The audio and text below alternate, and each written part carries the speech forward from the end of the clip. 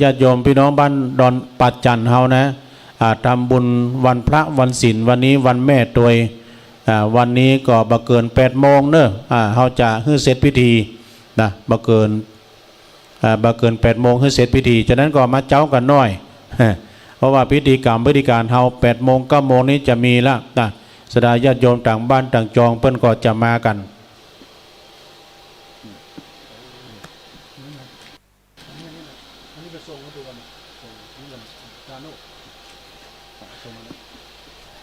ฉะนั้นก็ขอเอิ้นบอกให้พี่น้องศรัทธาเนอดอนจันเฮาวัดดอนจันเฮามาทำพิธีในการทำบุญตักบาตรในวันพระวันศีลวันแม่ตัวยแล้วก็พระสงฆ์องค์เจ้าที่เปิ้นมาช่วยงานก็หลายตนอยู่นะมากันหลายก้อนหลายตนอยู่บอกให้เกิน8 โมงนะโยมเด้อก็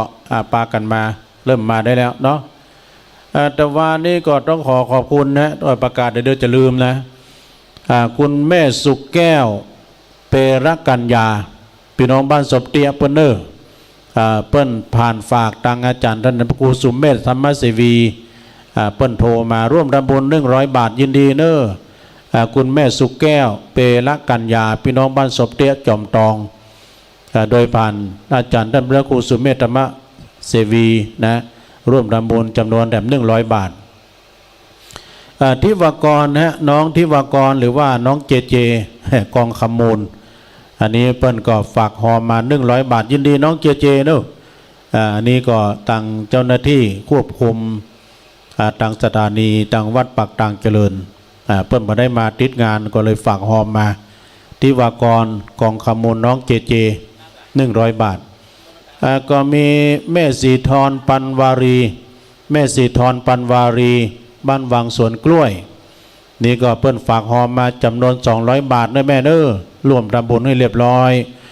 แม่สีทรหรือว่าแม่บุญมีนี่ก็เปิ้นก็ฟังอยู่ทางบ้านปันวารีกินตานที่ไหนเปิ้นก็ฝากหอมมาคุณแม่บุญพินอ่ำคดโรงพยาบาลลันนาก็หอมเรียบร้อยแล้วเนาะต้องขอบคุณเนอแต่ว่านี่ขอบคุณพี่น้องทางดอยสะเก็ดโดยกันนำของวัดป่าไผ่บ่อทองโอ้ยเปิ้นมากันนักกันหลายนะป้าน้อยนวลถามว่าป้าน้อยนวลตาลิโยเขาแม่พันเขานี่มา3-4 กันรถตู้รถปิกอัพก็ดีหลวงพ่อมานิดเนาะหลวงพ่อมานิดถาวโรพี่น้องต่างดอยสะเก็ดบ่อทองต่างแม่ห้อยเงินกาเอ็นะเนาะเปิ้นมากันหลายต้องขอกราบขอบคุณในเมตตาบารมีธรรมอาจารย์ท่านพระอาจารย์สมเสียงทองจากดอยสะเก็ดแล้วหลวงพ่อหลวงพ่อมานิดถาวโรนะที่เปิ้นได้มาร่วมบุญกุศลกินตานด้วยกันแต่ว่านี่ถ้าบัดเลิกวันนี้วันพระวันศีลจะนอนโดยตู้ลุงเนี่ยไอ้โลหลวงพ่อมานิดนะอันเติกวันศีลว่าไรนะมันมีตู้เจ้าอยู่2 ตนแล้วก็มันแบบส่วนที่กำลังก็เริ่มได้นอนด้วยกันใช่ไหมนะเนื่องจากว่าวันนี้เป็นวันพระวันศีลก็ต้องได้ไปปันศีลปันปอนด้วยเจริญเด้อญาติโยมเนาะที่บัดเดี๋ยวนี้ตีนฟ้ายกแล้วก่อยตีนฟ้ายกแล้ว เริ่มแจ้งดีไข่งามแล้วเนาะตาญาติโยม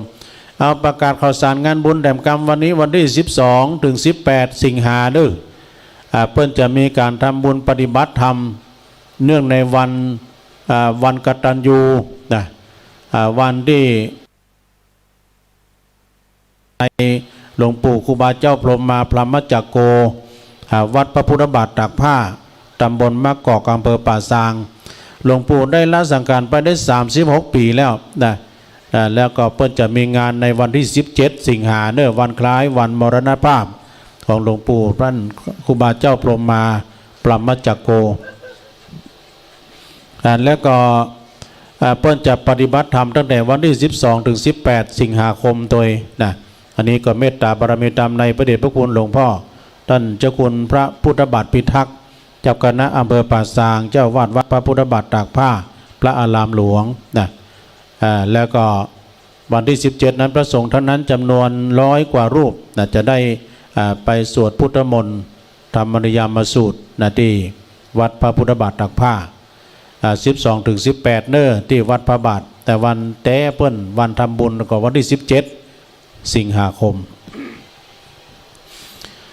วันที่23 สิงหาซึ่งก็จะเป็นวันทำบุญอุทิศกรปนผลถวายให้กับท่านครูบาเจ้าวัดศาลาในวันที่23นี้ก็ชาดกการต้นเก้าคือการบัตทีวัดท่าใครนักเทศเสียงทองจากแม่ริมเหมือนกันนะพี่น้องศรัทธาวัดสันทรายหนองแก้วเนอะเพิ่นจะมาเป็นเจ้าภาพนะที่วัดศาลาเปิ้นทำบุญทุกวันที่23ของเดือนเนาะวัดศาลาโดยมีเมตตาบารมีธรรมหลวงพ่อพระครูโชติสุวรรณสอนท่านเจ้าวาดเฮาหลวงพ่อเฮาก็จัดกุ๊บทุกวันที่23นะฮะแล้วก็ตอนบ่าย2 โมงเป็นต้นไปวัดศาลานี่คณะศรัทธาเพิ่นจะทอดผ้าป่าโดยเนอะ15 ต้นด้วยกันนะแล้วก็ลายย่อยแถม เพิ่นจะมีการสืบเพิ่นจะมีการตานผ้าป่าโดยเนอะวันที่23ตอนบ่ายมีอยู่15 ต้นแล้วก็ที่เปิ้นมาลายย่อยแถมเอาประกาศทำงานวันที่12วันนี้เหมือนกันเนื่อสิงหาคมในวันแม่คณะสงฆ์อำเภอดอยหล่อเพิ่นจะมีการทอดผ้าป่านิติสงฆ์ของงานอำเภอดอยหล่อเฮานะเพิ่นจะมีทอดที่วัดพระธาตุโคงขาววันนี้ตอนบ่ายเหมือนกันเนอะทุกวัดทุกอารามทุกที่พักสงฆ์ไปรวมกันนะถึงคณะศรัทธาถึงโหวัดโหวาเนอะเปิ้นทอดผ้าป่า12 สิงหาคมปีนะนิติสงฆ์เฮาคือเปิ้นเป็นของกลางนะของกลางของสงฆ์ของวัดของคณะสงฆ์เฮาวันที่12วันนี้ตอนบ่ายเนอะที่วัดพระธาตุโคงขาวโดยเมตตาบารมีธรรมหลวงพ่อพระครูสุนทรธรรมานุโยคซึ่งเป็นประธานวันที่23 สิงหาเหมือนกันเนอะบรรพุกบรรฮือเนี่ย23 สิงหานี้ที่วัดพระธาตุดอยหล่อเปิ้นจะมีการตานสังวัดพระธาตุดอยหล่อนะโดยท่านอาจารย์จิตอนาลโยเพื่อจะตานสัง40 ต้นด้วยกันนะ40 กวยด้วยกันนะตานกวยสังนี่นะในวันที่23ตานสังของเดือน12แล้วก็ในวันที่26 สิงหาก็วัดพระธาตุดอยน้อยเนาะวัดที่ตุลุงอยู่นะเปิ้นก็จะตันสั่งเหมือนกันนะเดือน12ขึ้น8 ค่ำปล้ำว่าเป็นวันที่26 สิงหาที่วัดพระธาตุดอยน้อยเนาะเอาเต็มในวันที่วันที่2 กันยาเนอะ2 กันยาเดือน12 เพ็งพอดีทางวัดเหล่ายาวใต้วัดเหล่ายาวใต้โดยเมตตาบารมีธรรมอาจารย์ท่านพระครูสังฆรักษ์สมบัติอภิรัมมณีโยเจ้าวาดวัดเหล่ายาวใต้ก็จะมีงานสลากพัฒนาหารเนอะ2 กันยาที่วัดเหล่ายาวใต้แล้วก็ในวันที่1 2 3 กันยาเหมือนกันเนอะ1 2 3 กันยางานลอยพระอุปคุตประจำปีที่วัดแม่อายหลวงเนอะ3 อำเภอเพิ่นมารวมกันหมดนะกลางค่ำกลางคืนก็ฟังเทศน์ฟังธรรมอานิสงส์พระอุปคุตนะกลางวันที่3นั้นก็จะลอยพระอุปคุตนะที่วัดแม่อายหลวงโดยเมตตาบารมีธรรมหลวงพ่อท่านพระครูวิธานธรรมโสพลนะท่านเจ้าคณะอำเภอเดี๋ยวกันเนอะ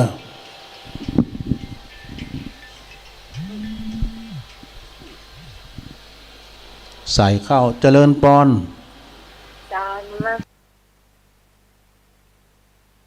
พิสมัยกะ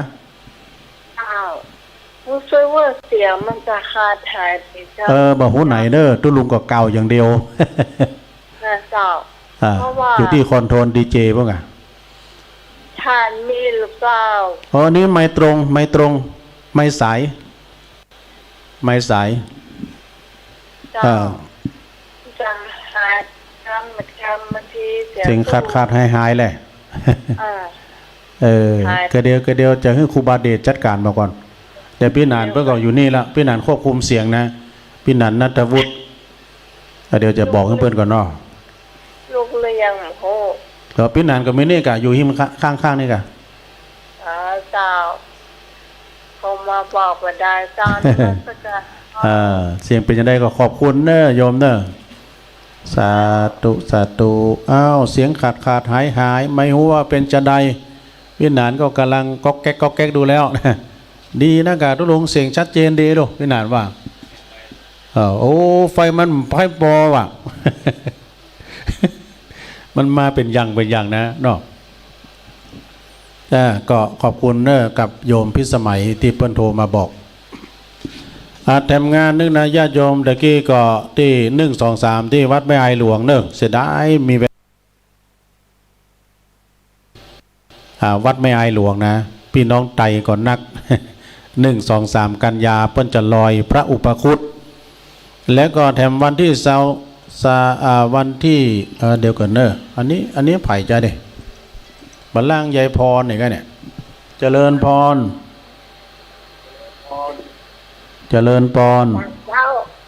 ยายพร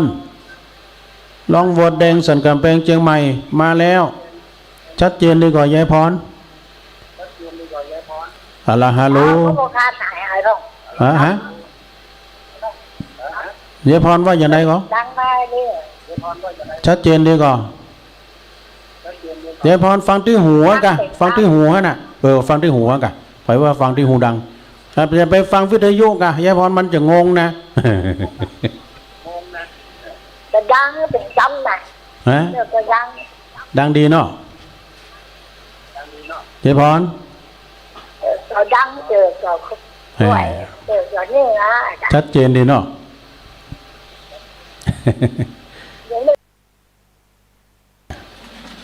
กินข้าวล่ะไปกินอย่างเตื้อมันเจ้าอยู่นี่เนาะฝนตกก็เนี่ยจริงป่ะฝนตกน้อยเนื่องแต่คืนแล้วเนี่ยเดี๋ยวนี้เป่งลึงบ้านปุ้นตกก่อนแม่ยายพรอ้อยพ่องเนี่ยอ้อยพ่องเนี่ยเนาะถ้ามันตกนักก็เฮดโซโลออกกันแล้วยินดียายพรนึกถ้าโทรมาก่อนแล้วใจเบิ้ลเนาะดูเบิ้ลขอบคุณยายพรเนอะร้องบวชแดงสันกำแพงเชียงใหม่เอาแต่งานนึกสดาญาโยมนะวันที่31 สิงหาเปิ้นจะมีงานพุนเนอร์31 สิงหานี้ก็ธรรมสัญจรบวรร่วมใจที่วัดจังกำเนอะตั้งทีมงานของวัดไฟหินพี่นันณัฐวุฒิน้องสมณเณรตะวันเขาพี่น้อยสมบูรณ์เขาเพื่อจะไปถ่ายทำด้วยเนอะถ่ายทำทั้งภาพทั้งเสียงสร้างช่วงเจ้าก็มีการสืบชะตาอายุวัฒนมงคลของอาจารย์ท่านพระมหาประสิทธิ์ธรรมาภินันโทปท8 ประโยคเอาเป็นวันแฮปปี้เบิร์ธเดย์เปิ้นเลยเนอะวันเกิดเปิ้นตัวช่วงเจ้า9 โมงป่ายก็สืบชะตาอายุวัฒนมงคลนะตอนบ่ายก็ทำบุญทักษิณานุปทานอุทิศให้กับครูบาอาจารย์เนาะเมื่อค่ำยามคืนก็ไปฟังเทศน์ฟังธรรมธรรมะสัญจรที่วัดจังกำเนอะ31 สิงหาพร่ำว่าเป็นวันคล้ายวันเกิดของอาจารย์มหาตัวเนาะอันนี้ก็เป็นข่าวสารงานบุญที่ได้ประกาศให้กับสดาญาติโยมเนอะ12 กันยาก็ปุ้นอากาศธรรมสัญจรที่วัดพระบาทอุดมเนอะพี่น้องเมืองฝางเนาะไก่อยู่เมืองฝางให้เดินทางกันมาแล้วเนาะมาเดี๋ยวนี้เนาะ คุณแม่จงดีก่อนนี่เปิ้นว่ามีดึงมดนะมีอยู่4 กันรถว่ะดูทางงาน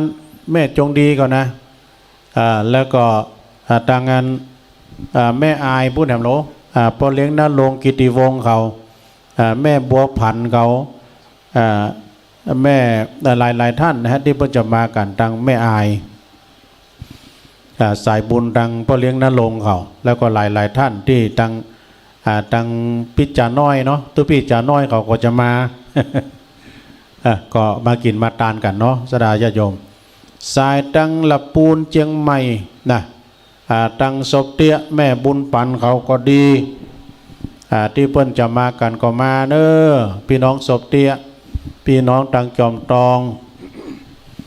พี่น้องตังบ้านโฮงก็มีตังป้อดุล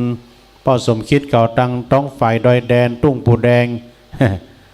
ไปตังใส่บ้านโฮงตังตังเหล่ายาวหลายที่หลายตังนี่ที่เพื่อจะมากันแล้วก็พี่น้องตังเวียงหนองล่องโดยป่าซางดอยหล่อดอยหล่อปักตังเจริญนี่ก็จะมากันหลายกันรถเอาโฮงตาลมาโดยดูนะแต่กระเดียวก็ตังไอ้หนึ่งก็จะขับรถมาแล้วจะเอาแม่บ้านโฮงตาลมาเนาะก็ก้อยมากันนะโยมเนี่ยเดินทางโดยแคล้วคลาดปลอดภัยทุกตารางกิโลเมตรของการเดินทางเนาะที่เปิ้นจะมากินมาตานกันในวันนี้จะไปลืมแมทเด้อ จะไปลืมแมทหรือว่าผ้าปิดจมูกนี่นะหน้ากากนี่กันครับเพื่อนว่าเนาะหน้ากากในวันนี้ก็ประมาณเวลานะฮะสดาญาติโยมตอนเช้านี้ก็ขอบอกเอิญเชิญชวนพี่น้องตามบ้านปัดจันเฮาก็เดินทางกันมาช่วงเช้าจะทำบุญวันพระวันแม่โดยเมื่อเกิน8 โมงก็ให้แล้วเสร็จนะทำบุญตักบาตรตามวาระโอกาสโดยเนาะในช่วงนี้สดาญาติโยมที่มาแล้วก็คันสินคันสุมาอยู่ตั้งปูนเนอะจะใส่คันสินคันสุมาเนาะป้อนล่ามป้อนจานเขาเพิ่นก็มาแล้ว ทางในบริเวณศาสนพิธีปุ้นก็ได้ถูเจ็ดปัดกวาดเจ็ดถูตุลุงทอนเขาทางครูบาเดชเขาพี่น้อยการมาด้วยนะพี่นานก็เพิ่นเป็นนานแล้วเนาะพี่นานการนี่ หัวเฮยใหญ่เหมือนกันเนอะแล้วก็มาเนอะพี่นานเนอะคนหนุ่มคนก่ำเคยใจมัน เคยใจเคยสอยมัน ญาติโยมในช่วงนี้เนาะใครจะร่วมทำบุญก็ได้อยู่เนอะจะร่วมทำบุญถวายทานในวันพระวันศีลวันแม่โดยก็เชิญได้มาจดเอาลายมาหมายเอาชื่อจัดทานไปหาไผ่ตันไปหน้าหาพ่อหาแม่พี่น้องเจ้ากรรมในเวรก็เชิญได้เจริญปอนโยม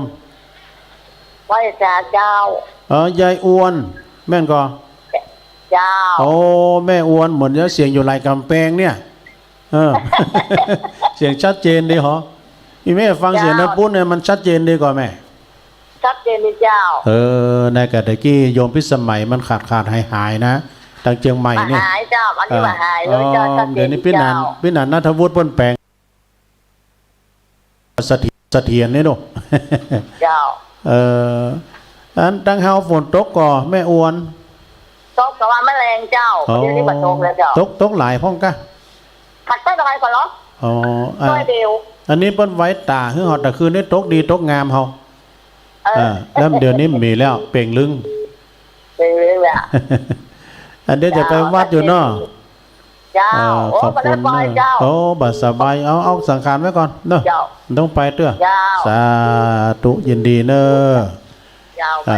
ยายอ้วนกิติลังกาจากสันขวางดอยหล่อเจริญปอนไหว้ตาเจ้าตุลงเจ้าโอ้อันนี้แม่จันทิพย์เกตการามแม่นกอเจ้ากำลังเตรียมตัวจะไปวัดเจ้าจะไปวัดพอดีตุลุงอยู่ที่ภาคสนามนี่บ่ให้บดีจะจำเสียงบ่ได้เหมือนในห้องส่งแม่ อันจะไปวัดอยู่เนาะแม่เนาะเจ้าโอ้ดีกะวันนี้วันแม่ที่ห้างท่านเฮ็ดจะออกนักแล้วเนาะเจ้าฮะไม่ได้กินเฮ็ดด้วยกับเจ้าโอ้อันมีเด้อโลอันมีเด้อดูเฮ็ดถ้ากันมันตกเจือตกมันนี่ก็ถ้าจะมีเนาะเฮ็ดนะเจ้าเฮ็ดโซโล่กาเฮ็ดตาควายกันเนี่ยเจ้าอย่างว่าเนาะเฮ็ดลำล้อหนอลำรถมันดึงเหมือนซ่าเหมือนจีว่าใช่มันดึงเหมือนนั้นอย่างใดก็ขอบคุณคุณแม่จันทิพย์นักเน้อเจ้าไว้สาเจ้าโอ้บุญรักษาเน้ออนุโมทนาสาธุแม่จันทิพย์นี่ก็เหนียวแน่นนะเนาะไปจะโทรมาเช็คขึ้นเช็คสายก่อนได้นะโยมนะตุลงจิบกาแฟไปโดย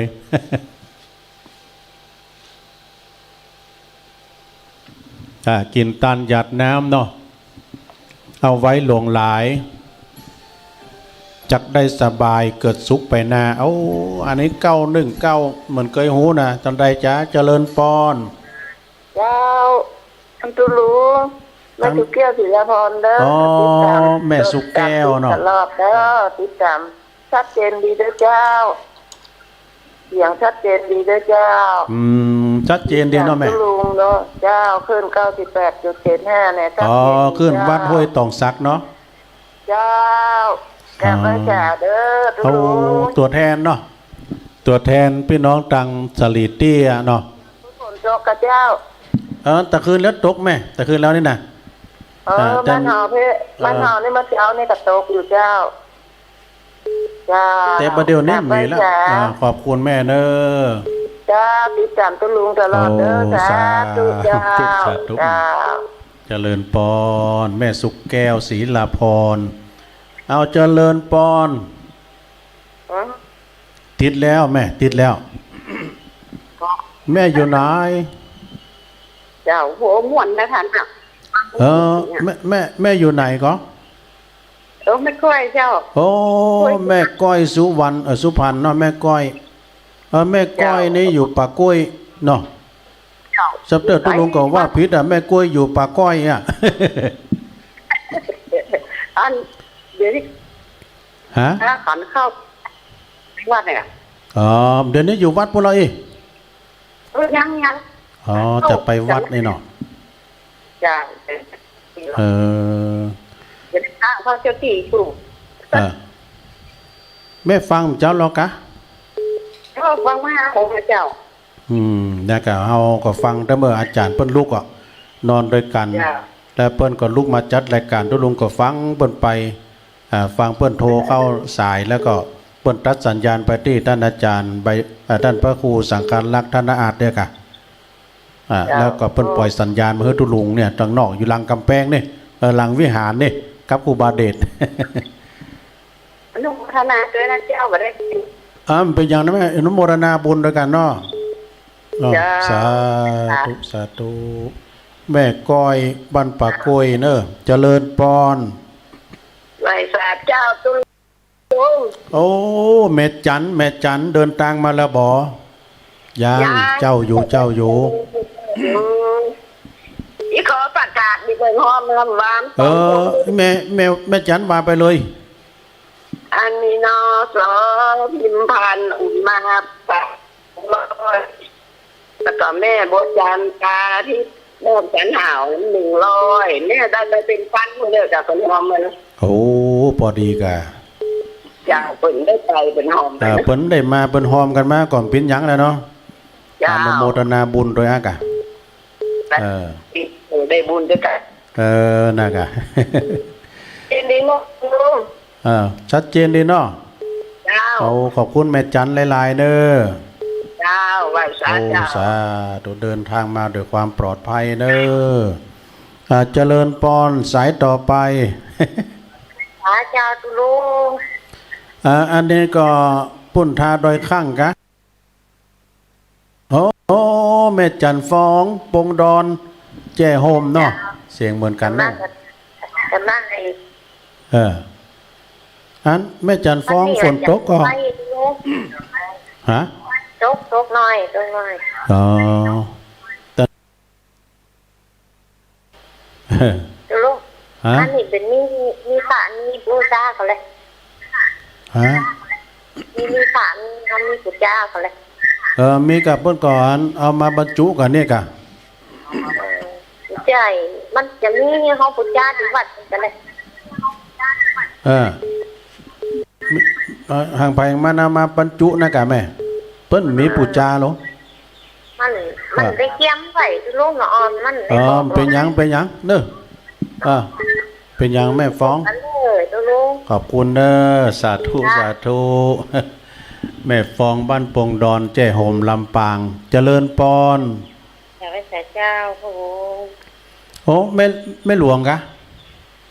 เจ้า แม่หลวงสายฝนเนาะ เจ้า มาก็วันนี้จะไปสายฝนมาด้วยเด้อ มาได้ใส่เจ้า แต่วันแม่เด้อ มันเปลี่ยนเจ้า เป็นอย่างเนาะไว้โอกาสหน้าพฤศจิกาเพิ่นยกชัด ฝากปัจจัยไว้ยันวันที่นั่น อ๋อฝากมาเรียบร้อยแล้วเนาะ ไที่สถานีนะเจ้า อ๋อ เจ้า ขอบคุณขอบคุณ เจ้า บุตรอาจารย์วรรณชัยท่านพระครูสมหวังเขาก็จะมาอยู่เนาะขอบคุณแม่หลวงเด้อจากหนองผ้าขาวเจริญปอน เอาไปสาธุลุง ฮ่านมาแล้วพ่อน้อยบุญปัน ครับผมตั้งปางเสาหินนี่เดินทางออกไปเมื่อตีห้าแล้วเนอะ โอ้มาเจ้าเห็นว่ามากินข้าวงานด้วยกันเพื่อนกันเนาะ ของก็เจอแม่เอาที่หลายที่อยู่กับบุกนะ อ๋อนอกเปิ้นจะแว่หลายได้กันแม่จงดีเปิ้นจะแว่หลายที่อยู่ ครับสายแม่จังเรื่องดีไปทีครับต้องหันรถครับ แม่น ขอผมขอได้ฝากจะมันพัดใจถ้าประจำวันมันพัดหูแม่สายลิ้นที่กินไปพุ่นละ อากะดีแล้วดีแล้ว ครับผมโอ้เสียงตุลุงรอเหลืออันเสียงแล้วกันเนอะโอ้เสียงนี่รอดีเฮ้ย โอ้ยดีใจ แล้วเพชรดันคำยองแล้วมันขี่เท่าวันนี้ขี่รอหนุ่มมันก็นักอ่ะ โอ้ยดีใจเอ้ยเป็นมันเป็นโต๊ะนะทุกคนขอบคุณเด้อ จะรอพี่นะ สาธุครับผมตามได้สาครับผม ป้อนน้อยบุญปั่นเสาหินเด้อเมืองฝางพุ่นนะเนี่ยอ้าวโทรกันเข้ามาแถมได้อยู่นี่เป็นการบริหารเวลาด้วยช่วยกันจัดเนาะช่วยกันอู้เจริญปอน นมัสการครับ โอ้ ลุง อันนี้ป้อนบุญศรียานะเนาะ ครับผม โอ้ เสียได้ขนาดตั้งงั้น หาย 100.25เพื่อนบัตรไทยทอดจ้า ฮะตั้งใด 100.25เพื่อนบัตรไทยทอดสักกำลอก มันขึ้นไหนใน100.25ฮะโอ้ 100.2มุกฝาง โอ้เมืองฝางเพิ่มไทยทอดกะแล้ว เขากล้าตัดไปประเดียวนี่ครับ อ๋อบัน ต้นกล้าตัดไปประเดียวนี่อ่ะ อ๋อ จะได้ก็เออ เป็นอย่างฟัง แต่เจ้า ฟัง แต่ อ่า ฟังก็เสร็จ3 โมงมาแล้วอ่ะครับ โอ้จะได้ประเด็นไปลูกไม้ตัวจ้า เป็นอย่างรอบวันที่2ปะกันกะ12 กันยาบ่เนาะ ครับ ครับผม อืม จะได้เอาใจช่วยนะครับ วันนี้พ่อเลี้ยงนั่นลงก็ กิน มา ลาบลื่นนะครับไว้สาครับผม ขอบคุณเนอพ่อเลี้ยงบุญศรียานะ อันนี้ก็เปิ้นอยู่ไม่อายเนอนี่นะพี่น้องตามไม่อายก็จะมากันนักเอิ้นไปตังพี่น้องตังไม่อายเนาะโอ้มาเต็มสายนี่ก็ว่าไปเรื่อยๆเนาะสดาที่มาจัดใส่คานเชียนคานสุมาก็เจิญเนอขันแก้วตัง3เจริญปอน เจ้าไม่ทราบเจ้าทุลุงเจ้า อันนี้แม่ลี่อะ เจ้าก็ แม่ลิ ทางใส่ก่อนมันดีแน่อ๋อ ห้วยโทกมา เปลี่ยน แล้ว รอยอย่างเก่าเรือเก่าอยู่แน่เดี๋ยวนี้อยู่พุ่นไข่ท่อเอาเนาะ แต่ว่านี่เปิ้นมาตักตาย อันนี้ก็ตุลุงยองโอ้เป็นว่าสีเท่าได้ว่ะเขาใจอ่อนบ่ล่ะกี่ข้อมลำเนาะเขาก็ได้ว่าเสียงจัดหนุ่มนี่แปลว่าตรวจแท้นี่เท่าได้เนี่ย เจ้าฟังพระครูว่าหลายวันอันนี้เพิ่งไปนอนนั่นจนเมื่อวันที่9แล้วเนาะ แม่นละนอนด้วยกันแต่คือแล้วก็นอนด้วยกันเนี่ยตอนเจ้าเปิ้นลุกมาจัด อนุโทนาด้วยนะเจ้า โอ้ขอบคุณแม่น อนุโท ลิ นาบุญกับเพิ่นทุกคนนะเจ้า แต่ก็ เจ้า เดินทางปลอดภัยเนาะ จ้าเดินทางโดยปลอดภัยด้วยเจ้า ขอบคุณแม่ลินักเนอสาธุเอิ้นประตังแม่แก้วยะวาเด้อเนอแม่แก้วห้วยละถ้าอย่าฟังกันอยู่จ้าแม่แก้ว เอิ้นไปตังแม่ครูพ่อครูเขาทั้งหลายบอกว่าจะเป็นแม่ครูแต่เจ้านี่เพิ่นโทรมาดู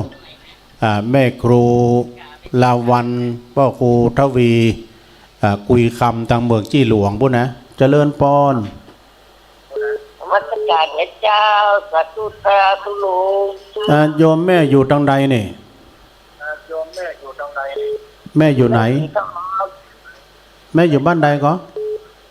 บ้านพระไฟสันทรายเจ้า โอ้ศรัทธาของงานตุปี้สมเพชรกะฮะป่าไผ่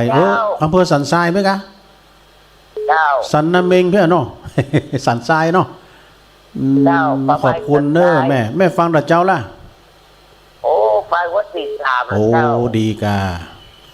วันนี้ก็ฟังวันค่ำนะแม่นู้เพื่อจะถ่ายทอดเสียงนะ เจ้าวัดตอนนี้จะไปวัดเจ้า ไปวัดก็ยังไอ้กรรมกันแล้วเขาก็ไปฟังอย่างตลอด เจ้า เนาะขอบคุณแม่เนอะ โอ้สาธุดีใจแม่โทรมาแล้วเนาะว่าไปเรื่อยๆว่าครูบาเดชว่าทุลุงฮับสายไปเรื่อยๆว่าเจริญปอน พระสาเจ้าผู้รู้ โยมอยู่ตังใด อยู่บอกว่าห้าเจ้า โอ้พี่น้องบ้านโบกก็หากะแต่บุญน้องเจดีย์ เจ้าโอ้ไม่ตาเนาะแต่จะอยู่ไม่ตาจะเป็นอันนี้จะใจ โอ้แม่ไข่แก้วกันนี่ เจ้า ตำบันเฮาฝุ่นตกโต๊ะอ้อยหน่อยเดียว โทษแต่คืนแล้วนี่ตกดีตกงามไม่ได้หรอเดี๋ยวนี้ยั่งนะที่นี่นะ จ้ะ เออ ตกจะหลายมันเอาหูเป็นโจ้ยจ่าประจายนี่ มันก็เนี่ยข้อมันอย่างอย่างว่านี่ก็เนาะอินดูอย่างว่าเปิ้นนั้นเก็บลำไยอะเนาะแม่ มันไงกระเตะก็เน่า น่ากะปิ้นกาปิ้นศิลป์นะขอบคุณแม่ไข่แก้วนักๆเด้อเนาะ จ้ะ โอ้สาธุแม่ไข่แก้ววงคำเด้อบ้านโบกก็หาเอิ้นไปตั้งแม่ใหญ่ลงใหญ่เด้อเด้อคือแล้วไปก็โทรมาลงใหญ่อ่ะเจริญปอน ครับกวาสาครับ โอ้พี่น้องตั้งปุ้นเนาะเวียงป่าเป้าเนาะแม่นอ่ะพ่ออยู่ไหนก็ เรียกว่าเป้าบ้านโป่งหนองโป่งทำ แต่พ่อบุญธรรมโป่งหนองบึดมามาก้าปักกันเนาะพบกันที่ดอนจันทร์ ครับบึดก็ปักกันเด้อยินดีเด้อปอนเด้อพ่อบุญธรรมโป่งหนองสาธุแต่กันเนาะได้ยินแผ่วตังโป่งหนองพุ่นน่ะตังพี่น้องตังเนี่ยเจริญปอนโหสายแน่นมากันเด้อ เจ้า แม่อยู่ตั้งใด ดงนิมิตเจ้า ฮะ ดงนิมิตเจ้า โอ้พี่สวยไล่กะฮะไผอันนี้แม่จำอ่ะไผดงนิมิตอ่ะแม่จืมหยังฮะ เล็กน้อยเจ้า แม่สวยไล่กะ เจ้า โทรมานี่จำเสียงไม่ขาดใดโทรมาเรื่อยๆเจอแล้วนี่เนาะหนาวได้มันนึกว่าเจอได้พี่แม่พี่สบายดีเนาะเจ้าสบายว่าหันเฟซทันไลน์น่ะพี่ว่านี่โอ้ทุกปีเพิ่นได้รับการตั้งเจ้าวาดแล้วเด้อพี่เจษสิริพัทโทได้โอ้ดีใจดีใจจักว่าเฮาก็หาทางหาเรื่องกินนำกันเฮาหาทางเรื่องงานที่จะร้องกำกันเนาะนี้อนาถาได้จะร้องก็อยู่นั่นกะโอ้จะร้องได้บอกเด้อแต่ไปช่วยนะเจ้าโอ้พอเล็กสายก็สบายดีเนาะไปวัดพุ่นเดี๋ยวนี้น่ากะไปวัดน่ากะขอบคุณนักเด้อแม่เด้อเนาะจ้าป่าสวยไล่กิตติวงศ์นำดิบน้อยดงนิมิตเนอะดงนิมิตก็มีหลายนะที่เปิ้นฟังเนี่ยเพราะว่าจะปิ้นปอเสียวชัยฟังอยู่นอกปอเสียวซับปอเสียวชัยนี่เปิ้นติดตามตลอดนะแม่จำแม่สำลานเขาตังแม่สวยไล่เขาเนี่ยปอเล่งสายเขาเนี่ยปีนั้นน้อมเนาะปีนั้นคิดเขาเนี่ยปีนั้นซักปอจานเนี่ยไอ้ส่วนซักนันพันนัดตัวเนอะไอ้ส่วนซักอบตเนอะพี่ไอ้นอแก้วพรมปันโอ้สายบุญเฮาตะนันหนักอะมีการไม่งานโอ้เปิ้นตอนรับดีตั้งไอ้สุนนันเตชะวงศ์เขานี่เนาะตั้งพี่น้องนำดิบน้อยขอแสดงความมุทิตาจิตยินดีครับอาจารย์พิเชษฐ์สิริพัทโทเปิ้นได้เป็นพระอธิการพิเชษฐ์สิริพัทโทเพราะว่าวัด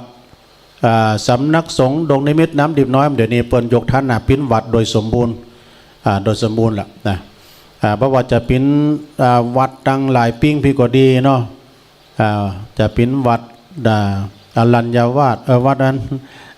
กลปก็ดีเนาะเปิดก็ปิ้นวัดโดยสมบูรณ์ล่ะวัดไร่พัฒนารามก็เป็นวัดโดยสมบูรณ์และบัดนี้จะเป็นวัดแถม2วัดก็คือสำนักวิปัสสนาสำนักพระเทพสิทธาจารย์นะกำลังพิจารณากันอยู่แล้วก็สำนักสงฆ์อารามต้าล้อก็เป็นกันเนอะเพื่อนเอาการเป็นการป้อหลวง พ่อหลวงสุขจันรัตน์พ่อหลวงจันรัตน์แล้วก็พ่อหลวงพรชัยเขาพ่อหลวงอนันต์อินทปันเขานี่พ่อเพิ่นเป็นกันดังพ่อสุทัศน์พ่อมอยเขานี่นะสำนักสงฆ์ตาล้อเอากันเป็นการแท้ๆตังตาโจกโดยตาโจกก่อตังพระหลวงสมยศเขานี่ไม่หลวงปันเขา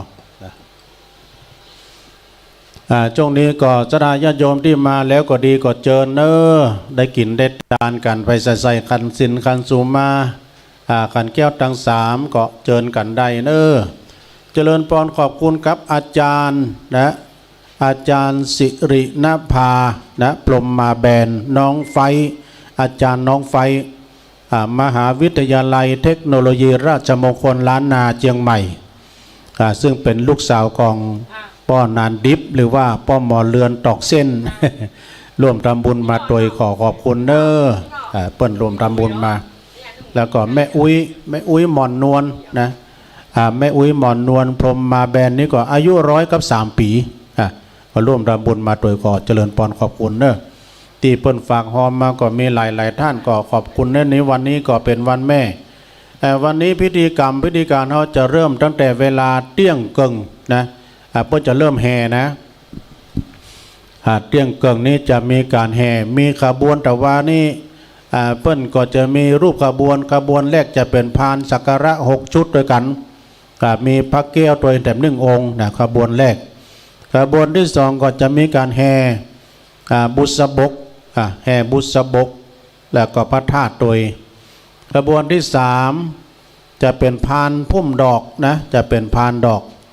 ขบวนที่4ก็เป็นพระไตรปิฎกนะที่เปิ้นอุ้มมาตวาเนี่ยนะเหมาะขบวนที่5ก็รูปเหมือนของพระเดชพระคุณหลวงปู่เฮาแล้วก็ขบวนที่6นั้นก็จะเป็นขบวนธงเนอะ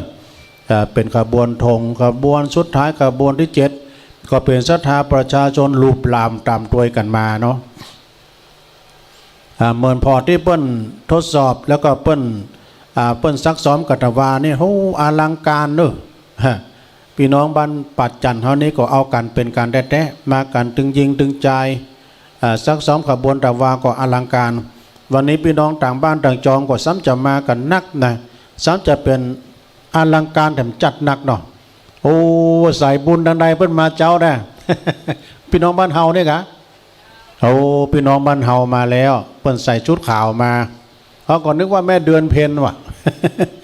พอสิเหมือนกันนอกจากนั้นจะมีการแสดงเนอะมีการแสดงอาจจะมีการฟ้อนการฟ้อนโดยก็จะมีวัดแม่ของน้อยวัดชัยยาทุ่งล้อมไม่เนาะเปิ้นจะฟ้อนแล้วก็จะมีฟ้อนนำขบวนก็มีฟ้อนเล็บเริ่มที่หน้าวัดจากเชียงใหม่มี3 คณะด้วยกันนะที่เปิ้นจะฟ้อนกันมาแล้วก็มีเพลงวัดดอนจันทร์โดยนี่ที่ท่านครูบาเดชเปิ้นเปิดให้ฟังนะเพลงวัดดอนจันทร์โดยเยาวชนบ้านดอนจันทร์เปิ้นก็จะมีรีวิวประกอบเพลงโดยแล้วก็มีฟ้อนขันดอกโดยฟ้อนขันดอกนี่ก็คณะฟ้อนล้านนาวัดพันเตาที่เปิ้นจะฟ้อนนะเสร็จจากพิธีการแล้วนะฮะหลังจากเสร็จพิธีทางศาสนาแล้วเนาะเปิ้นจะมีฟ้อนไหว้สาบารมีจากวัดพันเตาครับแล้วก็จะมีฟ้อนจ้องโดยจากสภาวัฒนธรรมสันกำแพงและจะมีฟ้อนไก่ลายวัฒนธรรมอำเภอสันกำแพงนะอันนี้เป็นรายการที่จะมีฟ้อนกันให้พี่น้องสดาได้พอได้คอยได้ชมกันในวันนี้เนาะ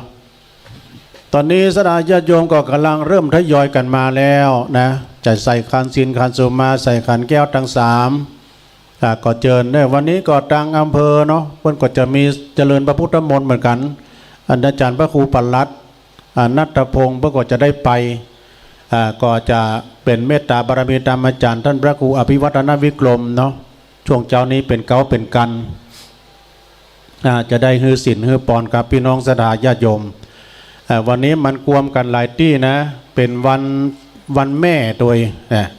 เป็นวันแม่แห่งชาติโดย12 สิงหาทางการทางอำเภอเพิ่นก็จัดกิจกรรมกันเนาะสดาเนาะช่วงนี้ป้อเย็นนะป้อเย็นพุ่นอ๋อนั่นก็เอิ้นไปทางป้อเย็นบ้านเกาะโดยว่า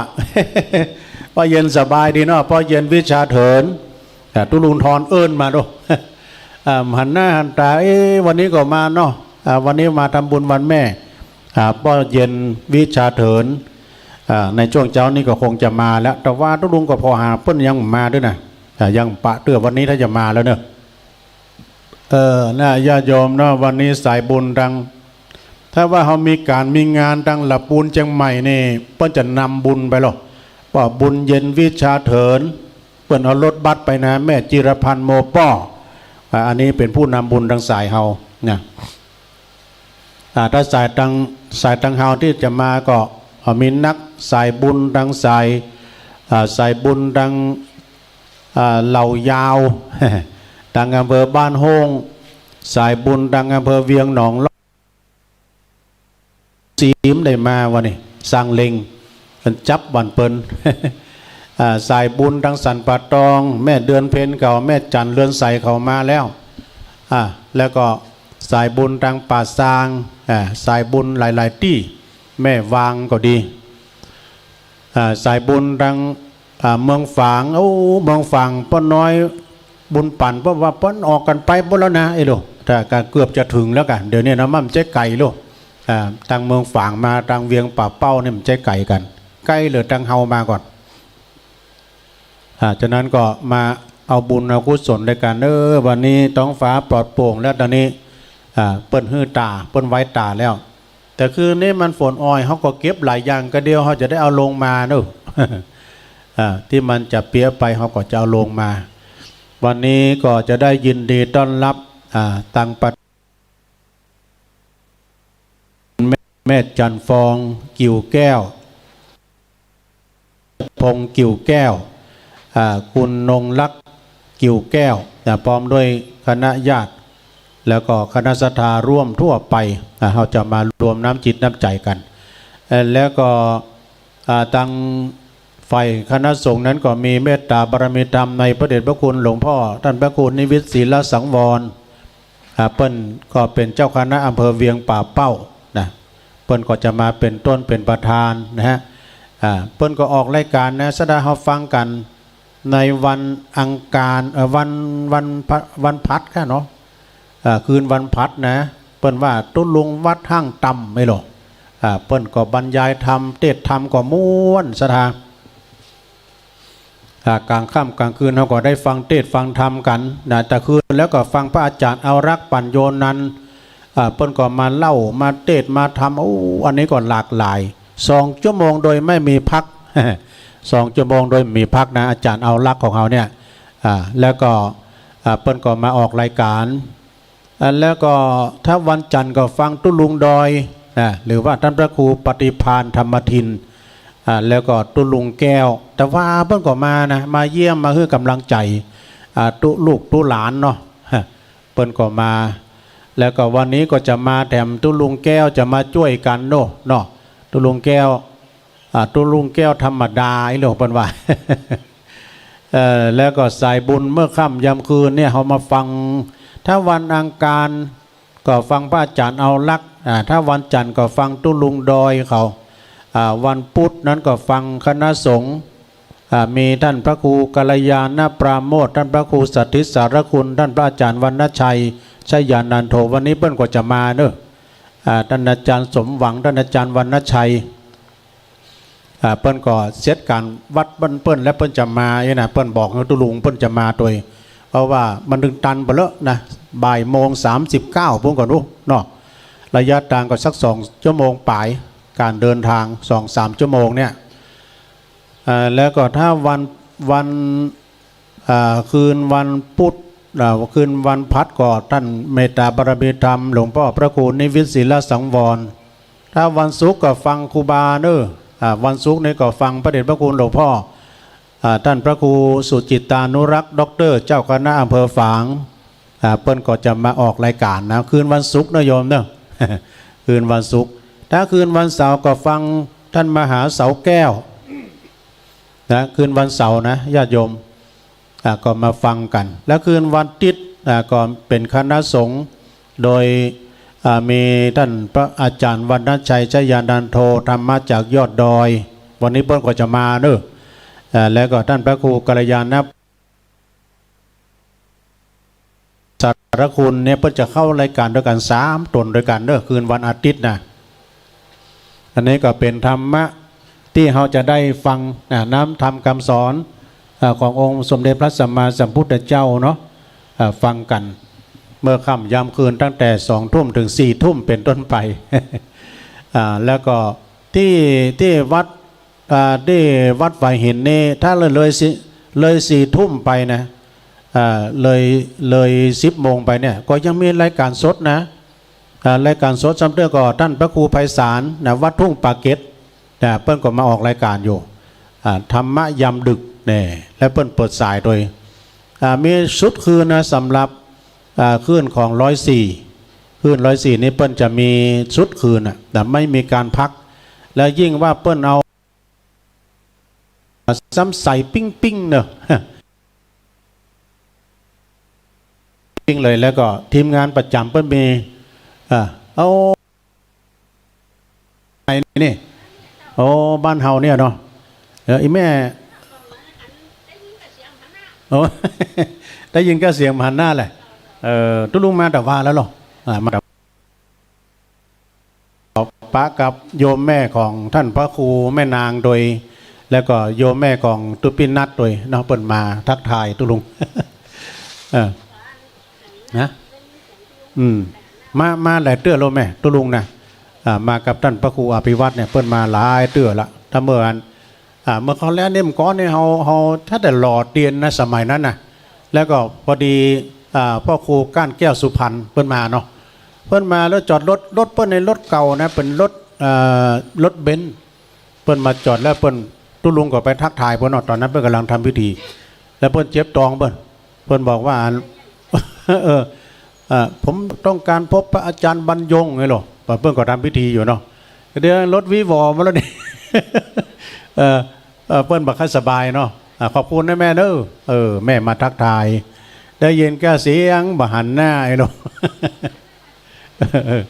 โอ้พ่อนันมาแล้วได้มาเจ้า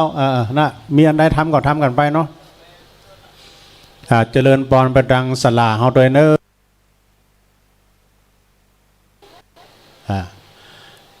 ศรัทธาญาติโยมที่มาแล้วก็ดีในโอกาสในตอนนี้ก็ไผ่จะใส่ขันศีลขันสุมาใส่ขันแก้วทั้ง3นะก็ใส่กันไปเรื่อยๆเนอะในช่วงนี้ตอนเช้าเราก็จะทำบุญตักบาตรเนื่องจากวันนี้เป็นวันสำคัญของชาติเป็นวันแม่ของแผ่นดินเป็นวันแม่ของชาตินะเพราะฉะนั้นพี่น้องดอนจันทร์ก็มาเนื้อใกล้เวลาอาจารย์พระครูบอกว่าเฮ้ยเสร็จสิ้นก่อน8 โมงนะก่อน8 โมงไปเนาะตอนนี้ศรัทธาญาติโยมใกล้เวลาแล้วนะพี่นานว่าใกล้เวลาแล้วนะถ้าพระอาจารย์มาเดี๋ยวเอาพี่นานเนี่ยนะ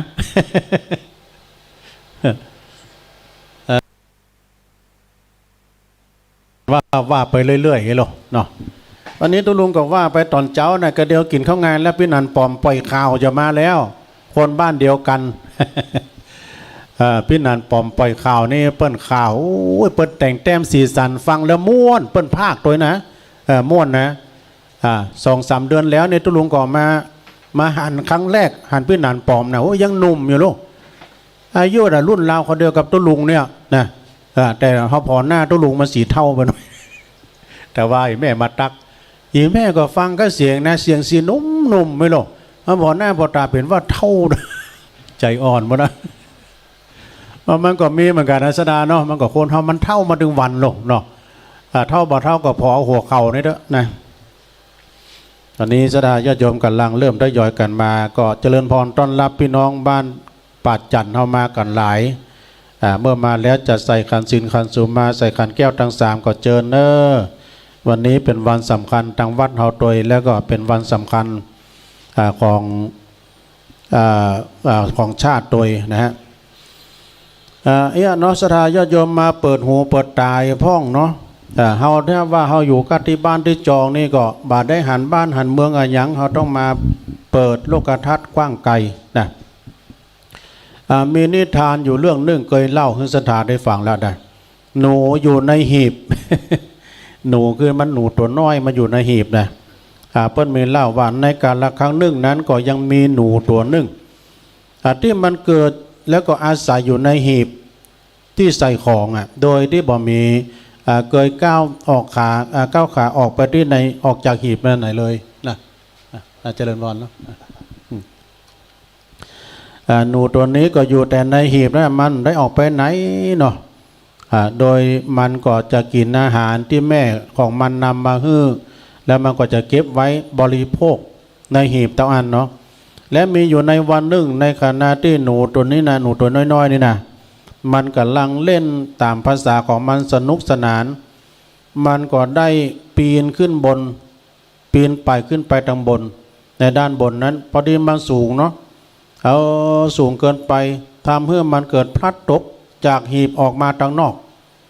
ตกมาทางพื้นออกมาทางนอกเจ้าหนูนั้นก็รู้สึกว่ามันสับสนไปหมดหวาดกลัวนะเพราะว่าทางนอกเนี่ยมันยังคนยังมันนักดำเลยคนก่อนนักก่อนหลายแล้วก็เดินไปเดินมาหนูนี่ก็รีบวิ่งลนลานที่จะไปหาที่ซ่อนตัวเก็บตัวจะไปอยู่ในหีบนั้นแห่งกรรมหนึ่งเนี่ยจนกระทั่งว่ามันเกิดไปสะดุดเนี่ยมันไปสะดุดกรรมอย่างหนูตัวนี้มันก็ไปสะดุดกับเนยแข็งชิ้นหนึ่งที่ตกอยู่บนพื้นและมันเพราะฉะนั้นมันก็บ่อาจที่จะทนต่อความหิวได้เนยนั้นมันเป็นอาหารชิ้นโปรดของมันเนาะเจ้าหนูตัวนี้มันก็กินเนยแข็งชิ้นนั้นทันทีนะซึ่งทันทีที่มันได้สัมผัสกับรสชาติของเนยแข็งชิ้นนั้นแล้วมันก็ถึงกับฮ้องออกมาตะโกนขึ้นว่าโอ้ข้านี่ช่างโง่เสียจริงๆเนาะที่คิดว่าในหีบนั้นมันจะมีอาหารที่วิเศษสุดปรากฏว่าทางนอกซ้ำมีอาหารเลิศรสกว่าให้หน่อยจากนั้นเจ้าหนูตัวนี้มันก็กินเนยแข็งนั้นจนอร่อยชิ้นนั้นจนหมดไปและมันก็บากึดที่จะกลับเข้าไปในหีบนั้นอีกต่อไปเลยนี่นิทานก้อมเรื่องนี้ก็ชบลงไปซะดาเนาะนิทานเรื่องนี้เปิ้นก็สอนให้รู้ว่าคนเฮาต้องหูจักเปิดโลกทัศน์นี่เพื่อจะได้เรียนรู้สิ่งใหม่ๆตลอดเวลาเนี่ยสดาญาโยมเนาะเฮามีกินมีตานที่ไหนวัดเฮาก็มีย่ำตานนี้ก็ตานวัดเฮาก็ตานวัดเปิ้นก็ตานมันหลากหลายโลเนาะเฮาไปพอตังพี่น้องตังอยู่กรุงเทพเนี่ยเปิ้นมาตานกฐินทางบ้านเฮาเมืองเฮาปีไหนเปิ้นก็มาครั้งเดียวนะเปิ้นหอบเงินหมื่นเงินแสนมาตานทางเฮาเนี่ยบ้านเฮาทางเฮาวัดเฮานี่ถ้ามีทางใต้กาอีนะเฮาก็คือสร้างห้างแปลงก่อนนานแล้วเนาะกฐินมาอีกกรรมนึงก็กุ้มไปจัดเมินเหมือนกันนะการคืดการสร้างต่างๆเนาะสดาญาติโยมแต่ไหวพระเจ้าตันใจก็เจิญเนอเดินทางมาแล้วเนาะเดี๋ยวพี่น้องทางฝั่งได้จะถึงก่อนเนอะเพราะว่าเพิ่นออกมาแต่เจ้าแล้วเนาะช่วงนี้เวลาก็ยังเจ้าอยู่เนาะบัดนี้6:29จะ6:00พอดีนะจะ6:00พอดีพี่น้องศรัทธาที่มาแล้วก็ไปไหว้พระนพธรรมทางในวิหารแล้วก็จะใส่คันสินบัญชีก็มีใครได้ของดีก็มากันเนาะได้กะถ้าไปทำบุญนั้นก็เดินทางมาแล้วเนาะคือเดี๋ยวพี่น้องทางฝั่งได้จะถึงก่อนเนอะเพราะว่าเพิ่นออกมาแต่เจ้าแล้วเนาะช่วงนี้เวลาก็ยังเจ้าอยู่เนาะบัดนี้6:29จะ6:00พอดีนะจะ6:00พอดีพี่น้องศรัทธาที่มาแล้วก็ไปไหว้พระนพธรรมทางในวิหารแล้วก็จะใส่คันสินคันสุมมาพอจะร่วมทำบุญมาตังตุลุงไม่ได้เนอะบัญชีก็มีใครได้ของดีก็มากันเนาะถ้าไปทำบุญนั้นก็จะให้ของดีโดยนะ คือเกศหมานเกศหมานนี้ก็คือสร้อยข้อมือเนอะได้มัดผูกข้อไม้ข้อมือโดยเมตตาบารมีธรรมหลวงพ่อพระครูปฏิภาณธรรมทินตุลุงดอยตุลุงแก้วเปิ้นเอามามอบฮื้อเนาะถ้าไปทำบุญ20 บาทก็ฮื้ออยู่นะโยมเด้อตามแต่เจตนาเนาะ ก็จะร่วมทำบุญก็มาได้แจกของดีโดยแต่เบิดนี่อาจจะเสี่ยงนะเหลือบรรนักแล้วเนาะก็เดี๋ยวพี่น้องเมืองฝางมาเปิ้นอาจจะเมาหมดหมู่ ในช่วงนี้6 โมงเกิงพอดีพี่น้องอยู่ทางบ้านทางจองใครจะโทรมาก็ได้อยู่เนอะโยมเนอะใครจะโทรมาทักทายเนาะ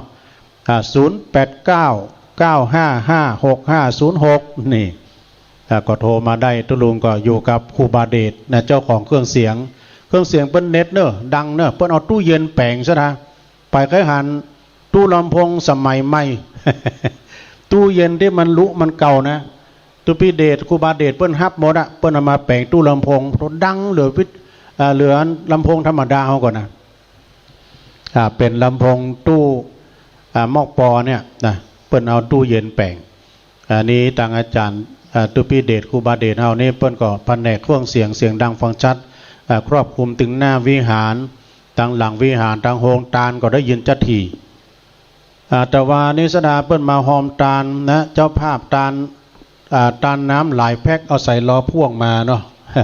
เอาสายเข้ามา1 สายตังใดจ้า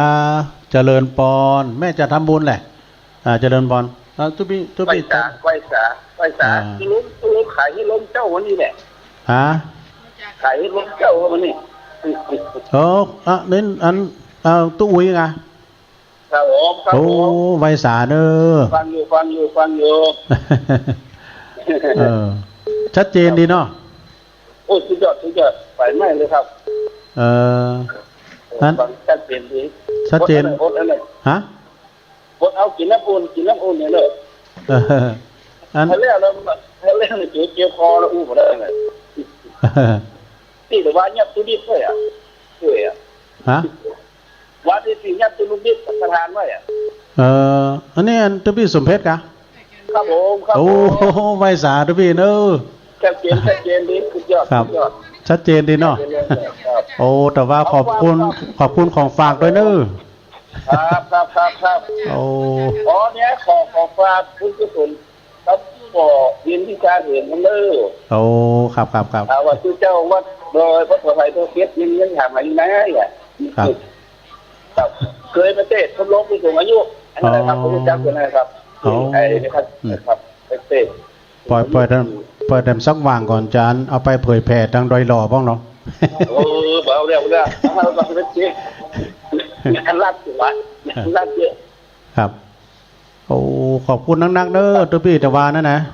ครับผมทักเสียงน้องเด้อโอ้ขอบคุณครับไวสาครับอันนี้ท่านพระอาจารย์สมนึกหรือว่าท่านอาจารย์สมเพชรวัดป่าไผ่บ่อทองเด้อ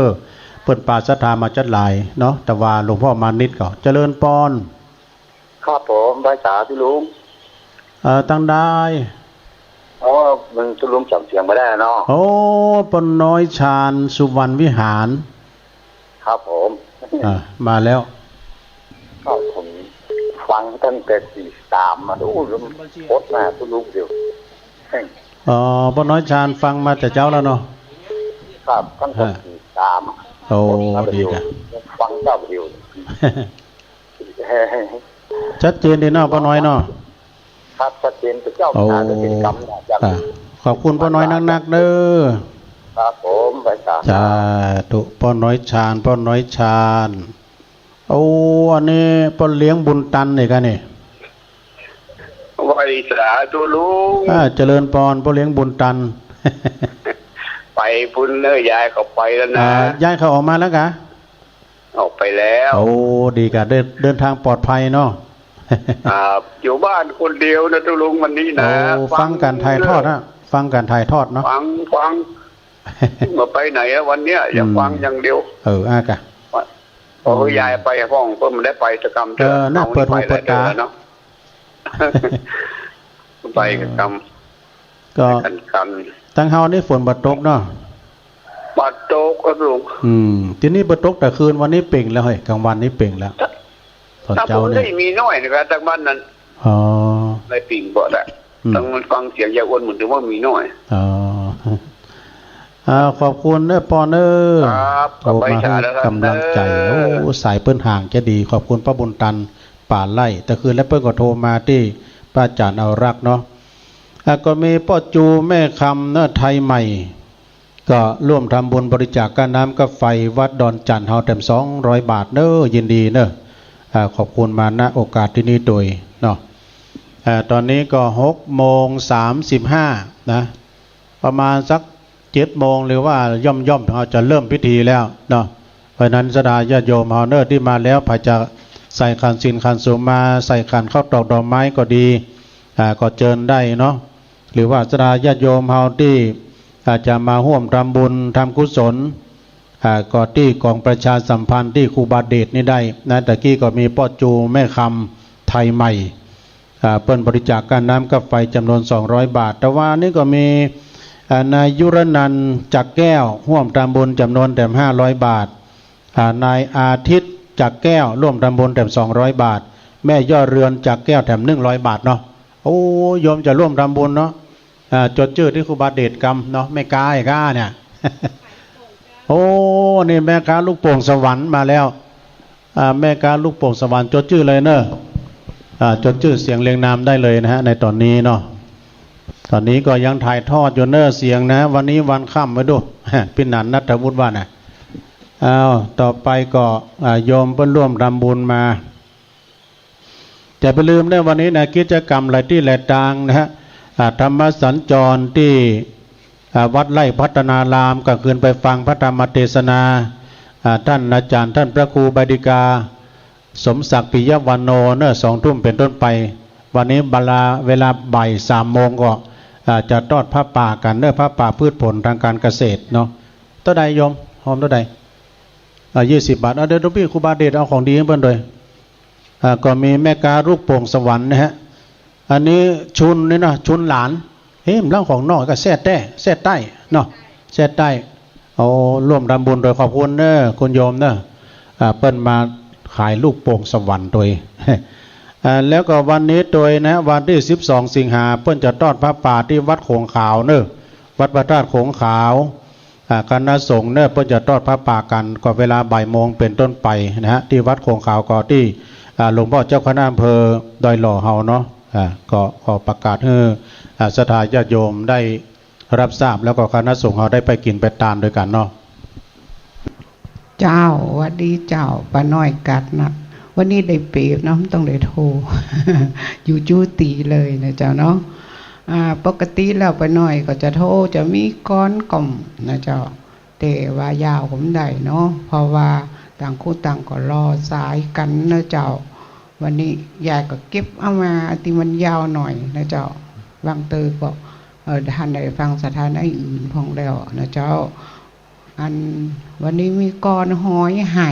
นะเจ้าเนาะแต่เฮาต้องไว้ว่าเตียนติโมเจ้ามาก็ได้นะเจ้าเนาะฟังกันไปค่ะเวลานะเจ้ามาแสนสุกตุกโตขาเป็นหอยอยู่ป่าโบลอยไต่น้ำกันว่าไผมาโตขาก็ซ้ำล้นไปบ่ได้นักแก่ก้อยถาเล็ดก้อยถาเลเอากุ่นก่อนแน่จีฟ้าเอาหน้าเท็ดดินแผ่นพระสุธาตามให้ตามหน้าปีน้องคนใจบาปนาเก็บขาใส่ของป้ามาต้องย่องมาขังหมู่หอยตั้งหลายน้ำตาก็หลั่งเพิ่นเอามาขังข้ามคืนหมู่หอยตั้งหลายห้องไห้สะอื่นตลอดตื่นคืนจนแจ้งมันเป็นกำยังตีมาเติมแทงวันนี้ถูกแกงแน่นอนว่าอยู่ตามธรรมตามกรรมพาสอนกำจักตัดรอนสู่เจ้าขอผู้ตีอันนี้กำจักตักรอนสู่เจ้าพักไม่ใส่เกลือ ชักไม้ใส่เกลือเอามากับเขามีเปิดเลิศเจ้านายเฮยตอนถูกกกกุ่นพ่อแม่นายเฮยหมูห้อยก็เลยน้ำตาอาบหน้าเจ็บป้อจะตายตอนโดนคุมผ้าน้ำตาอาบหน้าบังลงบ่อยากจะตายขอจำใจปงกำเดียวจักลงตกหมอนำหอนเราว่างไว้เน้อกำจักสะทอนมันจักมาหย่อนตัวมาถ้าหากมีมือจักขอไหวสาจักขอวันตาหนอบหน่อมตัวขาเป็นห้อยตัวก่อมาป่อมตัวก่ออ่อมหล่อมหน่อยเดียวตอนตียกผ้ามันหนาหวาดเสียวรับตากำเดียวดังปุ๊กถ้าไผปล่อยขาขอหือมีโจกปุ่นจากตุกโศกโพยภัยจักหิจักหาคือเนื้อลองไต่หือมีจกใจหนักจักอยู่ที่ไหนหือมีคนหักได้เป็นเศรษฐีเร็ววันอายุนั่นหนอหือได้เดินปันมีสุขตึงวันคำเจ้าหือมีเขาคล้องมั่งมุนตุนเต่าตึงหนุ่มตึงเถ่าเนินนายไผกกกุนขาหือมันชิบหายหิหานได้ขืนศอกลงว่าเพราะไผใดหือเข่าไม่หาเพียธิโลกาหือมาวันของหือพิษหัวกันยาติวีน้องเหมือนโสตีกล่องไว้เนอจักไปตั้งใดตกไตออกเนื้อหือปะหือเจอขอหายขี่รถเครื่องไปหือไปจนตายห้อยสะไม้ใหม่หูจักรถเจ้าเพราะไข่ถูกเจงกินพักกับเขาพ่อแม่แก่เฒ่าสุขภาพดีสุขภาพดีนะเจ้าอันนี้เป็นก้อนห้อยหายนะเจ้าเนาะช่วงนี้นะเจ้าว่าจะต้านสลากกันแล้วเป็นช่วงจะต้านสลากกันนะเจ้าแต่ว่าป้าน้อยก็ว่าก่อนอันของตีวานางยักษ์ชินีนะเจ้าอันนั้นเป็นตอนสองเนาะมันก็มีแถมตำนานหนึ่งนะเจ้า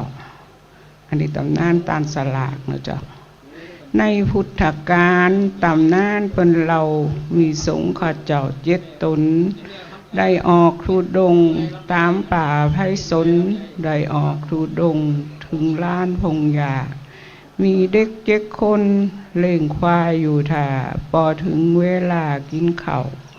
ก็มาได้หันพระสงฆ์ข้าเจ้าเดินทุดงมาใกล้ชิดละอ่อน7 คนเป็นกัลยาณมิตรก็คิดอยากไข่ทำบุญจึงโจรกันว่าเฮาทำกุศลเอาข้าวทำบุญคือพระคุณเจ้าแต่ว่ามีสงฆ์องค์หนึ่งนั่นเล่าเป็นสงฆ์องค์เฒ่า1 ตนเด็กน้อยตั้งหลายก็ได้นิมนต์คือสงฆ์ตั้งมวลมาไก่แล้วก็นั่งลงมาสากับไหวต่างคนจักได้ทำบุญแล้วก็มากึดจักได้กุศลเฮาต้องทำบุญหือลูกตนเฒ่าแล้วมาลูกกันจักต้านห่อเข่าหือลูกตีเฒ่าหรือปนตกลงบ่ได้กับใจเหลือเกินกึดใจอยู่เมินตกลงกันได้ละอ่อน7 คนไปเอาใบไม้เขียนชื่อโตใส่ลงไปถ้าตัดจื้อไผหือได้ถวายถ้าตัดลูกได้ถวายลูกนั้นเลยเป็นตำนานตาลสลากันตั้งแต่ก่อนอันมาเมินสมัยว่าเดียวมันโมนเหลือเกินตุเจ้าเน้นเดินตำกันลุ่มบางวัดบางว่าป่าหือกัดกลุ่มมีสลากโจกเนินนายบางครอบครัวนั่นเงินบ่มีหลายสลากน้อยบ่ได้ก็อายเพิ่นเจ้าตั้งตนเอาไว้500เป็น9 ปันหนึ่งก็ได้เนื้อเฮาทำบุญไปแล้วพองมานางเงาเพราะว่ากระเป๋ามันเบาต้องยองถ้าตั้งตีดีพ่อแม่พี่น้องทำตามขั้นลองตัวเจ้าว่าต้องอายไผ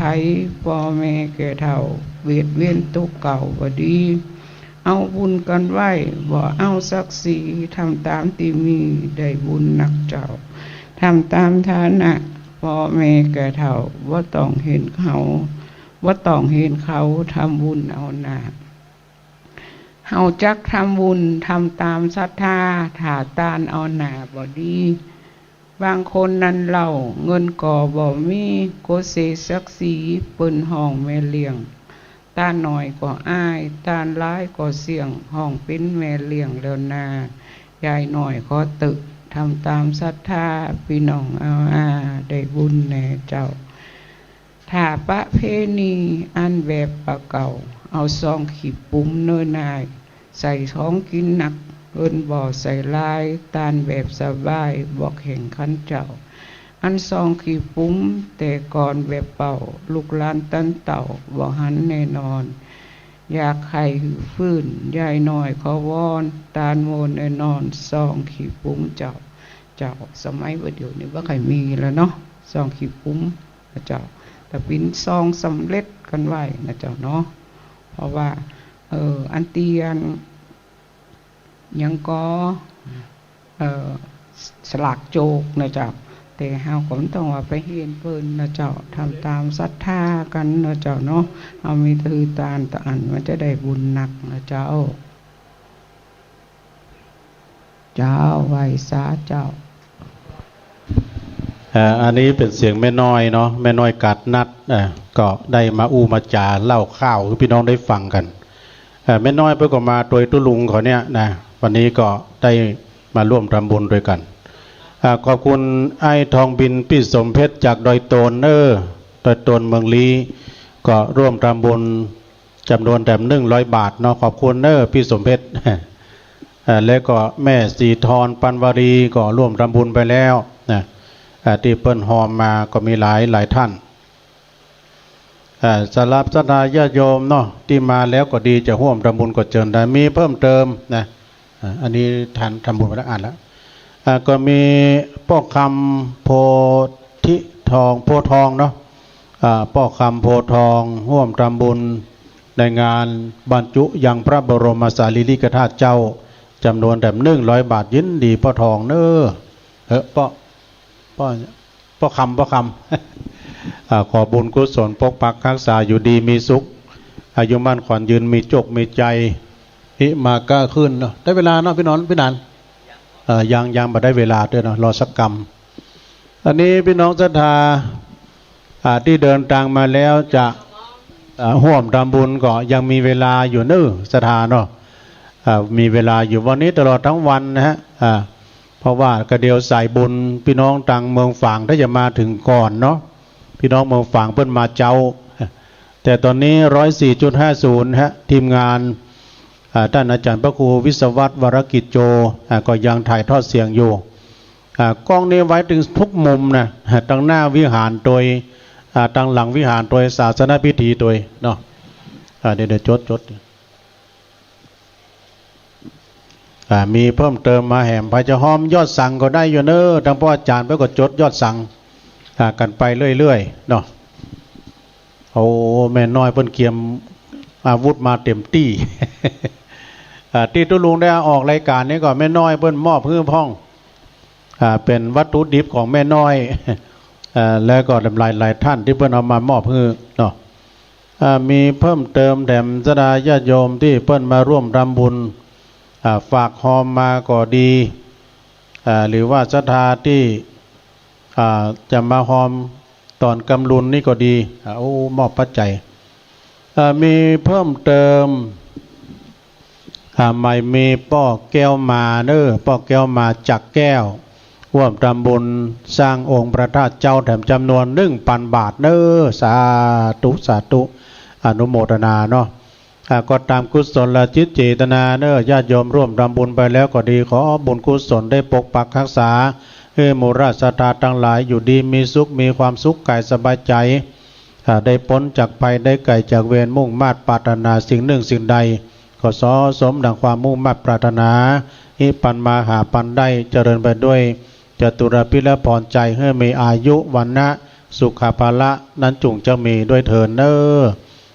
ที่ได้ร่วมทำบุญกันเจ้ายายก็มีแถมหน่อยนะเจ้าเนาะจูนกันทำบุญนะเจ้า ยายขอวันตาไหวสาหนอบน้อมกะเกียมมาพร้อมมาถุบุภาสวดกำพาพุทธสอนศาสนาปอแม่ศรัทธาตกเนื้อออกไตปากันทำบุญกุศลก็ได้ตีอย่างเตียวไปเดี๋ยวนี้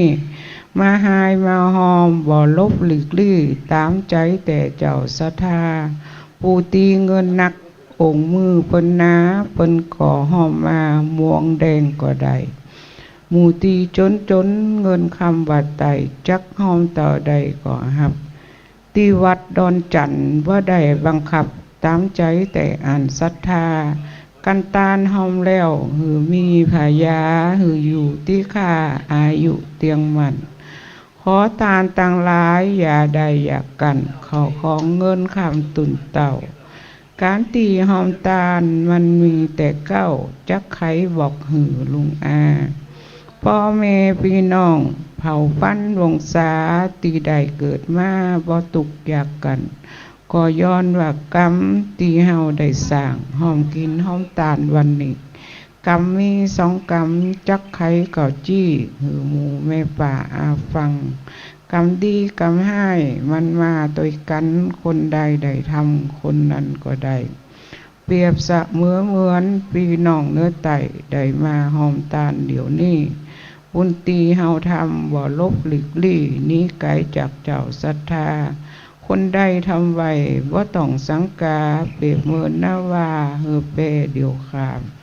มีเพียงสลึงบาทหนึ่งบ่ห้ามจะขอจดน้ำจือไว้ขอเทวดา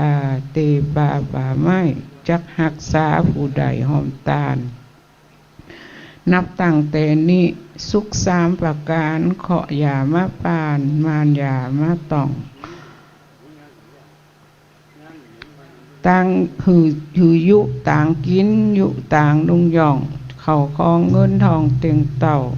คนเฮาเกิดมาพองมีแต่เล่าพอตัวตันเจ้าหอมตาลบุญเก่ามาวกพกพันด้วยตามเพราะใดหือตาลปังหลังเมื่ออันพองก่อตุจนอดทนอยากกันเมื่อลุนมีมาสิ่งศัพท์เพราะว่ากองวุ่นหนุนมาน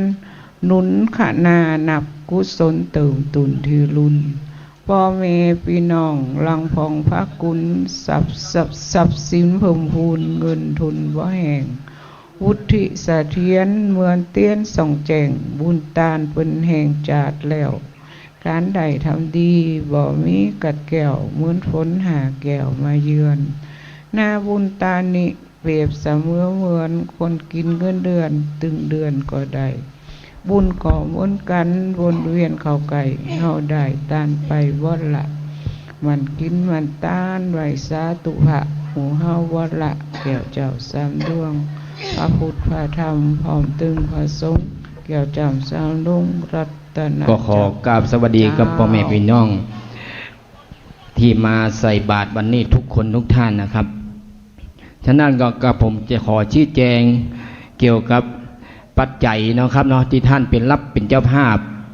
บอกว่ารายละพันรายละ500ก็ดีนะครับเนาะอันนี้มันทั้งหมดมันก็ไม่นักหนาป้านเหมือนกันนะครับประมาณ50กว่าท่านนะครับเนาะที่จะได้ถวายวันนี้ฉะนั้นกับผมก็ขอแจ้งให้พ่อแม่พี่น้องนะครับทราบว่าที่เขาจะได้ถวายพระคุณเจ้าที่มาในงานนี่จริงๆแล้วมันมี9รูปเนาะครับเนาะฉะนั้นมันมี50กว่าซองแต่ผมให้ถวายทุกคนนะครับผมใส่ซองไว้เรียบร้อยแล้วหมดแต่ในที่นี้ถวายหั่นป๊อบนี่หลังจากนั้นมาเขาจะถวายให้ท่านพระครูเขาหมดนะครับเพื่อได้ถวายเหมือนกันทุกคนนะครับฉะนั้นก็ขอเข้าใจที่มาวันเบิร์ดนี่ผมจะให้พิธีกรได้อ่านไปตามรายชื่อเนี่ยครับเนาะไผ่ที่มาก็ได้ถวายไปถ้ามาเขาก็ข้ามไปถ้ามาเขาก็ได้ถวายเหมือนกันหมดนะครับเนาะถวายให้ท่านพระครูเฮานะครับให้ได้ถวายหมดแต่ถวายในพิธีแต่มีแค่9รูปนะครับเนาะแต่อันนี้มันหอมกันมาเกินครับเนาะเขาบอกว่ากันเนาะเขาคิดว่าเขาเอาไปช่วยสร้างพระธาตุก็แล้วกันนะครับเนาะอันนี้เพิ่งโปรดเข้าใจด้วยนะครับเนาะ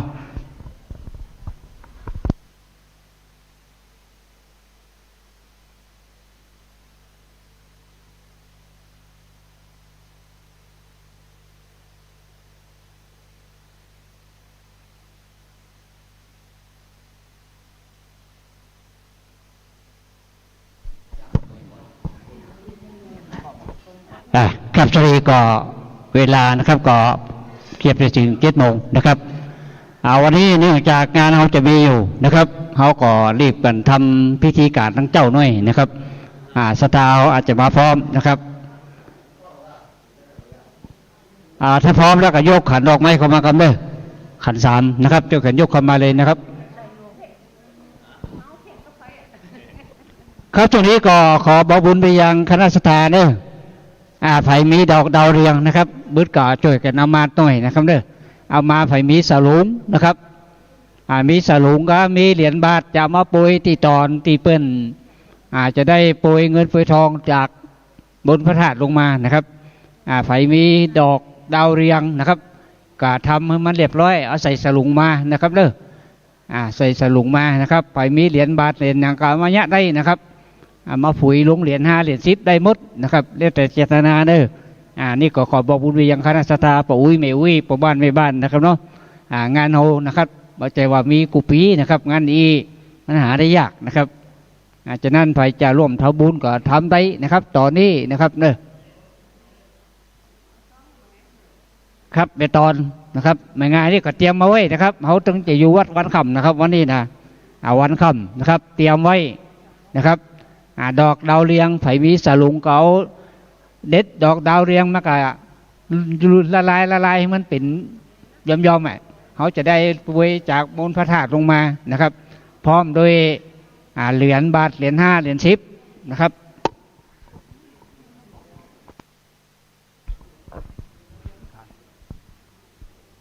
อันนี้ก็บอกบุญไปถึงคณะศรัทธาบรรดาพ่อแม่พี่น้องนะครับได้นักศีลนักบุญนะครับที่มีเงินมีทองนะครับเหรียญ5 เหรียญบาทเหรียญ10จะมาโปรยพร้อมโดยดอกดาวเรืองดาวโรยก็แล้วแต่นะครับเอาใส่สลุงมาเปาะมาหอมกับที่วัดนี้นะครับจากนั้นก็เขาจะได้ทำพิธีมันเป็นมงคลนะครับ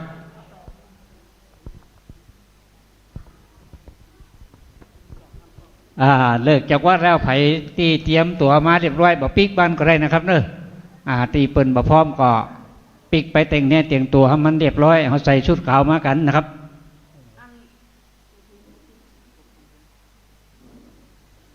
อันนี้อูเทนนะครับเนาะในอูเทนบัวทิพย์นะครับร่วมทำบุญมากับ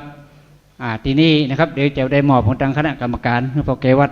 200 บาทนะครับได้อันนี้จะได้มอบเพิ่นนะครับเนาะ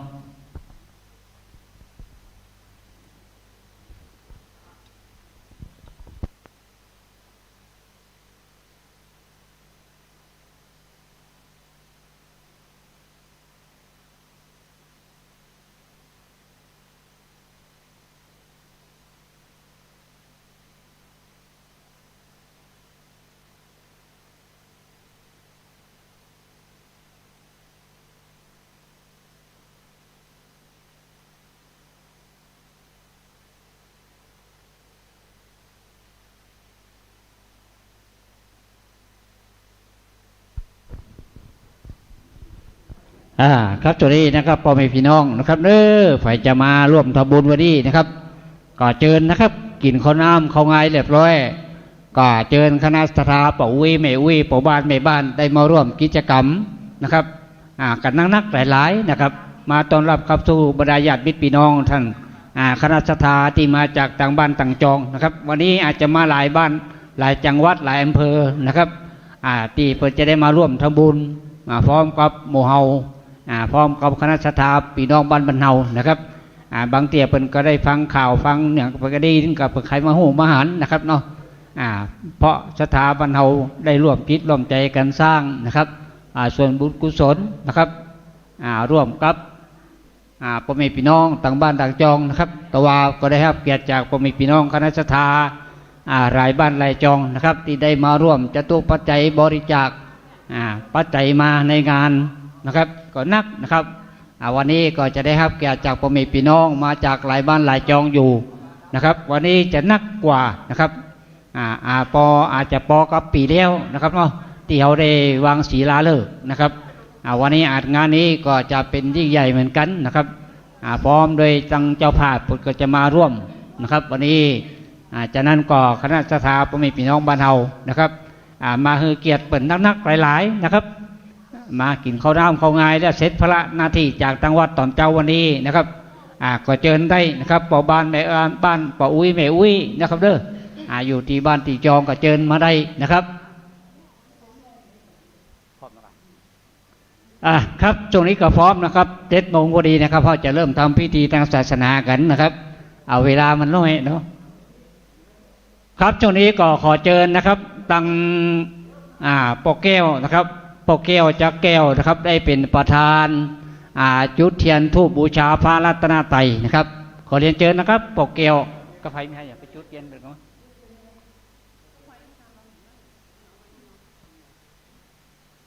นี่นะก็ไฟ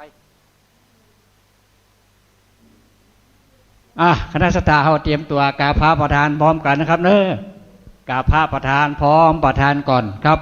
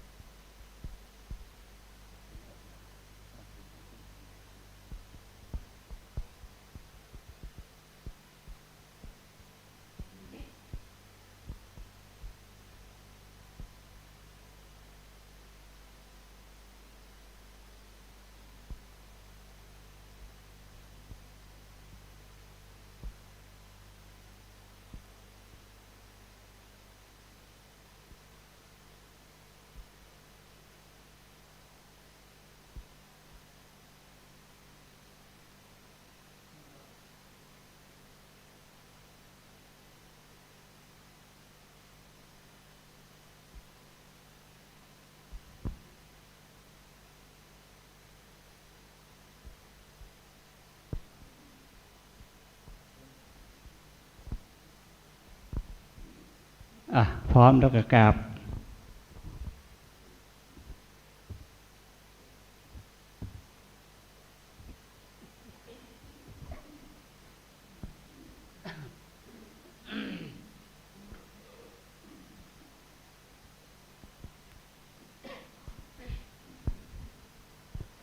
ร้อมแล้วก็ใบพระพร้อมกันเด้อครับเด้อนะโมตัสสะภะคะวะโตอะระหะโตสัมพุทธัสสะนะโมตัสสะภะคะวะโตอะระหะโตสัมพุทธัสสะนะโมตัสสะภะคะวะโตอะระหะโตสัมพุทธัสสะอิมินาสการเรนะพุทธังอภิปูชยามะอิมินาสการเรนะธัมมังอภิปูชยามะอิมินาสการเรนะ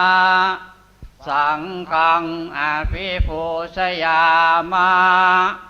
อะระหังสัมมาสัมพุทโธภควาพุทธังภควันตังอภิวาเทมิสวากขาโตภควตาธัมโมธัมมังนัมสสามิสุปฏิปันโนภควโตสาวกสังโฆสังฆังนะมามิรับต่อไปสมทานรับศีลเด้อมายังปันเตติสารเนนะสาปัญจศีลานิยาจามาตุติยมปิมายังปันเตติสารเนนะสาปัญจศีลานิยาจามาตาติยมปิมายังปันเตติสารเนนะสาปัญจศีลานิยาจามานะโมตัสสะภะคะวะโตอะระหะโตสัมมาสัมพุทธัสสะ นะโมตัสสะภะคะวะโตอะระหะโตสัมมาสัมพุทธัสสะนะโมตัสสะภะคะวะโตอะระหะโตสัมมาสัมพุทธัสสะ นะโมตัสสะภะคะวะโตอะระหะโตสัมมาสัมพุทธัสสะนะโมตัสสะวะโตอะระหะโตสัมมาสัมพุทธัสสะนะโมตัสสะภะคะวะโตอะระหะโตสัมมาสัมพุทธัสสะ พุทธังสรณังกัจฉามิ พุทธังสรณังคัจฉามิ ธัมมังสรณังกัจฉามิ ธัมมังสรณังคัจฉามิ สังฆังสรณังกัจฉามิ สังฆังสรณังคัจฉามิ ตุติยมปิพุทธังสรณังกัจฉามิ ตุติยมปิพุทธังสรณังคัจฉา ตุ มิ ติยมปิธัมมังสรณังกัจฉามิ ตุติยมปิธัมมังสรณังคัจฉา ตุ มิ ติยมปิสังฆังสรณังกัจฉามิ ตุติยมปิสังฆังสรณังคัจฉามิ ตัดติยมปิพุทธังสรณังกัจฉามิ ตาติยมปิพุทธังสรณังคัจฉามิ ตัดติยมปิธัมมังสรณังกัจฉามิ ตาติยมปิธัมมังสรณังคัจฉามิ ตัดติยมปิสังฆังสรณังกัจฉามิ ตาติยมปิสังฆังสรณังคัจฉามิ ปานาติปาตาเวละมณีสิกขาปะตังสมาธิยามิ ปานาติปาตาเวรมณีสิกขาปะทังสมาธิยามิ อตินนาตานาเวละมณีสิกขาปะตังสมาธิยามิ อาทินนาทานาเวรมณีสิกขาปะทังสมาธิยามิ กาเมสุมิจฉาจาราเวละมณีสิกขาปะตังสมาธิยามิ กาเมสุมิจฉาจาราเวรมณีสิกขาปะทังสมาธิยามิ มุสาวาทาเวละมณีสิกขาปะตังสมาธิยามิ โมสาวาทาเวรมณีสิกขาปะทังสมาธิยามิ สุราเมรยะมัชฌปมาตฐานาเวละมณีสิกขาปะตังสมาธิยามิ สุราเมลยะมัสสะปมาทฐานาเวรมณีสิกขาปะทังสมาธิยามิ อิมานิปัญจสิกขาปทานิสีเลนะสุขติงยันติสีเลนะโภคสัมปทา สาธุ สีเลนะนิพุติงยันติตัสสมาสีลังวิโสทะเย สาธุ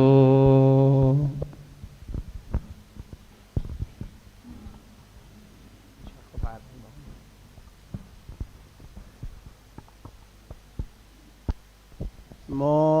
ตัสสะภะคะวะโตอะระหะโตสัมมาสัมพุทธัสสะนะโมตัสสะภะคะวะโตอะระหะโตสัมมา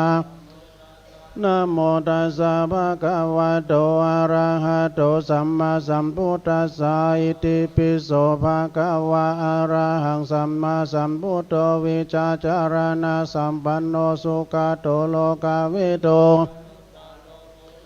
ธัมมัสสารติสัทธาเทวมนุสสานังพุทโธภะคะวะติสวากขาโตภะคะวะตาธัมโมสันติติโกอาการิโกเอหิปัสสิโกโอปันนายิโกนิตาโพวิญโยหิติสุปาฏิปันโนภะคะวะโตสาวกสังโฆอุจจุปาฏิปันโนภะคะวะโตสาวกสังโฆยายาปาฏิปันโนสาวกสังโฆสามิจิปาฏิปันโนภะคะวะโตสาวกสังโฆญาติตัญจตาริปุริสายุกาเนอัตตปุริสาปุคาลา วัตโตสาวกสังโฆอาหุนายโยบาหุนายโยทักขินายโยอัญจาลิการณิโยอนุตตลังตังโลกัสสาเตภาหุงสาหัสมาปิเนมิตาสาวุตันตังกลิเมกาลังโอติตาโกราชเสนามาลังดานาดิดามวิตินาจะสาบวันตุเตจยามังกาลานิมาลาดิเลกามาบิโยจิตาสัพพาราติงโกรัมปนารวะกามตัตตยากังขันติสุดาจิตาวามุนินโตตันเตจสาบวันตุเตจยามังกาลานินารากิลิงกาจาวารังอเดอันดาบูตังดาวากิจักกัมมาสนิวาสุตาตังเบโตนาวัตังทุติมาราวันตังสังฆตามโนจิตาวามุนินโตตันเตจสาบวันตุเตจยามังคลานิกิตากากามาติหัตสุตารุนันตังดาวันติโยจนะปะตังคุริมาวิสังฆตามโนจิตาวามุนินโตตันเตจสาบวันตุเตจยามังคลานิกาตวานากาตมุตตาลังเอวะกาปินิยาจินจายุตตวาจานังจายกายมัจเจสันเตตันเตจสาภวันตุเตจยามังคลานิสัจจังเวหายามาติสัจจกวาดเกตุงวาดาบิโรบิตัมมานังอเดอันดาบูตังปัญญาปฏิปัจจาลิโตโตตันเตจสาภวันตุเตจยามังคลานินันโดปนาราปุจกัมเวปุตังมาเหติงปุเตนะเตระปุจเกนะธัมมาปยันโตเอตุปะเตจาวิตินาลินโดตันเตจสาภวันตุเตจยามังคลานิโตติปุจเกนะสุตตาหะตังพระมังวิสุทธิโชติเมติปะกาภิตานังยานากาเตจะสาภวันตุเตจยา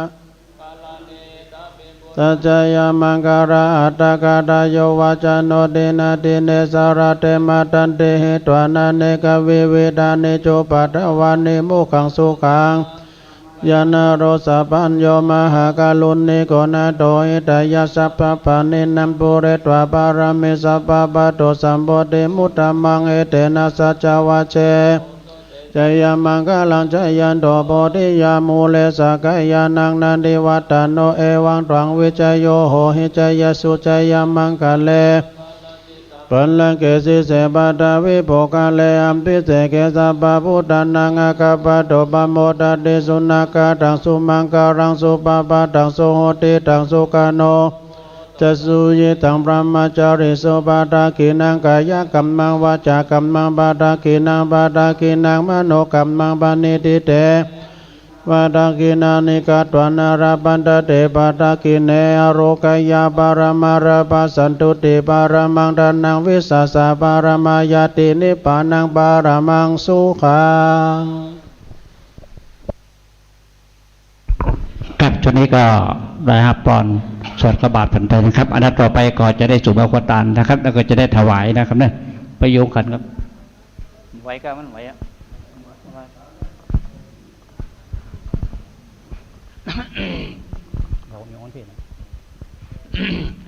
โยสันนิสิโนวลาโพธิโพเลมาลังเสเสนังมานจิงวิจโยนาสัมโพธิกาสิงอนันตัญญาลโนโลกุตโมตังปันนะมามีผู้ทางตังปันนะมามี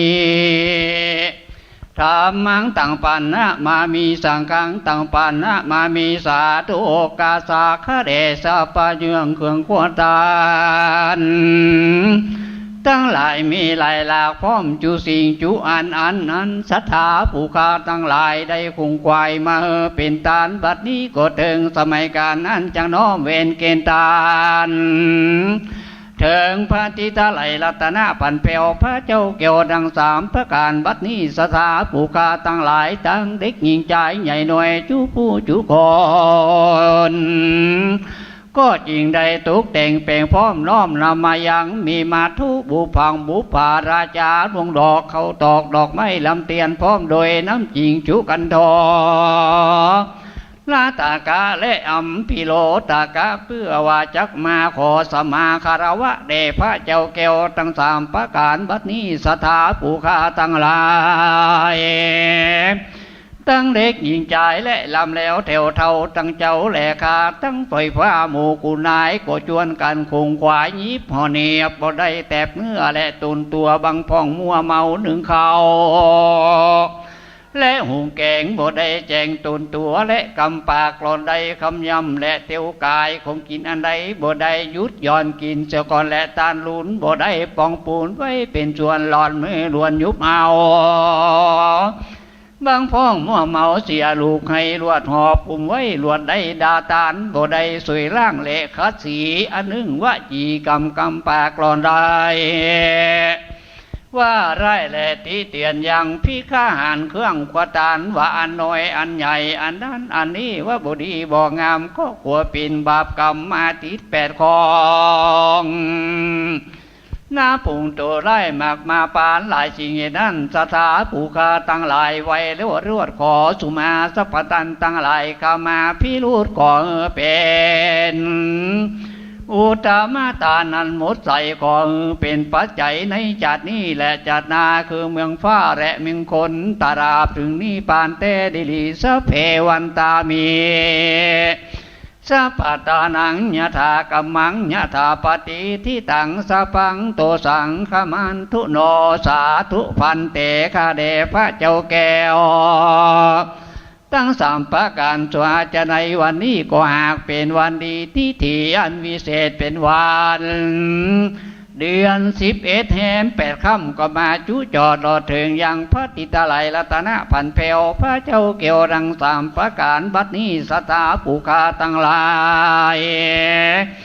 ก็ได้เข้ามาหับศีลและตานตามสติกำลังสถาผู้ข้าตั้งหลายจุผู้จุคนจุใหญ่น้อยใจยิงนั่นจุงจักมีเตียงเตเดลีบัดนี้สถาผู้ข้าตั้งหลายก็ขอแผ่ภายนาบุญกุณตานอย่างนี้ไปถึงยังพระมเหสีกาเทวบุตรและเทวดาพระยาอินพระยาพรหมพระยายมมาลาดคุดนางน้ำนางธรณีสรีคูตามาตนจำบุญและตนจำบาปตนจำเช่นกันน้ำหยาดไม่ตานจุงได้มาฮับเอายังส่วนบุญส่วนกุศลของมุลศรัทธาผู้ข้าตั้งหลายจุผู้จุคนจุใหญ่น้อยจะยิงนั้นจุงจักมีเตียงแต่ดีลีพุทโธโนธัมโมโนสังโฆโนพุทโธขาระโวธัมโมขาระโวสังโฆคารโวนะโมอิสุทโธโลกนาทังสวากตังวิมารังพุทธันจะธรรมังจะสังขันจะตาขินารังกายเยมนาสาตุสีนังโตสังขมันทุโนว่านะโมพร้อมๆกันเนอจะได้ถวายข้าพระพุทธนะครับถวายข้าพระพุทธโดก็จะได้ถวายข้าวบิณฑบาตแด่พระสงฆ์นะครับเนาะ นะโมตัสสะภะคะวะโตอะระหะโตสัมมาสัมพุทธัสสะนะโมตัสสะภะคะวะโตอะระหะโตสัมพุทธัสสะนะโมตัสสะภะคะวะโตอะระหะโตสัมมาสัมพุทธัสสะอิมังสุปพยัญชนะสัมปันนังสาลีนังโอทานานังอุทธกังวรังพุทธัสสะปูเชมาประเคนก่อน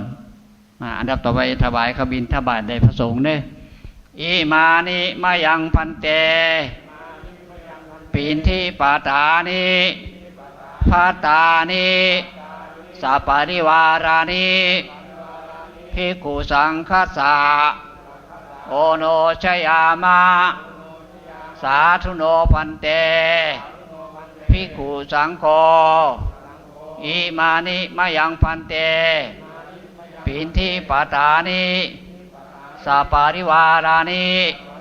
ปฏิคันหาตุ อัมหากังทีการตังหิตายะสุขายะข้าแต่พระสงฆ์ผู้เจริญ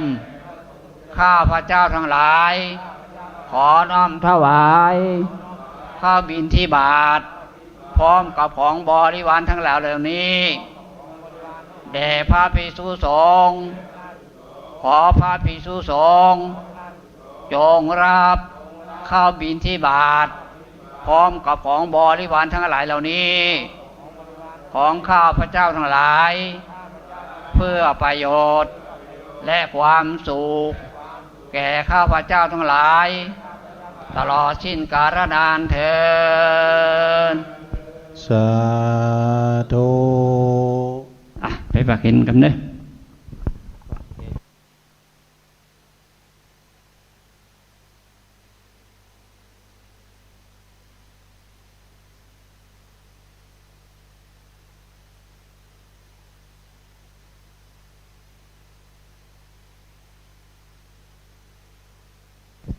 อ ศรัทธาทั้งหลายอยู่ใกล้พระเจ้าพระสงฆ์เกณฑ์เลยแม่เกณฑ์เลย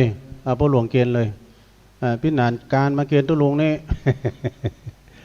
ก่อนที่เราจะเอาปอนนี้จะได้เมตตาบารมีธรรมอาจารย์ท่านพระครูอภิวัฒนวิกรมได้กล่าวสมโภชนิยกถาอู้กับประออกสถาสกรรมเนาะเอาเกณฑ์พ่อนานตัวอันนี้ก็ไว้สาอาจารย์ท่านพระครูนะครับ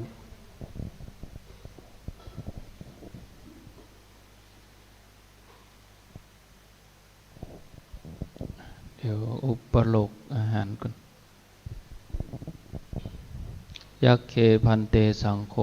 ปฏิสานาตุขอพระสงฆ์ทั้งปวงจงฟังคำข้าพเจ้าบัดนี้มีทายกทายิกาคณะศรัทธาญาติโยมทั้งหลายมาน้อมนำมาถวายภัตตาหาร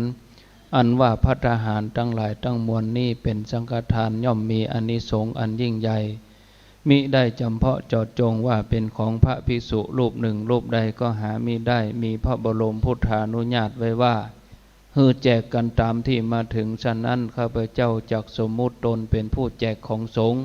ในกาลบัดนี้นะโมตัสสะภะคะวะโตอะระหะโตสัมมาสัมพุทธัสสะนะโมตัสสะภะคะวะโตอะระหะโตสัมมาสัมพุทธัสสะนะโมตัสสะภะคะวะโตอะระหะโตสัมมาสัมพุทธัสสะอะยังปะนะภะโคมหาเถรสะปาปุนันติส่วนที่หนึ่งย่อมถึงแก่พระเถระผู้ใหญ่ผู้มีอายุพรรษาสูงเหนือกว่าข้าพเจ้าอาวะเสสามอาหามกังสมเนลานังอุปาสกะอุปาสิกานังสัพพะสัตตานังปาปุนันติส่วนที่เหลือแต่พระเถระผู้ใหญ่ย่อมถึงแก่ข้าพเจ้าพระภิกษุสงฆ์จนถึงสามเณรรูปสุดท้ายที่เหลือแต่สามเณรรูปสุดท้ายย่อมถึงแก่คณะศรัทธาญาติโยมทั้งหลายที่เหลือแก่คณะศรัทธาญาติโยมทั้งหลายย่อมถึงแก่สรรพสัตว์ทั้งหลายตัวน้อยตัวใหญ่เปรตอสุรกายสัมภเวสีขอให้ท่านทั้งหลายจงได้ฉันได้บริโภคตามอัตภาพสมควรแก่ทุกท่านด้วยเทินสังโฆรุจติสังโฆรุจติสังโฆรุจติก็ขอถวายความเคารพกับพระเจ้าพระสงฆ์ทุกรูปอันมีท่านชัยวัฒน์นาคเสโนหรือว่าตุลุงนันเจริญปอนศรัทธาญาติโยมทั้งหลายป้าอุ้ยแม่อุ้ยนักศีลนักบุญที่ได้มาร่วมทำบุญตักบาตรในตอนเจ้าวันนี้วันนี้ก็ถือว่าเป็นวันดีหลายอย่างหนึ่งเป็นวันศีลเป็นวันแฮม8 ค่ำ 2เป็นวันแม่12 สิงหา 3เป็นวันที่ศรัทธาญาติโยมจะได้ร่วมบุญกุศลที่ต้อนรับญาติโยมจากที่อื่นที่ไกลพระเจ้าพระสงฆ์แขกต่างบ้านต่างจองต่างบ้านต่างเมืองเพิ่นก็จะได้มาเนื่องจากงานที่จะเกิดขึ้นวันนี้ก็ศรัทธาเฮาทุกคนทุกบ้านทุกหลังคาบ่ว่าจะเป็นคนเฒ่าคนแก่แม่ยิ่งปอดใจลูกเล็กเด็กแดง คนหนุ่มคนกำก็ถือว่าเป็นเจ้าศรัทธาเป็นเจ้าบ้านเหมือนกันหมดเฮาเป็นเจ้าบ้าน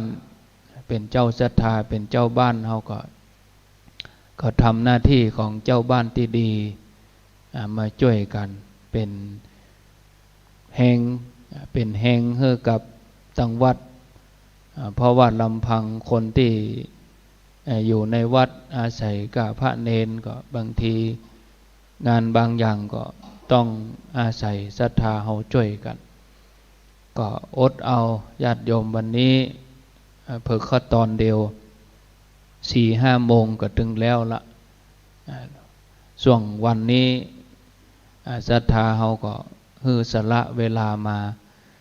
กำเดียวเฮาเลิกวัดไปแล้วปิกไปบ้านกินข้าวน้ำข้าวงายเจ้าน้อยบ่เกิน9 โมงเราก็ควรจะมาอยู่ที่วัดเพราะต่างบ้านอื่นบ้านไกลเพิ่นก็จะเริ่มทยอยมาเกิดว่าบ้านเฮาลุกกัน6 โมงก็มี5 โมงก็มีที่เปิ้นตั้งใจจะมาเปิ้นลุกแผ่วเมืองฟังแม่อายเปิ้นลุกตี 2 ตี 3ลุกจอมตองลุกบ้านห้องลุกแผ่วในเวียงที่ไหนก็มาเปิ้นก็ต้องลุกเจ้าแล้วเฮาหลายเต้าหมู่เฮาเป็นศรัทธาเป็นเจ้าบ้านเฮาก็ควรจะตื่นตัวทีนี้ก็การทำงานอย่างนี้มันก็ธรรมดาเฮาตั้งใจเอาปูจาคุณพระเดชพระคุณหลวงปู่ทองสิริมังคโลทั้งที่หลวงปู่เปิ้นละสังขารไปแล้วเปิ้นก็ยังแผ่บุญแผ่กุศลนำศรัทธามาสร้างเจดีย์ให้วัดเฮาที่นี่อย่างอื่นนั่นเฮาสวะไว้เหียศรัทธาอันที่มันคัดข้องมันบ่ม่วนใจอันยังวางไว้เหียเอากึดถึงงานเอางานให้มันแล้วจุดหมายก็คืองานแล้วเฮาทำงานครั้งนี้ก็เพื่อบูชาคุณหลวงปู่ทองนะถ้าได้หลวงปู่เฮาก็บ่ได้พระธาตุองค์นี้เฮาก็บ่ได้มีเจ้าภาพเพราะว่าอาศัยบารมีหลวงปู่แต่คนที่บ่เคยประพฤติปฏิบัติจิตใจเขาจะหยาบก้านจิตใจเขาแข็งกระด้างมันก็ธรรมดาคนเฮาเหมือนแผ่นดินที่มันแตกละแหงมันแห้งแล้งเนี่ยระหว่างแผ่นดินที่มันแห้งแล้งกับแผ่นดินที่มันจุ่มไปด้วยน้ำเนี่ยอันที่มันจุ่มมันก็ไผ่ที่ไหนก็มันจุ่มถึงกายจุ่มถึงใจแต่คนที่มันแห้งแล้งน้ำใจมันแห้งใจมันแข็งกระด้างมันบ่จุ่มอันนี้ถ้าคนที่จิตใจแห้งแล้งเหมือนดินเขาก็มันปั่นน้ำใจให้กันเหมือนน้ำฝนที่มันตกลงมามันเอาน้ำโหดจิตโหดใจบ่อยๆเอาน้ำโหดจิตโหดใจเป็นประจำดินมันก็จุ่มเอาอย่างปลูกมันก็ขึ้นแต่ถ้าดินมันแห้งมันแล้งเอาอย่างปลูกก็บ่ขึ้นจิตใจคนเฮาก็เหมือนเดียวกันคนที่มีจิตใจแข็งกระด้างยังแห้งแล้งอยู่เขาก็พยายามเอาญาติโยมอย่างวันนี้บุญเกิดกับตี้แล้วถ้าหมู่เฮายังบ่เข้าใจขวนขวายยังบ่เข้าใจแห้งเอาเหี้ยแล้วเฮาก็จะอยู่แบบแห้งแล้งไปอย่างนั้นอยู่แบบแห้งเหี่ยวไปอย่างนั้นแต่ถ้าเฮามีบุญเฮาเกิดถึงว่าบารมีหลวงปู่ได้รู้เฮาเกิดถึงบุญตัวเนี้ยมันจะทำให้ใจเฮาจุ่มมึกอยู่หั่นถึงแม้งานแล้วบุญตัวนี้ก็จะรอเลี้ยงจิตใจเฮาไปเลยรอเลี้ยงไปจนถึงปุ่นกุมปุ่นจนถึงเฮาไปไหนบ่ได้จนฮอดเฮานอนเตียงแตบแซบเฮาก็มานึกถึงบุญตัวเนี้ยก็เอาตัวเนี้ยมาหล่อเลี้ยงใจเฮาให้มันจุ่มอยู่หั่นตลอดเวลานะบางทีเฮาไปกึดถึงคนมันธรรมดาญาติโยม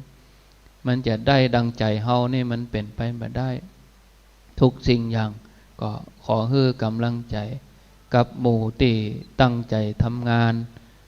โดยเฉพาะกรรมการป้อนนั้นเขาคนเฒ่าคนแก่เขาคนหนุ่มคนกำมันเขาบ่มาจ้างเขาให้เบิ้นเขาถึงเท่าป้อนนั้นกรรมการเขาเกิดจะอีคนเฮาให้เบิ้นมันถึงเท่ามันถึงป้นตัวเจ้าไปไหนถึงเวลามันก็ถึงได้เข้าหาตัวเจ้านะมันหนีกันบ่ป้นเมื่อเดี๋ยวนี้เขาจะแห่พ่องจังมันเขาก็ก้อยต้อมมามันก้อยกุ้นไปใจคนเฮาเวลามันยังไก่นี่เขาก็ก้อยต้อมมันก้อยรอเลี้ยงไปถ้ามันไปกระแต้ใส่กันมันแห่ไปเห็นมันก็จะติยากอันนี้ก้อยเอาบ่ต้องไปอู้อย่างกันเฮงก้อยให้มันผ่านพ้นเพราะว่าเขาไม่ใช่มีงานเดียววันนี้เขาได้เปิ่งกันวันหน้าเขาถึงได้เปิ่งกันงานนี้บ่ได้เปิ่งกันงานหน้ามันก็ถึงได้เปิ่งกันอันนี้ก็ฝากศรัทธาเขาทั้งหลายถ้าไปอู้ที่อื่นก็ศรัทธาที่อื่นก็กลัวเพื่อนจะจังอันนี้ศรัทธาตุเขาเป็นคนบ้านนี้เขาบางทีเขาก็จะอู้จะบอกพ่องบางทีก็น็อกพ่องจะโคตรจะเกียดอย่างใดก็ตุก็ตึงจะอยู่นี่เพื่อเขาตอนเดียวงานแล้วก็ตึงปิกตัวกันตู้ลุงก็จะปิกตู้ลุงยองก็จะปิกตู้ลุงใช้วัดก็จะปิกศรัทธาที่เปิ่นมากันเต็มวัดบึด4-5 โมงเพื่อก็ตึงปิกหมดเป่งลึงลงเรือก็ศรัทธาบ้านเฮาอยู่ด้วยกันนี้ตัวอันก็พยายามประคับประคองเอาเนาะสิ่งบางอย่างคนเฮานี่มันก็เหมือนฟ้าเหมือนฝนเนี่ยศรัทธาฝนตกฟ้าบ่ห้องฟ้าห้องฝนบ่ตกได้ตึงตกตึงห้องแล้วก็ตึงบ่ห้องตึงบ่ตกฝนตกฟ้าบ่ห้องก็คือคนที่เพิ่นมุ่งมั่นทำงานอย่างเดียวเพิ่นปากบ่หยังทำงานอย่างเดียวอย่างศรัทธาหลายคนมาทำงาน3 วัน 7 วันสละเงินบ่พอสละแหงแถมอย่างนันเพชรอย่างหลายๆคนเอาตัวอย่างเนาะหันตู้เจ้ามานอนวัดตู้เจ้าจะเป็นที่ต้อนรับก็บอกลูกบอกหลานติดแอร์ที่จริงตู้ก็บ่ใจเรียกร้องอย่างเนาะเพราะว่าเอาก็ถึงมานอนตลอดแต่ว่าเมื่อห้องที่ต้อนรับแขกมันงานทางหน้ามันต้องต้อนรับหลายๆอย่างตู้ลุงยองวันนี้มานอนก็ได้อานิสงส์ด้วยกันเนี่ยต่อไปซ้ำจะมีคนมานอนขึ้นมานักแถมอันนี้ก็ต้องขอบคุณนันเพชรกับครอบครัวลูกหลานแต่คนอื่นอาจจะบ่ฮู้ก็เพิ่นทำงานตัวลงบ่าลงแหงตัวไปป้อลงเงินตัวแหมแล้วก็แหมหลายๆคนที่บ่ได้ได้อู้สละปัจจัยบ่พอเอาแหงมาช่วยแถมวิทย์งานอันนี้คือฝนตกแต่ฟ้าบ่ห้องฟ้าห้องแต่ฝนบ่ตกคือขลึ่งแต่บ่ตกอันนี้อู้บ่ได้ไปเนี่ยหยังอันนี้คนประเภทนี้มันจ้างกับปากแต่บ่เนี่ยบ่ลงมือถ้าก็จะติข้าก็จะว่ามันก็ทำให้คนที่เพิ่นทำนั้นเสียขวัญไปนะประเภทที่3นี่คือตึงบ่ตกบ่ห้องคือเหมือนซึ่งเรื่องเสนอความคิดหยังก็เสนอทำก็บ่ทำเนี่ยหยังก็บ่เนี่ยฝนบ่ตกโดยฟ้าก็บ่ห้องโดยประเภทที่4นี่คือห้องอันนี้ตกมาดีๆตึงตกตึงห้องอันนี้เนี่ยตัวจมตัวเนี่ยไปตัวมันถึงมีไผมันบ้านนี้มันถึงมีกะหาตาบักเนี่ยอันนี้จะไปว่าเนอะศรัทธาเขาจะไปว่าอย่างนี้บางทีอย่างตู้เจ้าใจมันก็เกิดว่าเฮาสำคัญตู้เจ้าเปิ้นใจเฮาถ้าเฮาตู้เจ้าบ่ใจเฮาหมดความหมายแล้วก็นั่นจะมองไผก็ตามที่เปิ้นห้องใจมันตู้เจ้าห้องใจภูมิใจแสดงว่าเฮามีความสำคัญเปิ้นใจเฮาจะไปบ่นเวลาเนี่ยกันโอ้บ้านนี้มันตึงอย่างเงี้ยบ้านนี้มันเหมือนเฮาไปย่ำยีบ้านตัวเองเฮาบ่ท่องไปว่าอย่าง คือนิ่งเฉยเขาก็อย่างฝนเนี่ยตกมาดีๆเนาะคือมันจุ่มมันเย็นอย่างมันตกอย่างกันคือมันจุ่มมันเย็นแบบถ้าไปจมไปยังอดทนเอาเข้มแข็งอดทนมุ่งมั่นเนาะคือมุ่งมั่นนะอดทนก็เดี๋ยวมันก็ผ่านไปจากวันที่12ก็เดี๋ยวก็วันที่13กำนั้นเขาก็มานับถอยหลังเขาก็มารอวันที่เขาจะได้ยกฉัตรอันนั้นเขานึกถึงตอนนั้นถ้ายอดชัดขึ้นปลายธาตุเมื่อใดเนี่ยโอ้อันนั้นนะสยันโตสยโยสยโยอันนั้นสำเร็จแต่บัดเดี๋ยวนี้มันก็ธรรมดาช่วงเขาแปลงนั่งร้านนี่มันก็ต้องบุบต้องตีพ่องเอาเล็กโกนเขาจดพ่องต้องเอาอย่างเขาแปลงนั่งร้านน่ะดังล่มล่ำแปลงนั่งร้านเพื่อจะไปถึงยอดมันก็ต้องกระทบกระทั่งกันไปธรรมดาบางสิ่งบางอย่างสิ่งละอันพละน้อยก็ขอคืออดทนเอานะคนบ่ทำก็เรื่องบ่ทำคนทำก็ทำไปเขาบ่ต้องไปเกี่ยงอย่างเกิดจะได้เขาก็ทำไปศรัทธาเขาทั้งหลายก็ขออนุโมทนาก็พอสมควรแก่เวลาวันนี้โยมเจ้าภาพเพิ่นจะมาก็แล้วก็มีผู้บัญชาการตำรวจภูธรภาค5พลตำรวจโทประจวบวงสุขพร้อมกับคณะเจ้าภาพแถมอย่างที่ได้บอกให้ญาติโยมนะแล้วก็การต้อนรับนี่ก็ฝ่ายบ้านเมืองนี่โตก็บอกให้ปนันเพชรบอกให้ท่านนัดว่าเขาต้องไปเจิญเพราะว่าเขาจัดงานภายในหมู่ผู้รักผู้ใหญ่ในอำเภอเขาเกิดจะได้มันเขาก็เกิดว่าวันนี้เป็นวันแม่เขาก็เกรงใจเปิ้นงานนั่นก็มีบางทีเขาขี้ค้านได้ยินเขาจมมานั่งโอ้กันงานตั้งแต่มาเจ้ามาเจ้าก็ไปหั่นขวายมากกับแม่นี่มาตอนได้ไปประจันเหรอพระมาจมเมื่อได้ยินจะมาก็มาเลยนะหมู่เฉพาะหมู่ผู้รักผู้ใหญ่นี่เขาก็เกรงใจเขางานเขานักวันเนี้ยเดี๋ยวก็งานจิตอาสางานนั้นงานนี้เกิดถึงเอาตัวเก่าเขานี่แหละทุกคนช่วยกันวันนี้โยมเปิ้นจะถวายปัจจัย1 ล้านบาทแต่ว่ามันจะเอาเข้าวัดนะเปิ้นเอาตาลเซตเพื่อก็ยกฮือศาลากรรมการเฮามาได้ปวดหัวละเพื่อก็จะไปจ่ายให้งวดสุดท้ายก็ยอดชัดแล้วเพิ่นอันนี้คือเข้าใจบางทีหันเปิ้นตาลแล้วเดี๋ยวจะมาถามหามาเดือดร้อนทุกเจ้าว่าเงินมีไหนเนี่ยอันนี้อู้ไว้ก่อนบอกไว้ก่อนอันนี้เปิ้นตาลเปิ้นจะตาล1 ล้านบาทเป็นค่างวดศาลาแล้วส่วนที่ของวัดเฮาลงไปก่อนนั้นก็เพราะว่าเรื่องงานมันเดินบางทีตู้ก็มาอู้ท่านนัดว่าบางทีเจ้าภาพเพิ่นก็จะลองใจหมู่เฮาลองใจศรัทธาเพิ่นยังใจพอศรัทธาบางทีเงินกินเงินตาลที่เพิ่นหอมมาเฮาก็มาจ่ายตั้งเนี้ยอันนี้ตู้ก็บ่ได้ไป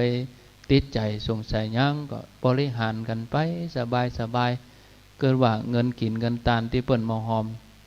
ก็ใจประโยชน์งานนี้ทั้งนั้นตั้งแต่กาวตั้งแต่กระดาษตั้งแต่สลาดแต่ยู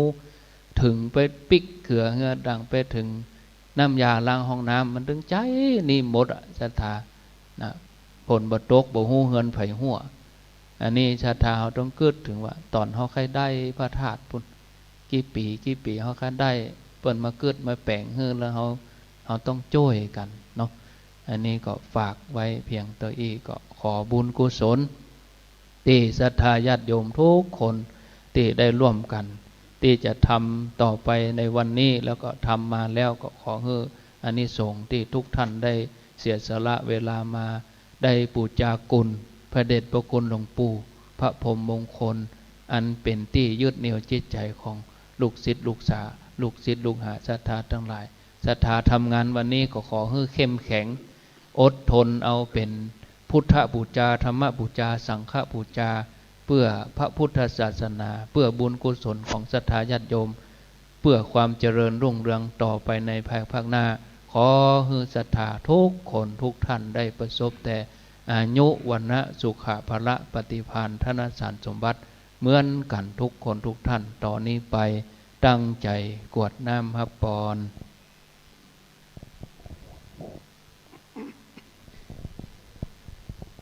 ยะถาวาริวหาปุราปาริปุเรนติสาคารัง เอวะเมวะอิโตทินังเปตานังอุปกปปติอิจิตังปฏิตังตุมหังคิปะเมวะสมิจฉตุสัพเพปุเรนตุสังกปาจันโทปนรโสยะถามณิโชติรโสยะถาเววาชันตุสัพพะโรโกวินาศตุมาเตภวัตวันตรายโยเตกายุโกภวสัพเพติโยวิวาจันตุสัพพะโรโกวินาศตุมาภว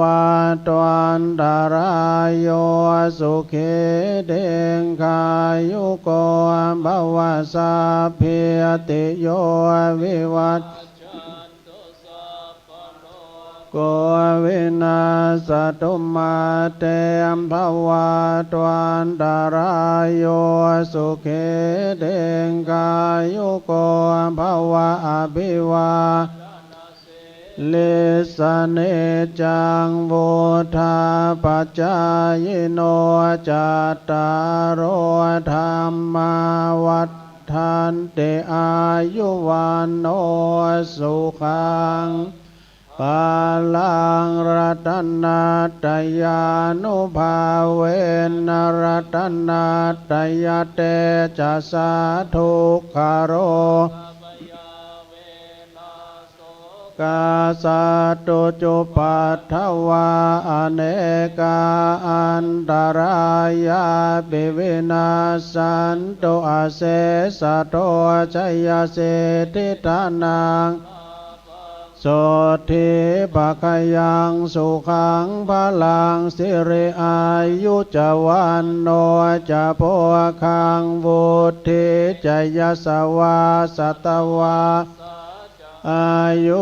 จะเชียวสิทธิภวันตุเตภวตุสัพพมังคลังราคันตุสัพพเทวตาปะพุนธานุภาเวนัสสทธาโสทิภวันตุเตภวตุสัพพมังคลังวัตตาสัพพธรรมานุภาเวนัสสทธาโสทิภวันตุเตภวตุสัพพมังคลังตุสัพพเทวตาสัพพสังฆานุภาเวนัสสทธาโสทิภวันตุเตครับตอนนี้ก็ปอนอย่าเพิ่งส่งพันไปนะครับสตาร์ฮะปอนพวกอาจารย์ก่อนเนาะสัพพิติโยวัสตุมาเตภวะตวันตรายโยสุขีติกายโกภวะอภิวาทนาสินิจังพุทธาปจายโนจตารุธรรมาวัฏันติอายุวันโนสุขังภะลังแผ่เมตตาเนเยตังตานะกัมมังเนปานาปัจจายโยทุโนนิจังอิทังศีลาเนปานาปัจจายโยทุโนนิจังอิทังภาวนากัมมังเนปานาปัจจายโยทุโนนิจังยังกินจิกุสารังกาตาปังกัมมังสัพเพหิกาเตหิกาตังปุญญังโนอานุโมทันตุสุนันตุพนโตเทวาอัสสมิงธาเนอาทิกาตาทิกายุกาสัทธาหุนตุสัพพสัตตานังสุขีอาตานังปาลิอารันตุมาตาปิตาสุขีตาหุนตุขาปามุญจันตุสัพเพยาติกาสุขีตาหุนตุ ขาปามุญจันตุสัพเพอายาติกาสุขิตาหุนตุขาปามุญจันตุสัพเพปิสาสัพเพยักขาสัพเพเปตากิตาหุนตุตุขาปามุญจันตุสัพเพนาคาตากิตาหุนตุตุขาปามุญจันตุสัพเพเทวาสุขิตาตุตุขาปามุญจันตุสัพเพอาจาริยุปัจจายา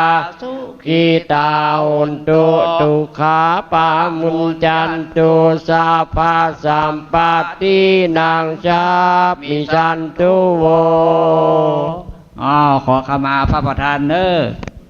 กายเยนวาจายาวาเจตสาวาพุทเทกุกมังปะกตังมายายังพุทโธปฏิคานันตุจิยันตังการันตะเรสังวาลิตุงวาพุทเทกายเยนวาจายาวาเจตสาวาธัมเมกุกมังปะกตังมายายังธัมโมปฏิคานันตุจิยันตังการันตะเลสังวาลิตุงวะธัมเมกายเยนวาจายาวาเจตสาวาสังเคกุกมังปะกตังมายายังสังโฆปฏิคานันตุจิยันตังการันตะเลสังวะลิตุงวะสังเคหันหน้าพระสงฆ์เด้อลาพระสงฆ์วันตามิปันเตสัพพังอาปาละตังกามะทะเมพันเตมยากะตังสามินานุโมติตาพังสามินากะตังปุญญังไมหังทาราพังอาทุสาธุอนุโมทามิอันทตานิมายังพันเตอาภูสามาเภากิจามะยังเภาการานิยายัสธานิตุมเหกลังมัญญาธาสา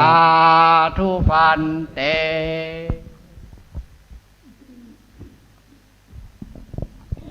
จบพิธีแล้วนะครับเด้อศรัทธาเฮาเด้อกินข้าวน้ำข้าวงายแล้วก็ปากันมาเจ้านะครับเนาะครับแม่บ้านนะครับนะช่วยกันเอา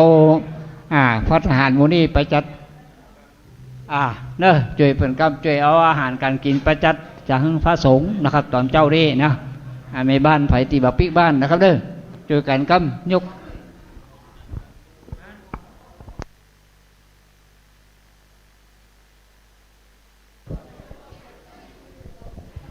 เดี๋ยววิทยุจะเงียบเพิ่นถ่ายทอดออกปุ่นก็ขอ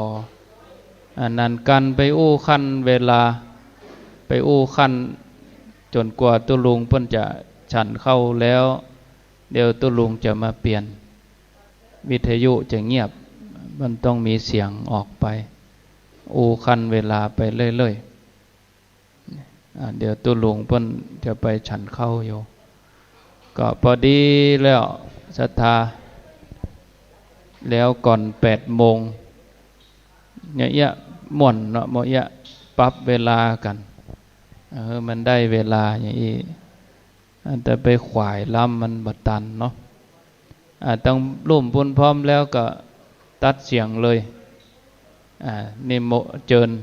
อู้ไปขั้นเวลาไปก่อนเดี๋ยวตุลุงเพิ่นไปฉันเข้าแล้วก็มาเปลี่ยนพี่หนานกินข้าวน้ำข้าวไงไผ่บะพริกบ้านก็ได้กินข้าววัดนี่ก็ได้ศรัทธาพร้อมแล้ว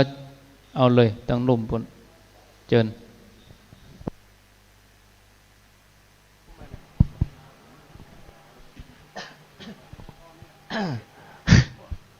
ขอกับสวัสดีนะครับกับบรรดาพ่อแม่พี่น้องทุกท่านเนาะกินข้าวน้ำจำห้องไงก็มาจุกันที่วัดได้แล้วเนอะนะครับ ก็จะมีตังพ่อแม่พี่น้องหลายบ้านหลายจองเปิ้นจะมาห่วมเนาะนะครับก็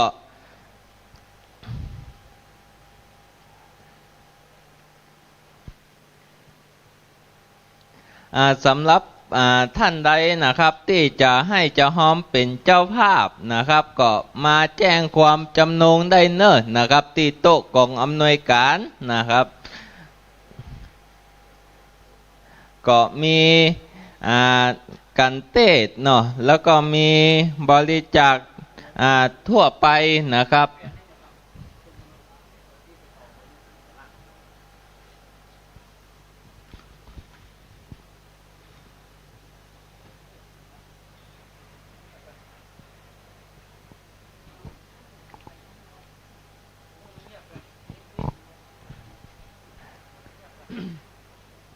ก็ทำบุญทั่วไปก็หมายมีแม่ทอนช่างจันนะครับ150แล้วก็มีนางยุพินเปี่ยมชับ100 บาทแล้วก็มีป้อปันแม่แสงแก้วบุญมี300 บาทแล้วก็มีแม่สมยอดอินคำ200 บาทป้อมูลแดงดง200 บาทป้อใจแม่ทองแก้วบุญมี200 บาทป้อปันแม่พัดพุนอินทัดจัก100 บาทแม่นงนุชชัยแก้ว50 บาทนางสิริพรรัชโนอำเภอแม่อาย100 บาทแล้วก็มีแม่น้อยวงอวดธรรม300 บาทแล้วก็มีอุดมนายอุดมนางดาว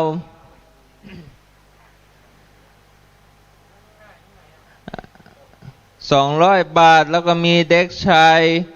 พัชรกรบวงขันคำ100 บาทแล้วก็มีแม่วิเลืองชัยทัศน์100 บาทแล้วก็มีนายผจญนางปิยรัตน์โพทอง100 บาท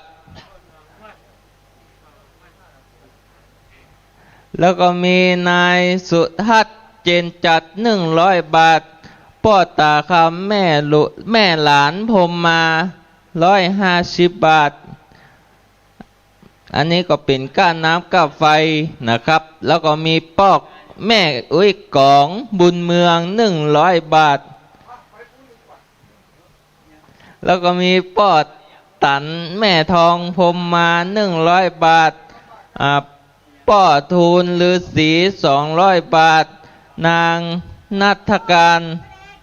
ถาวลาคมพร้อมครอบครัว300 บาท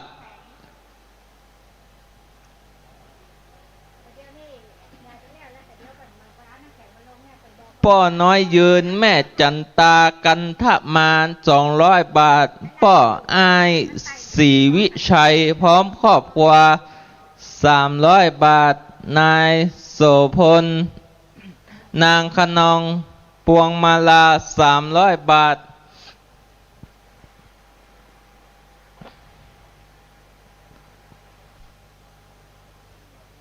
แล้วก็สำหรับพ่อแม่พี่น้องเนอตีครับสำหรับพ่อแม่พี่น้องที่เอาโครงทานมาห่วมนะครับก็เอามาที่ศาลานะครับเอาไว้ที่ศาลาเลยเนอะนะครับก็จะมีตังพระสงฆ์ได้ติดป้ายนะครับได้ติดป้ายแต่ละโรงทานนะก็สำหรับพ่อแม่พี่น้องที่เอาโรงทานมาก็พอป้ายแต่ละป้ายเนอะนะจะไปไว้พิษโต๊ะนะสำหรับพ่อแม่พี่น้องท่านที่บ่ได้มาก็ดีก็ฟังตังวิทยุเนาะนะครับ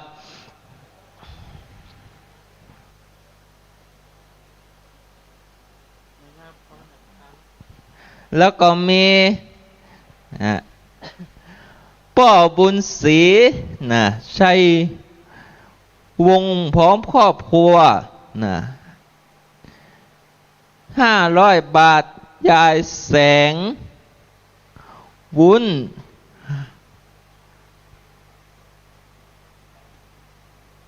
พร้อมครอบครัว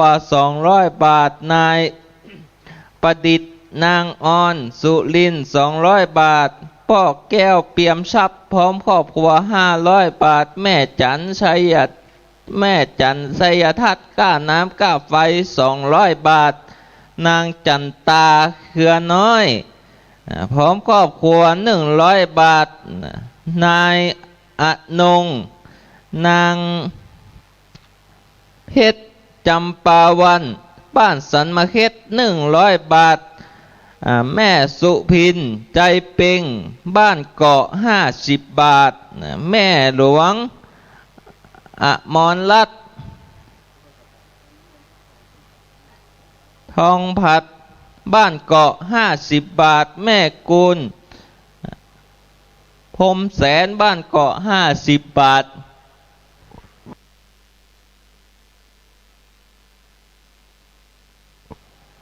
ขอกราบนิมนต์พระภิกษุสงฆ์นะครับ มาฉันภัตตาหารนะครับ ที่วิหารนะครับ ขอกราบนิมนต์พระภิกษุสงฆ์ที่อยู่บริเวณวัดนะครับได้ยินเสียงแล้วขอนิมนต์มาฉันเพลที่ในวิหารนะครับ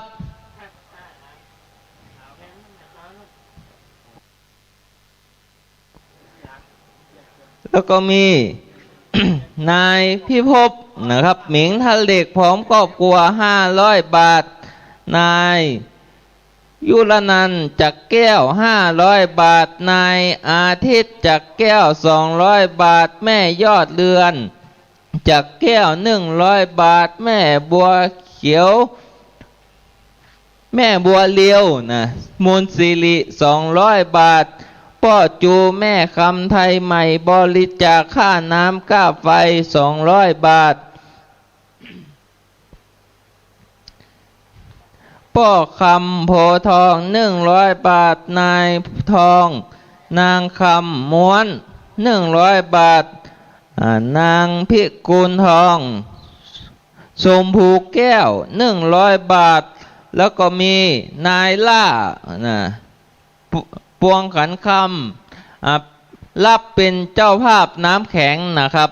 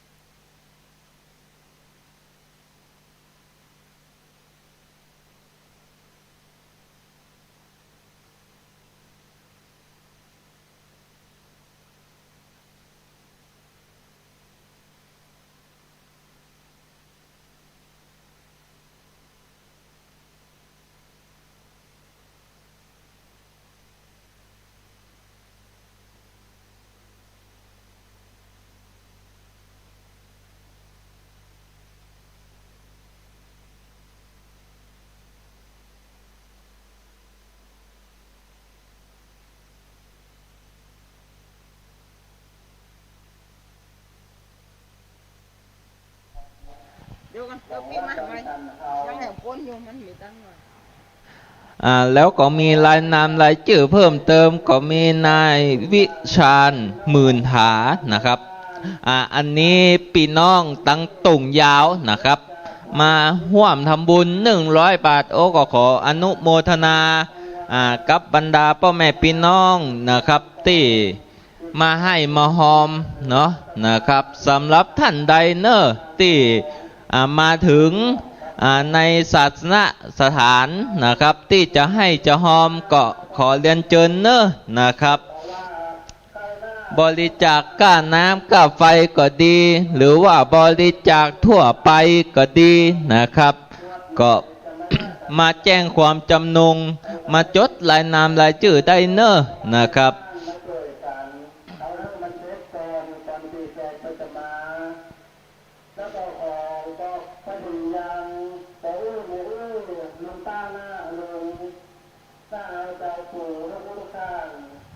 ท่านที่อยู่ทางด้านทั้งสองขอให้ท่านมาช่วยกันตั้งในวัดในวาจะไปที่บ้าน สำหรับพ่อแม่พี่น้องนะครับที่นำหงทานเป็นน้ำดื่มเป็นหรือไอศครีมก็ดีนะครับก็ตอนนี้นะพระภิกษุสงฆ์เนาะได้จัดโต๊ะให้ท่านติดรายชื่อแต่ละโต๊ะเรียบร้อยนะครับสำหรับท่านที่เอาโฮงทานมาก็พอรายชื่อนะครับพอรายชื่อตามโต๊ะนะครับพระสงฆ์เปิ้นได้ติดแต่ละโต๊ะนะครับ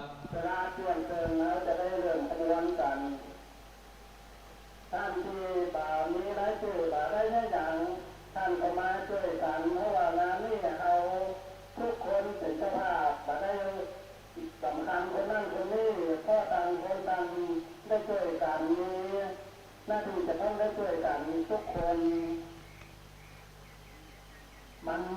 เป็นการเป็นงานของหมู่บ้านเขาจะไปลาไปเลยเขาจะไปทำสวยจะมาได้เพราะว่าเป็นงานของหมู่บ้านเขาเป็นเจ้าภาพกันทุกคนอยู่เรื่อยมาได้มีรายชื่อรายนามท่านก็มาช่วยกันเราตอนเราบ้านเราสองขอบอกเพิ่มได้ยังแต่มาดูแน่ที่เราบ้านเราสองผมรู้ ก็สำหรับพ่อแม่พี่น้องนะครับที่กินข้าวน้ำจำของงานเสร็จเรียบร้อยแล้วก็มาจุกันที่วัดได้ละเนอะนะครับก็กำเดียวต่างบ้านต่างจองจะมาห่วมนะครับก็มีหลายที่หลายตังนะครับก็มีตังห่างดงเชียงใหม่ลำพูนลี่แม่แจ่มมาหลายที่นะครับก็ขอเนาะร่วมกันช่วยกันนะครับต้อนรับขับสู้นะครับแขกอื่นแขกไก่นะครับที่จะได้มาร่วม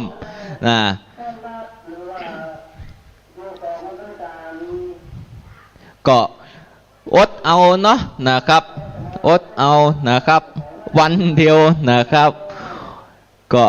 อิดเนยกันพ่องนะวันนี้นะก็ต้องอดเอานะครับเพื่อหมู่บ้านนะครับก็ต้องอดนะครับก็ต้องวัดก็ต้องเปิ่ง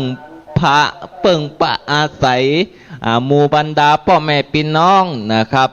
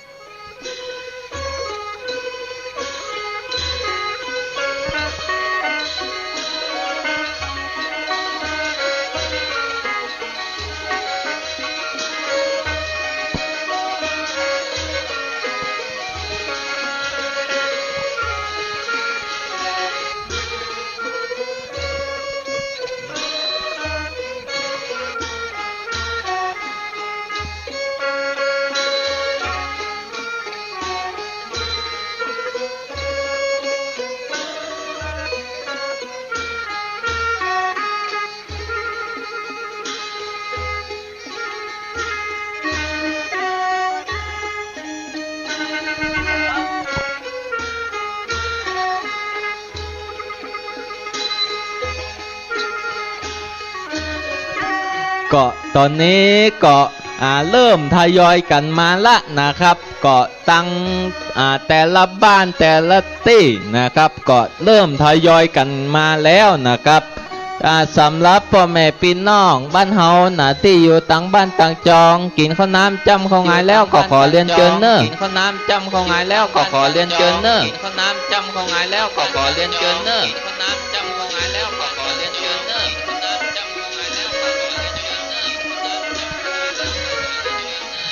สำหรับท่านใดติดจะเป็นเจ้าภาพบริจาคน้ำดื่มนะครับก็มาจดรายนามรายชื่อได้นะครับที่กองอำนวยการนะครับที่กองอำนวยการนะครับที่กองอำนวยการนะครับที่กองอำนวยการนะครับ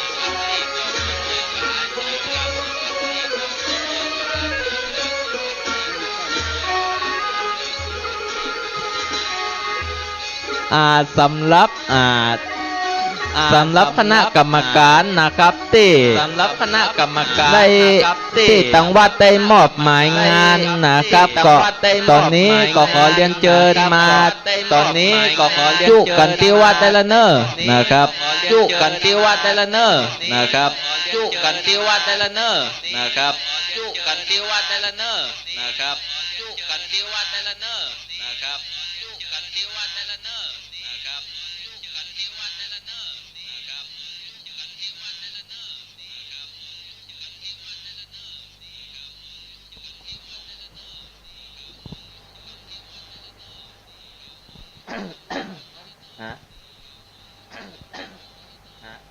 อก็สำหรับรถนะครับที่ก็มาแล้วนะครับที่ก็มาแล้วนะครับ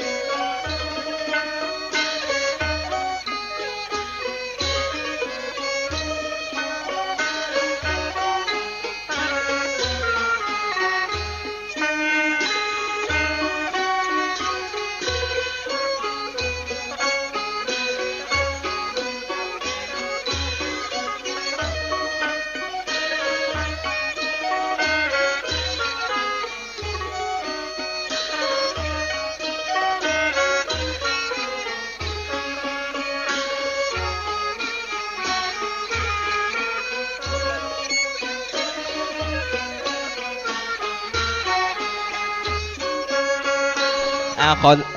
นิมนต์ตุลุงนันครับ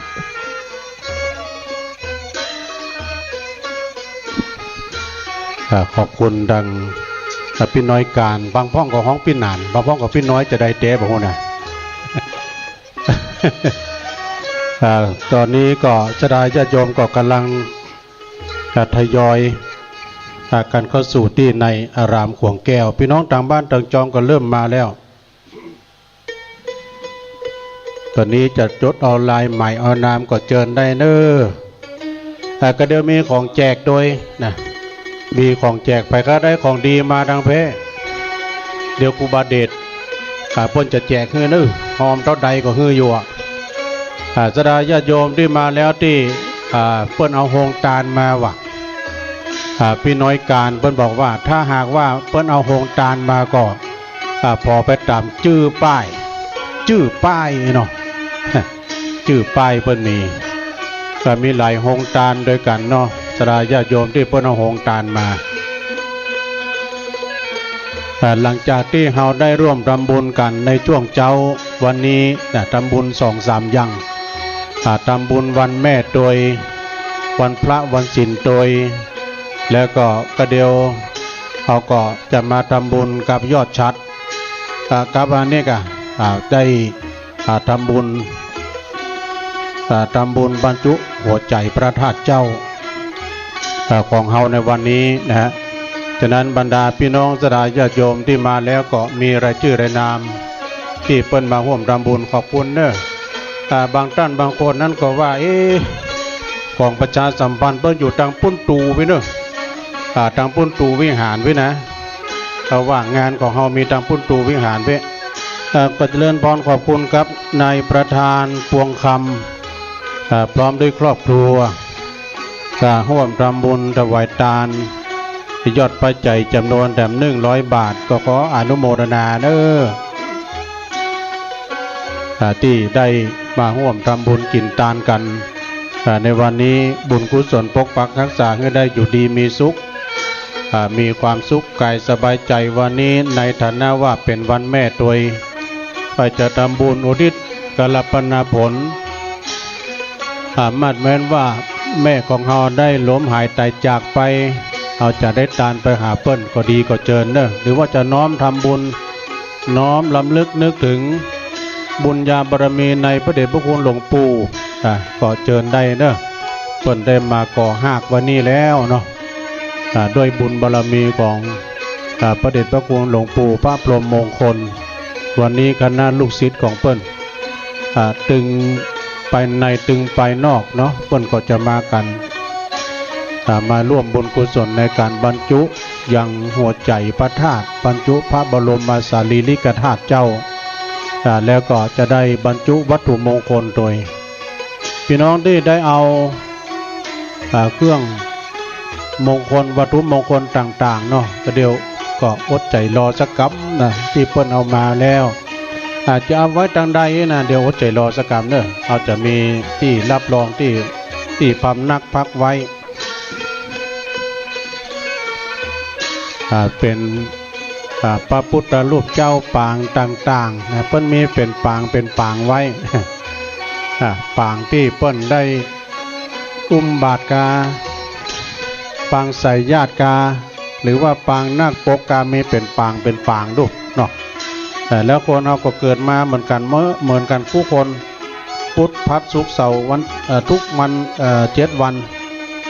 จิตจันทร์การพุธพัดศุกร์เสาร์รวมถึง7 วันเพื่อก็มีวันที่เราจะได้ทำบุญตะกี้ก็มีผู้ร่วมทำบุญสถานที่เพิ่นมาร่วมทำบุญเนาะมาร่วมบริจาคให้หอมที่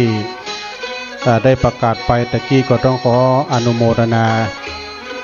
แล้วก็พี่น้องศรัทธาที่มาร่วมทำบุญที่พี่น้อยแถมที่เพิ่นได้ร่วมทำบุญไปตะกี้ก็มีศรัทธาป้อแก้วมาจากแก้วทำบุญสร้างพระธาตุชเวดากองจำลองของวัดดอนจันทร์ของเฮาแถม1,000 บาทเนอต้องขออนุโมทนาขอบคุณที่ศรัทธาได้ร่วมทำบุญกินทานด้วยกันงานของเฮาก็วันนี้ตั้งภาคตั้งบนตะกี้มีแสงเงินแสงทองสาดแสงออกมาแดดมาอ่อนๆแล้ว แต่คืนแล้วนี้ก็โปรยปลายลงมานิดหน่อยเปิ้นว่าเทวบุตรเทวดาเปิ้นพรมน้ำมนต์ พรมน้ำประพุทธมนต์ไอ้แม่จะร่วมทำบุญก็มาทำเวครูบาเดชเดียวนิมนต์มานั่งทำเวเด้ออีแม่เปิ้นมาทำบุญแจกของดีเปิ้นโดย แม่ร่วมทำบุญโมทนาเนอใส่ทานน้ำจิตเนี่ยพี่น้องปักตังเจริญมาเจ้าเลยมากันเขาเอาหงตาลมาเลยเนาะมาหลายคนเลยนะเขาก็เดี๋ยวจะติดตามมาทั้ง2 ลำรถเนาะขอบคุณเนออันนี้ก็แม่เทพแสนปุ๊กพี่น้องบ้านปากตังเจริญเนอดอยหล่ออันนี้เปิ่นทำบุญอุทิศบุญกุศลไปหาแม่จิวเนาะใจสัตว์แล้วก็แม่ดาแสนปุกตุยเนาะแต่1 ซองบ่เต่าแต่นั้นก็มีพี่น้องปากตังเจริญเปิ้นมาเจ้าเอาโฮงตาลมาตุยแล้วก็กำเดียวก็จะติดตามมาตัวเต็ม2 การรถตู้ไว้ลูกแม่ฟองจันเขียวหน่อเมืองเปิ้นร่วมทำบุญทานที่วัดป่าจันทร์เฮานี่นะวัดดอนจันทร์นี่แต่100 บาทเน้อแม่ครูฟองจันเขียวหน่อเมืองขอบคุณเน้อเอาบัตรเต็นนั้นก็ยังมีเพิ่มเติมนะฮะหมายมีในสรวิทย์เขียวหน่อเมืองบ้านดอยน้อยเนี่ยพี่น้องบ้านดอยน้อย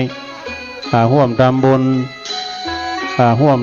ญบรรจุยังพระบรมสารีริกธาตุวัดดอนจันทร์ แจ่มจำนวน100 บาทฝากหอมกันมานะมีเพิ่มเติมใหม่มีในสนองนางสุกัญญาเจริญไซคำในกนิษเจริญไซคำพี่น้องบันปักตางเจริญเนาะร่วมทำบุญแด่ม1 ซองขอบคุณเนอะแล้วก็มีนายวิสูตรนางพิจิตราแก้วใจชื่นก็แล้วก็น้องเด็กหญิงนัชชาแก้วใจชื่นปักตางเจริญร่วมทำบุญแด่ม1 ซองขอบุญกุศลปกปักรักษาบุญบารมีของพระเดชพระคุณหลวงปู่เนาะปกปักรักษาคุณของพระแก้วเจ้าทั้ง3 ประการคุณพระรัตนตรัยอภิบาลปกข่มรักษาให้เจ้ามุราศรัทธาทั้งหลายอยู่เย็นเป็นสุขมีความสุขกายสบายใจแล้วก็มีเพิ่มเติมใหม่มีแม่มณีชัยเลิศบ้านปักตางเจริญร่วมทำบุญไปแถมจำนวนแถม1 ซองตันไว้ภายภาคหน้า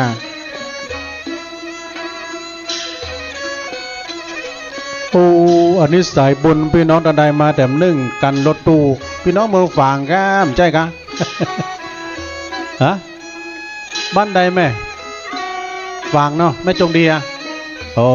สายแม่จงดีเขามาแล้วมากัน4 กันรถตู้ ขอบคุณเนอะแม่เนอะยังบ่ได้กินข้าวงายกันด้วยก็เดียวของกินมีปลาเลาะปลาเตอเนอะสดาเนอะ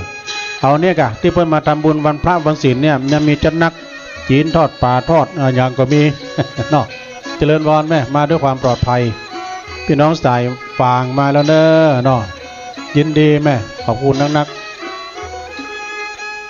อันนี้ก็ตั้งสายบุญทางเมืองฝางได้ทยอยกันมาแล้ว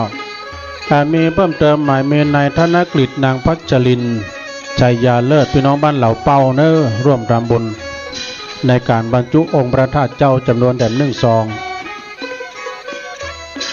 ก็ต้องขออนุโมทนาขอบคุณมาณโอกาสที่นี้ตัวเนาะสำหรับรถตู้เฮาก็ดีเนาะบ้านเจ้าแล้วเนาะ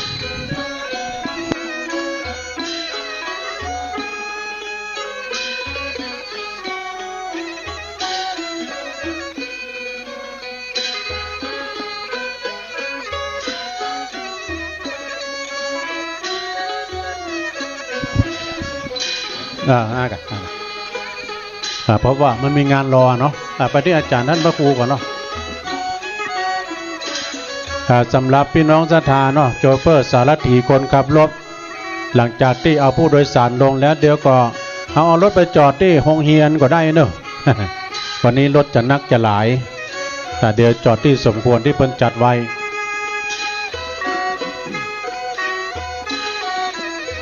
แม่เขาก็มาด้วยความปลอดภัยตามสบายเนอะย่ำได้กินข้าวเตอกระเดียวก็แม่บ้านดอนจันเฮานะกระเดียวก็จัดอาหารให้กับพี่น้องต่างบ้านต่างจองกันยอมมาจดนี่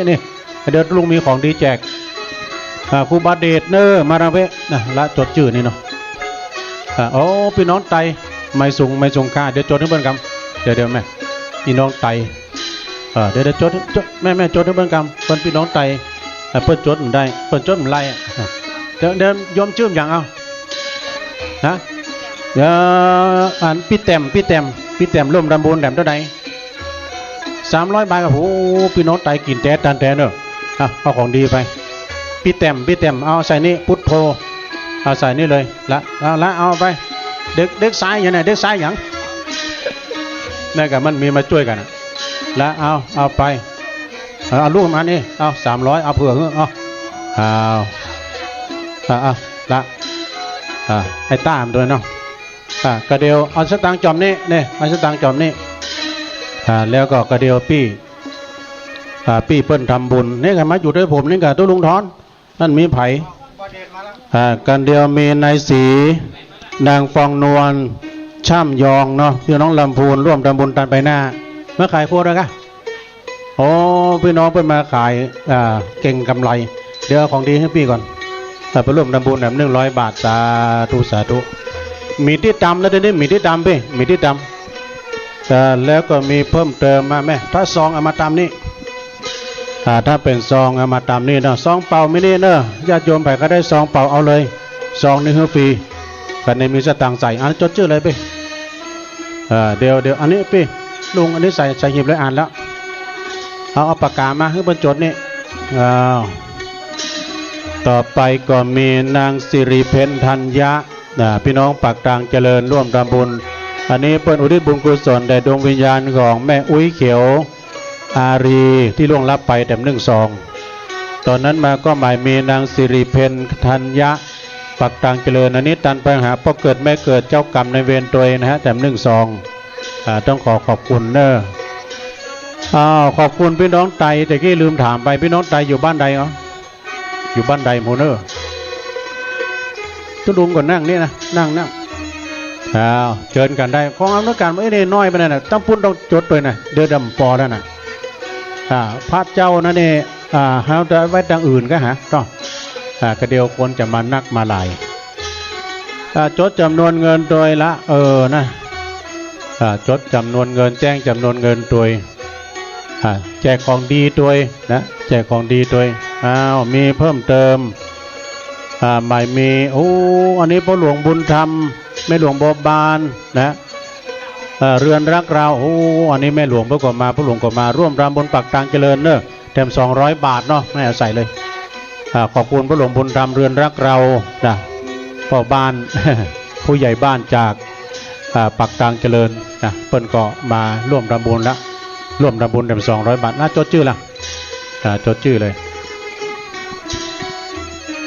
ทำบุญตันไปหน้าตันไปหาตังญาติกาวงศาเป็นพ่อเป็นแม่เป็นพี่เป็นน้องปู่ป้าลุงอาก็ดีตังฝงพุทธิพุทธาตังสามีกาภรรยาแดดลมตกวันนี้แสงแดดมาแล้ววันนี้พี่น้องไตนายหมั่นนี่ค่ะเนาะนายหมั่นหรือนางตู่พี่น้องไตบุญทำบุญ500 บาทกันนี่เนาะนายอย่างเนี้ยนายหมั่นเนี่ยนายมิ้นนางตู่เนาะนายมิ้นนางตู่พี่น้องไตร่วมทำบุญแต่500 บาทเนาะสาธุอนุโมทนาเนอะไม่สูงค่าซองมินินะโยมเนอะไปจะร่วมทำบุญก็มาจะร่วมทำบุญในโอกาสในตอนนี้ก็เท่าใดก็ได้บักได้แบนถ้าไปทำบุญแล้วจะไปลืมเรียกร้องของดีเนอะที่ทุลุงทอนเอาของดีให้1 ชิ้น1 อันปริญญาศิวิชัยและบ้านใดหมอนร่วมทำบุญไปหาเทวบุตรเทวดาและประจำพระธาตุ100 บาทเนอะสาธุอนุโมทนาเอาเลยเชิญได้ละเนอะเอาไปจดเอาลายหมายนามพี่น้องเมืองฝางมาแล้วนี่เนี่ยก็ใช่กะพี่น้องตาสลากะตาสลาจบรู้พวกตาสลาพี่น้องตาสลานี่มาแล้วท่านอาจารย์คมกฤษเนาะแม่เอามานี่มาจดนี่เดี๋ยวจะครูบาทรเพื่อจะแจกของดีด้วยถ้าเป็นซองเอามานี่ตุลุงประกาศผ่านจดนี่เลยก็ได้จดที่ซองก็ได้แจ้งจำนวนเงินโดยเอาญาติโยมที่มาแล้วไปเขาได้ของดีก็มาเนอะของดีไม่น้อยได้รับความเมตตาจากหลวงพ่อท่านพระครูปฏิภาณธรรมทินแต่ก็ตุลุงแก้วเพิ่นมาฝากยังพอเนอะตุลุงแก้วถ้ามีก็มาแถมเนอะแต่เพิ่นจะมาโลตุลุงแก้วเอามาแต่มันพอเอามาแถมเนอะอันนี้เป็นเกศหมานเนอะสราเนอะเป็นเกศหมานเอาใจแล้วก็อยู่ดีมีสุขเพิ่นผ่านการพุทธาภิเษกเป็นที่เรียบร้อยแม่ผ่องใสชัยสวัสดิ์เปิ้นมาจากบ้านต้าสลาจอมตองขวงเปาเนาะตำบลขวงเปาแม่เนาะพี่น้องอันนี้เปิ้นตานไปหาพ่อบรรจงชัยสวัสดิ์นะฮะที่ล่วงลับไปพี่น้องต้าสลาจำนวนแบบ100 บาทเนอะแล้วก็แม่ผ่องใสชัยสวัสดิ์พี่น้องบ้านต้าสลาเปิ้นร่วมทำบุญอุทิศบุญกุศลตานไปหายังพ่อสมบูรณ์แล้วก็แม่ฟองกันทะเนาะเป็นพ่อเป็นแม่เปิ้นที่ล่วงลับดับขันไปจำนวนแต่100 บาทสาธุอนุโมทนาเนอะแม่เนอะขอบุญกุศลปกปักรักษาอยู่ดีมีสุข ตั้งอกตั้งใจลูกบ้านมาเนาะดีแล้วตั้งอกตั้งใจลูกใจบ้านแต่จองมาแล้วก็ถ้าจดแล้วก็มาทำให้ถ้าให้ตรงงานก็มาผ่านรายการพี่น้องตาสลาได้ยินหมดประเดี๋ยวนี้นะเปิ้นถ่ายทอดเสียงด้วยพี่น้องตาสลานี่ได้ยินหมดฮะลูกนันปอมนะลูกนันปอมปล่อยข่าวก็เดียวมาเนี่ยเพื่อจะมาเป็นโฆษกเนี่ยพี่นันปอมปล่อยข่าวมีแม่ทองศรีใจปินพี่น้องขาวชาวปางน้ำทุแต่200 บาทเนาะมีตรงไหนปางน้ำทุมีตรงไหนดอยสะเก็ดเนาะขอบคุณเด้อปนฝากมาก็ดีแล้วก็มีเพิ่มเติมเด้อพี่น้องร่วมทำบุญลุงติ๊กนางแต้มร่วมทำบุญจำนวนแต้ม300 บาทพี่น้องไตนะแม่เอาซองมานี่ถ้าเป็นซองแม่ได้ยินกันไม่ได้หันกันจะเมินได้ยังจำได้อยู่เนาะอันนี้หมายมีอย่างเนี้ยนายเอกกะอย่างนายเอกบอกแก้วกะเนาะพี่น้องแม่น้อยนะแม่น้อยร่วมทำบุญจำนวนแต่1 ซองเนาะท่านไปหาลุงอย่างนี้ท่านไปหาไผ่เนี่ยอุทิศให้พ่อจุ้มเนาะแม่พรทะวินเนี่ยนะทะมินทะมินทรนะ300 บาทเด้ออีกาเขียนหนังสือตุลุงมาจบป .4 ไม่มีเส้นอากาแม่บัวลอยปัญญาดงอุทิศบุญกุศลติดตามไปโดยหาป้อคำปัญญาดงบ้านตาสลาเนาะแต่1 ซองเด้อแม่บัวลอยปัญญาดงก็ยังชำระนิสงบ้านตาสลาแต่1 ซองยินดีเนอะแม่บัวลอยเนอะแล้วก็มีแม่มาลีนากล้าอันนี้เนี่ยปะกับจัดเมินน่ะแม่มาลีนากล้าบ้านตาสลาผงเปาจอมตองห่วมทำบุญแต่50 บาทเนอะแล้วก็มีเพิ่มเติมนะฮะนายทัศนางพิมพัฒน์เนาะพี่น้องบ้านวังสะแกงก็มาได้ร่วมทำบุญแต่1 ซองแล้วก็มีเพิ่มเติมนางสาวพัชรินนี่เนาะชัยวุฒิแล้วก็นางสาวพัชราพรนี่เนาะชัยวุฒิแถมจำนวน50 บาท2 พี่น้องเนาะเป็นลูกแหละขอบคุณนะพี่เนอก็มีเพิ่มเติมในแจ้งบอกสถาเนอไปที่เอาวัตถุมงคลมาก็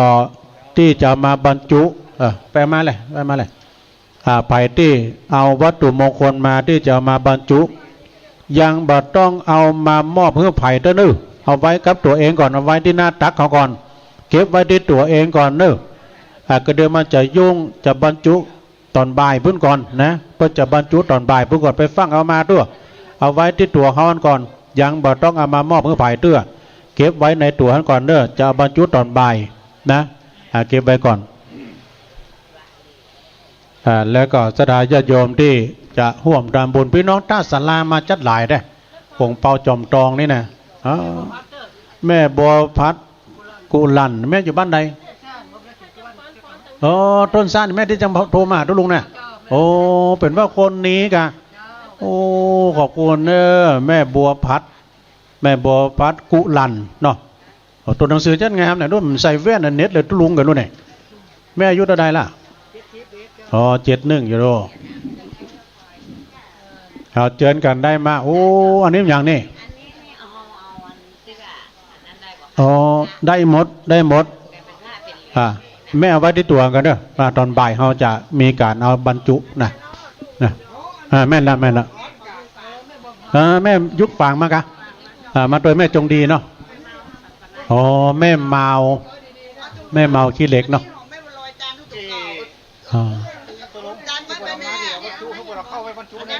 บุญเกินไปเอามาเด้อ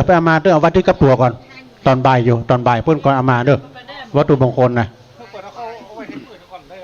เอาไว้กับตัวก่อนอาจารย์เมื่อเขียนมาเนี่ยเอาไว้กับตัวก่อนแม่บัวพัดกุลันร่วมทำบุญ200 บาทพี่น้องต้นซานแม่ศูนย์ฝางเนาะขอบคุณ แม่บัวลอยปัญญาดงนิดานให้กับตัวเก่าเนอะวัด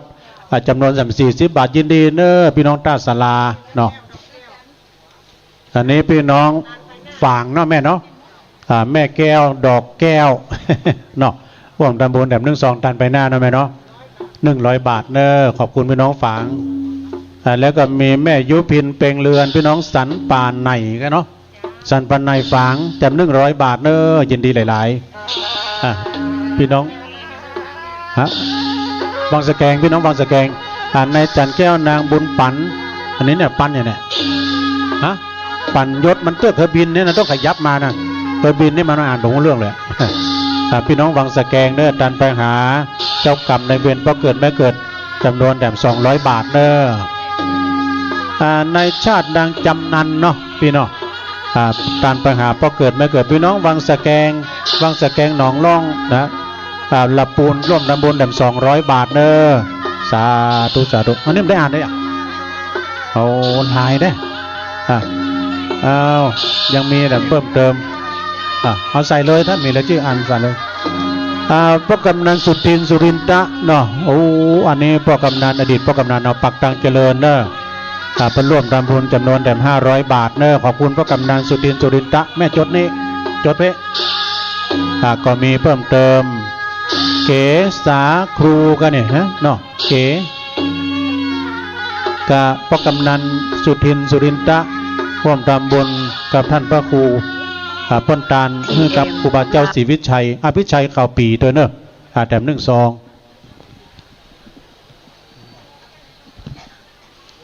แล้วก็มีนางคำปัญญานะพี่น้องร่วมทำบุญทานไปหน้าจำนวน100 บาทเป็นนั้นนี่บ้านสันกองคำไหมกันเนาะแล้วก็มีเพิ่มเติมนี่สายบุญจากพี่น้องตังสันโอ้มาแล้วมีเพิ่มเติมหมายมีนางศรีเป็นศรีวิชานะแล้วก็ป้นทำบุญอุทิศไปหาป้อนหล่อเนาะป้อนหล่อแม่นวลภูทรใจพอเกิดแม่เกิดเจ้ากรรมในเวรตัว1 ซองแล้วก็มีแม่บัวชุมเนี่ยก็เนาะน้องเจนโอ้กองขมูลเนอะเหล่าเป้าร่วมทำบุญ1 ซองแล้วก็มีนางเพนคำมาลาแม่เพนคำมาลายนะร่วมทำบุญพี่น้องร่วมทำบุญ1 ซองต่อจากห้านก็มีเกษาก็เอาไว้นะตุลุมีก็อ่านอย่างเดียวมีแม่พิมพ์แม่ทองพิมพ์กันทำเนอะร่วมทำบุญไปหายังป้อเฮือนแม่คำเรือนลักเราปักตังเจริญ100 บาทเนาะเดี๋ยวเขียนที่เป้าหนาเนี่ยเอาเขียนในซองเอาปากกาไม่เราเด้อครูบาเดชเอาปากกามาโหลนึงมันเหมือนกันเฮ้ยเปิ้ลรอคิวพ่อกองแก้วแม่เกียงคำแก้วสาวพี่น้องเหล่าเป้าโอ้เหล่าเป้ามาจะหลายเนอะร่วมทำบุญ1 ซองอันนี้เขียนชื่อไงกันแม่เขียนชื่อปากกาบะมีเปิ้ลรอปากกาเนี่ยเดี๋ยวทุกพี่เอาปากกามา1ข้าพเจ้าหมายมีนางทองพันอ่อนนี่เนาะก็ตามวันเกิด1 ธันวาเนอะวันอังคารนะตามนี้เดี๋ยวเขาอ่านหมดแม่ทองทิพย์กันทำตานไปพี่น้องปักตังเจริญ200 บาทเนอะแล้วก็มีแม่บัวจันยศไทยบ้านเหล่าเป้า1 ซองแล้วก็มีป้าแดงแม่นงนุชขันแก้วพี่น้องเหล่าเป้า1 ซองในสุรินทร์นางกัญจนากันทะพี่น้องวังสะแกงร่วมทำบุญ100 บาทแล้วก็มีนางแม่จันสมสิทธิโมะเนี่ยวังสะแกงจำนวน100 บาทเนอะแล้วอะไรก่อนนางสาววิชุดานะฮะจินกันอันนี้ก่อนแล้วก็น้องเด็กหญิงสุธาสินีณลำพูนแล้วก็นายอัธพงษ์ณลำพูนอันนี้พ้นตาลเนอะตาลไปหาหลายอย่างตาลไปหาในเฉลิมจิกันทะกับจินกันนะฮะแล้วก็ตาลไปหาอุ้ยใส่ตัวเนอะอุ้ยใส่ตัวจำนวน100 บาทเนาะแล้วก็มียายกับแก้วบุญมาเชยพี่น้องวังสะแกงมาจะหลายร่วมทำบุญ1 ซองปากกามีนะปากกานี่จดก่อน เดี๋ยวขอประกาศเด้อกรรมการเด้อกรรมการไม่ที่ไหนหมด ประกาศเพิ่นมีนะเดี๋ยวเอามาจดนี่กันซองเป่าก็บะหมี่แล้วเนอะถ้าซองเป่ามีก็มาเดี๋ยวเพิ่นมาขอซองด้วยเนี่ยเนาะขอประกาศแถมกรรมเนอะสดาไปที่เอาพระวัตถุมงคลนะฮะพระประจำวันเกิดเฮามาก็ดีเอาไว้กับตนกับตัวไปเอามอบเพื่อฝ่ายดื้อเพื่อจะบรรจุตอนบ่ายเพื่อกันนะ แม่จันทิพย์เนาะณเชียงใหม่โอ้ยแม่มาจากไหนท่วมฮะมาจากเมืองฝางเนาะอุทิศบุญกุศลไปหานายเรืองฤทธิ์จำ200 บาทเนอะเอาซองเป่ามีปากกาบะมีเตื้อเพ่งเอาปากกามาด้วยเนอะนะปากกาแถมบึ้ดก่อนก็จะบรรจุช่วงบ่ายเนาะถ้าไผ่มีวัตถุมงคลต่างๆนะเอาช่วงบ่ายเนอะโอ้ปลาเลี่ยมทองเจ็ดหมอบนางควักก็มีเก็บไปเดียวปากกามีแล้วเนอะได้หมดเนาะเขียนแล้วเนาะเขียนเลยไหมญาติโยมที่เอาวัตถุมงคลมาก็เอาไว้กับตนกับตัวก่อนไปฟังเอามามอบให้ฝ่ายเตื้อเนาะแม่เขียนชื่อแล้วกันต่อไปประกาศหมายเมเนอร์แม่จันทวีอินแก้วตานไปหน้าพี่น้องบ้านสันป่าในเนาะฝางแถม100 บาทเนอประกาศได้ยินว่ามึงฝางวะแม่เนอะเพิ่นถ่ายทอดเสียงนะร่วมทำบุญค่าน้ำค่าไฟนางสาวอัมพันธ์อินทวงศ์เนี่ยพี่น้องเวียงฝางเนาะแถม1 ซองเอาบอดเต้าเต็นนั้นก็มีบริจาคค่าน้ำค่าไฟวีนาพงษ์อมรพรหมนะห้างหุ้นส่วนจำกัดโชคยิ่งเจริญแถม500 บาทเนอสาธุสาธุเนอเอามาเลยไปจะร่วมทำบุญแถมซองมินี่เนาะเอาซองไปเขียนแล้วก็เอามามีเพิ่มเติมนะนายเกลียงศักดิ์นางธัญลักษณ์และก็พร้อมด้วยนางสาวนัทธรัตน์เนาะกาวีร่วมทำบุญจำนวนแถม1 ซองเนอสาธุสาธุพ่อเลี้ยงมาแล้วไม่มีเนอพ่อเลี้ยงสมานเนาะและก็นางสมบูรณ์แก้วม่วงมันในพี่น้องปากกลางเจริญร่วมทำบุญนี้เพิ่นตามไปให้พ่อคำแม่เต็มแก้วม่วงมันจำนวนแถม100 บาทยินดีเนอนายสมานนางสมบูรณ์แก้วม่วงมันปากกลางเจริญร่วมทำบุญไปหาพ่อมาแม่แดง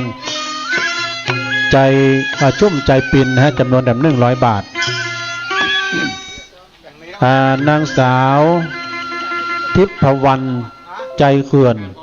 ร่วมทำบุญตันไปหายังแม่นี่เนี่ย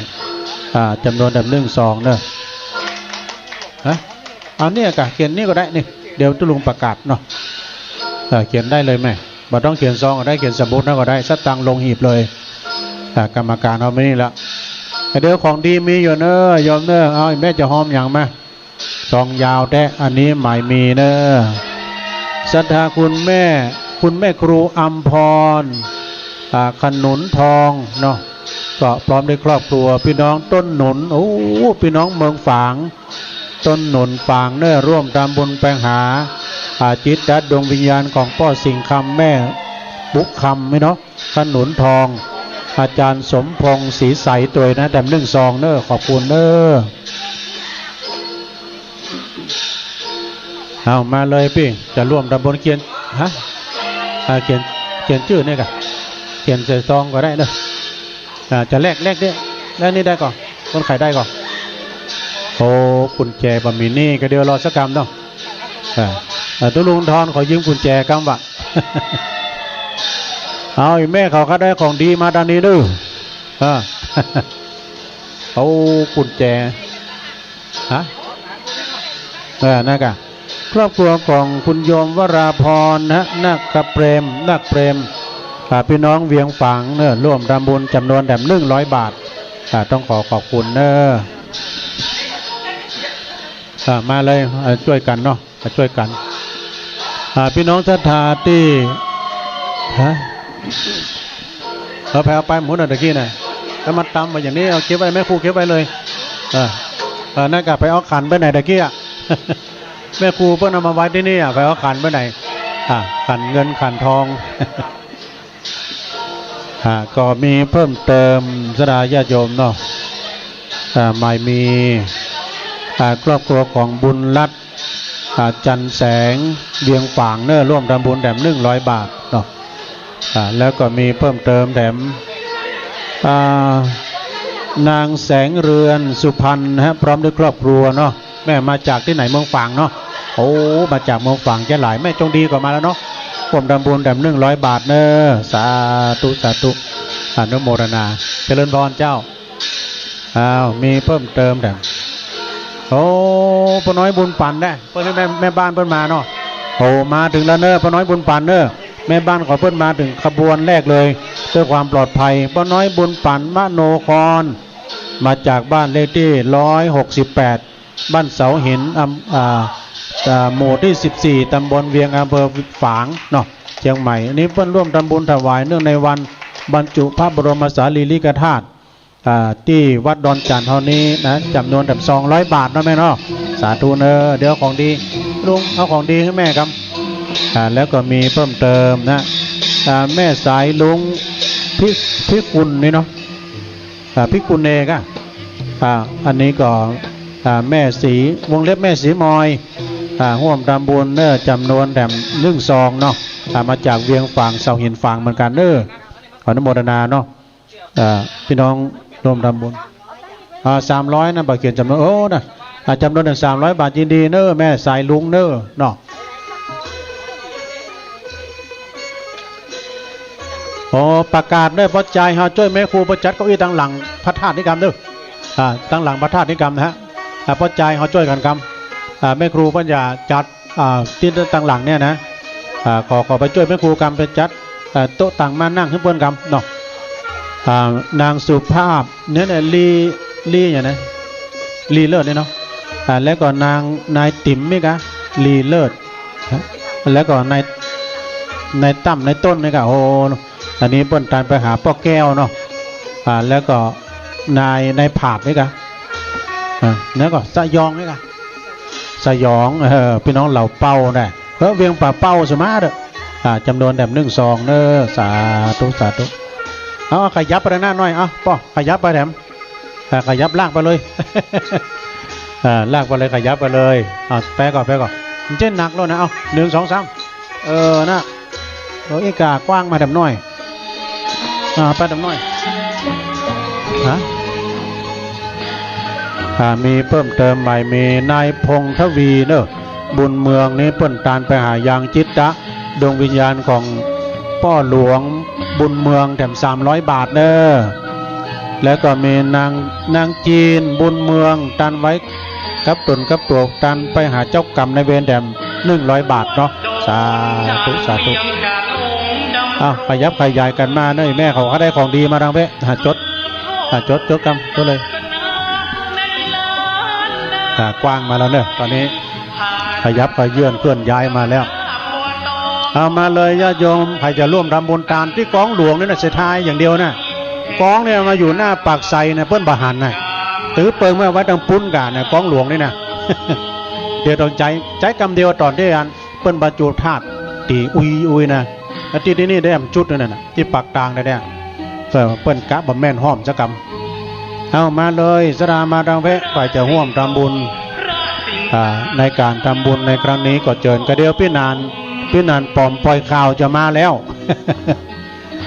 ซองมินี่นะโยมเนอไปก็ได้ซองก่อนมาเพะเนาะตะกี้พี่น้องไต่มากันจัดลาย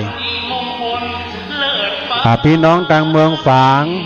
ไปใต้กันนามของคุณแม่จงดีก็มาถึงแล้วเนอ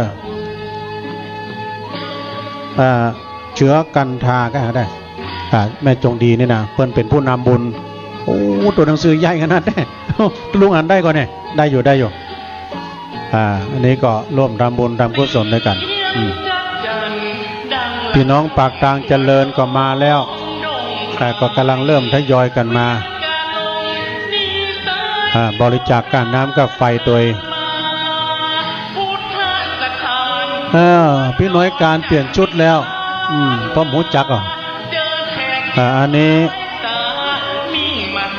ประกาศเนอะรถแมงกะไซรถเครื่องไผ่เนอะ หมายเลขทะเบียน1กย4048ที่หน้าวิหารเนาะขอย้ายกรรมว่าพี่น้อยการว่ามันจะเติกกีดขวางจราจรขอย้ายกรรมเนื้อไปเป็นเจ้าของรถเครื่องหมายเลขทะเบียน1กยเนี่ย1กันยายค่ะ1กย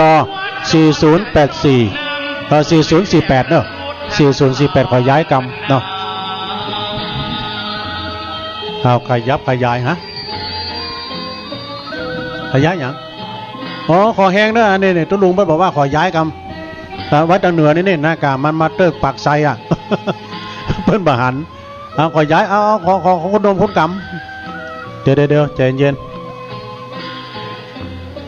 โอ้ก็เอาออกไปเป่งลึงแล้วกรรมนี่นะก็ช่วยกันหามเนอะช่วยกันหามเนอะขอแห้งหน่อยพี่นันช่วยกันหามกรรมบะแปะช่วยหามกรรมจอมแน่เลยเนาะต่อไปก็ขอประกาศแม่แก้วดวงสุวรรณเนอร์ร่วมทำบุญเปิ้นตาลด้านไปหาก็ฮะเนาะตานไปหาป้ออ้าย100 บาทเนอแม่แก้วนะแม่แก้วดวงสุวรรณก็กันน้ำกับไฟแต่100 บาทเดี๋ยวอันทอนสตังค์เปิ้นก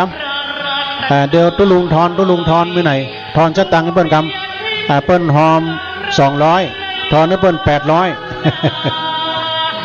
เพิ่นร่วมทำบุญโอ้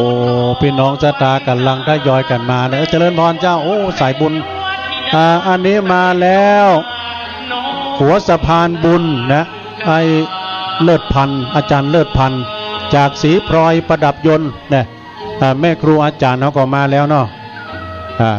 ก็ขอขอบคุณอ่านแล้วเหรออ่านนำกรรมก็ได้เนาะโอ้ตังบนเนี่ยแล้วเนาะนายสิงโตพรหมมาทำบุญแต่100 บาทเนอะแม่แก้วดวงสุวรรณอันนี้เปิ้นตาลไปหาพ่ออ้าย100 บาทแม่แก้วดวงสุวรรณก็ตาลกันน้ำกับไฟแต่100 บาทเนาะสาธุเอาไปเลยแม่เอาไปเอาไปแถมเปิ้น1 อันเอาไปของดีเนอะละมาก็ได้ของดีมาจดชื่อเลยเนยของดีไม่น้อยหมดแล้วหมดเลยว่ะ ตุลุงทอนมานี่โอ้กำนี้เป่งลึงแล้วเนอะเอามาตั้งนี่ชุดหนึ่งพี่น้องบ้านเฮามาช่วยกันนี่กันดูกูบาเดชได้ยกโต๊ะแล้วเฮ้ยเป็นนายกแล้วกูบาเดชช่วยกันก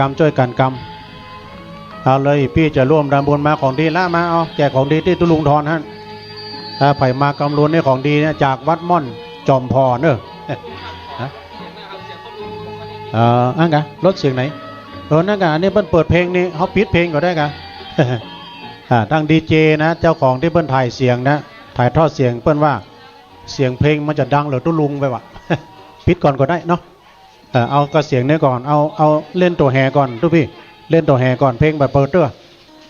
อีกาถ้าขยับไปทางพุ่นแหมก็ได้ที่นี่มันนั่งมาได้เนี่ยสายนี่นะเอาติดโต๊ะบนเลยติดโต๊ะบนเลยเอามาเลยเนอศรัทธาญาติโยมทั้งหลายตอนนี้ก็ขอเจริญพรต้อนรับสายบุญจากสันป่าตองหัวสะพานบุญโดยการนำของต่างไอเลิศพันธ์จากศรีพลอยประดับยนต์เปิ้นไปตาลเวียงฝางเวียงแหงก็ไปมาแล้วโอมก่อยก็ไปมาแล้วแต่เดี๋ยวพี่ไอสหัสที่รถจอดดีๆเนอะเขาจะใช้เครื่องเสียงทุกพี่ไอเขาโดยเครื่องเสียงของไอเลิศพันธ์นี่เสียงดังฟังชัดจะเอาไว้มุมใด เครื่องเสียงนะตอนนี้ได้กับตอนนี้ได้พอก็เดี๋ยวไอเลิศพันธ์เปิ้นได้พอจุดต่างๆที่เปิ้นจะเอาเครื่องเสียงไปไว้นะมีป้อนนานสุคำเนอคำดีจากปัจจันพี่นานไปร่วมทำบุญจำนวน200 บาทเนอแล้วก็ป้อนนานทองคำอินปันพร้อมด้วยครอบครัวเนอพี่น้องบ้านสันมะแฟนนี่เนาะแม่สวยเชียงรายร่วมทำบุญ500 บาทเนอตุลุงก็ประกาศย้ำดำกรรมว่าไผ่ที่เอาวัตถุมงคลมาเนาะเอาไว้กับตนกับตัวให้กันเนอจะไปฟังเอาออกมามอบเพื่อไผ่เตื้อเพราะว่าเปิ้นจะบรรจุองค์พระธาตุเวลา 13.39 13.39 คือบ่ายโมง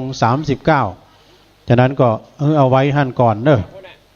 เอาไว้ที่กับตนกับตัวก่อนจะไปฟังเอามาเด้อตะกี้จะมามอบทางตุ้ลุงก็เต็มถุงนักบ่รู้ก็เอาไว้ในถุงย่ามก่อน เอาเลยแม่มาจะร่วมทำบุญก็มาได้ของดีเกือบจะเสี่ยงแล้วเนอะตุ้ลุงแก้วถ้ามีก็เอามาแถมตุ้ลุงแก้ว อันนี้แม่อย่างนะแม่จ้อยแม่จ้อยเมืองใจเปิ้นทำบุญทานไว้ภายภาคหน้ามาจากฝางเนาะตำบลสันอย่างนี้ตำบลสันทรายฝางเนอะร่วมทำบุญแถม1 ซองพี่น้องฝางมาจะหลายเนาะโอ้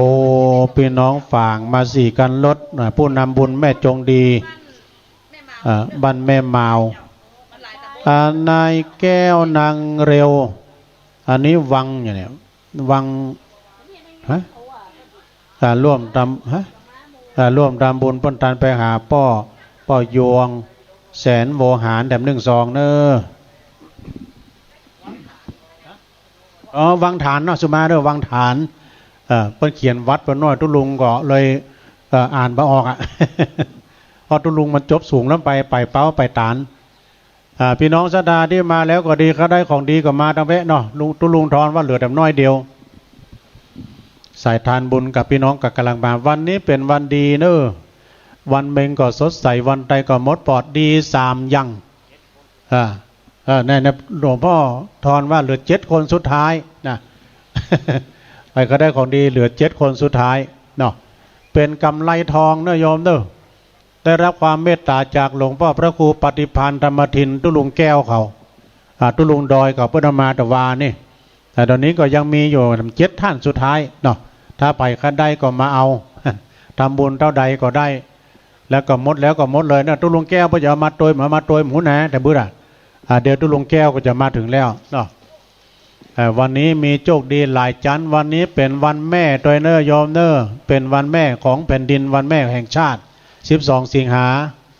และเป็นวันศีลโดยเดือนแฮม8 ค่ำวันนี้นะเดือน11แฮม8 ค่ำมานี่แล้วเป็นวันมงคลที่เราจะได้บรรจุยังพระบรมสารีริกธาตุเจ้า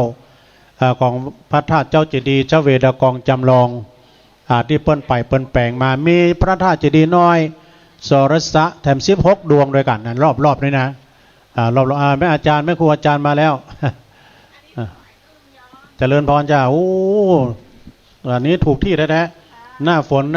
เจริญพรจ้าอาจารย์อันนี้ก็ใช่งั้นนะโอ้ขอบคุณเนอะปลดตัวได้กระเป๋าแล้วได้กระเลิบใหญ่แล้วขอบคุณแม่ครูด้วยนะเพิ่นถวายตุลุงนี่ยินดีนักๆเนอะคุณนิวัฒน์มังตามาแล้วอันนี้เป็นนักถ่ายรูปนะตากล้องถ่าย5 นาทีได้ถ่ายด่วนได้ ใครสนใจอาจจะถ่ายรูปด่วน5 นาทีได้ติดต่อได้ที่คุณนิวัฒน์มังตาตะกี้ก็มีพี่น้องศรัทธาญาติโยมเนาะเดี๋ยวนี้ตั้งไอ้เลิศพันธุ์กำลังสถานที่ตั้งใดที่เพื่อจะเอาเครื่องเสียงมาบริการให้แถมเนาะเครื่องเสียงเปิ้นดังโอ้เปิ้นนานมาแล้วมานั่งด้านในเปิ้นนานเนาะนั่งนี้ ไปจะมีโอกาสห้องน้ำมีดังปุนเนอร์ดังหลายพระธาตุเจดีย์พุ่นเนาะวันนี้โดยบุญกุศลบุญวาสนาที่ศรัทธาญาติโยมแต่ว่านี่พี่น้องทางดอยสะเก็ดเพิ่นก็มากันจัดหลายนะสายบุญกับท่านหลวงพี่สมเพชรอาจารย์สมเพชรนะแล้วก็ทางหลวงพ่อมานิดหอมจดชื่อก่อนไหมจดชื่อก่อนจดชื่อนี่เนอะในหนังสือมาช่วยกันจดเจริญพรจ้าสาธุต่อไปแม่ชื่อหยังโอ้แม่คำมูลที่จังโทนะกันใช่กะที่จังโทแม่คำมูลอยู่บ้านไหนบ้านประจันเนาะที่กำหยังที่พักที่พักเนาะที่พักบ้านประจันเนาะไปยายไม่อ่านได้ตุลุงอ่านออกก่อนแล้วกันเนอะตะใดแม่100 บาทเนาะโอ้ขอบคุณนะของดีไป1 อันแม่คำมูลที่พัก ก็บ้านปัจจันของเขาเนี่ยร่วมทำบุญแต่100 บาทเนาะสาธุสาธุเนอะตะกี้ก็มีคำแดงรินยาร่วมทำบุญ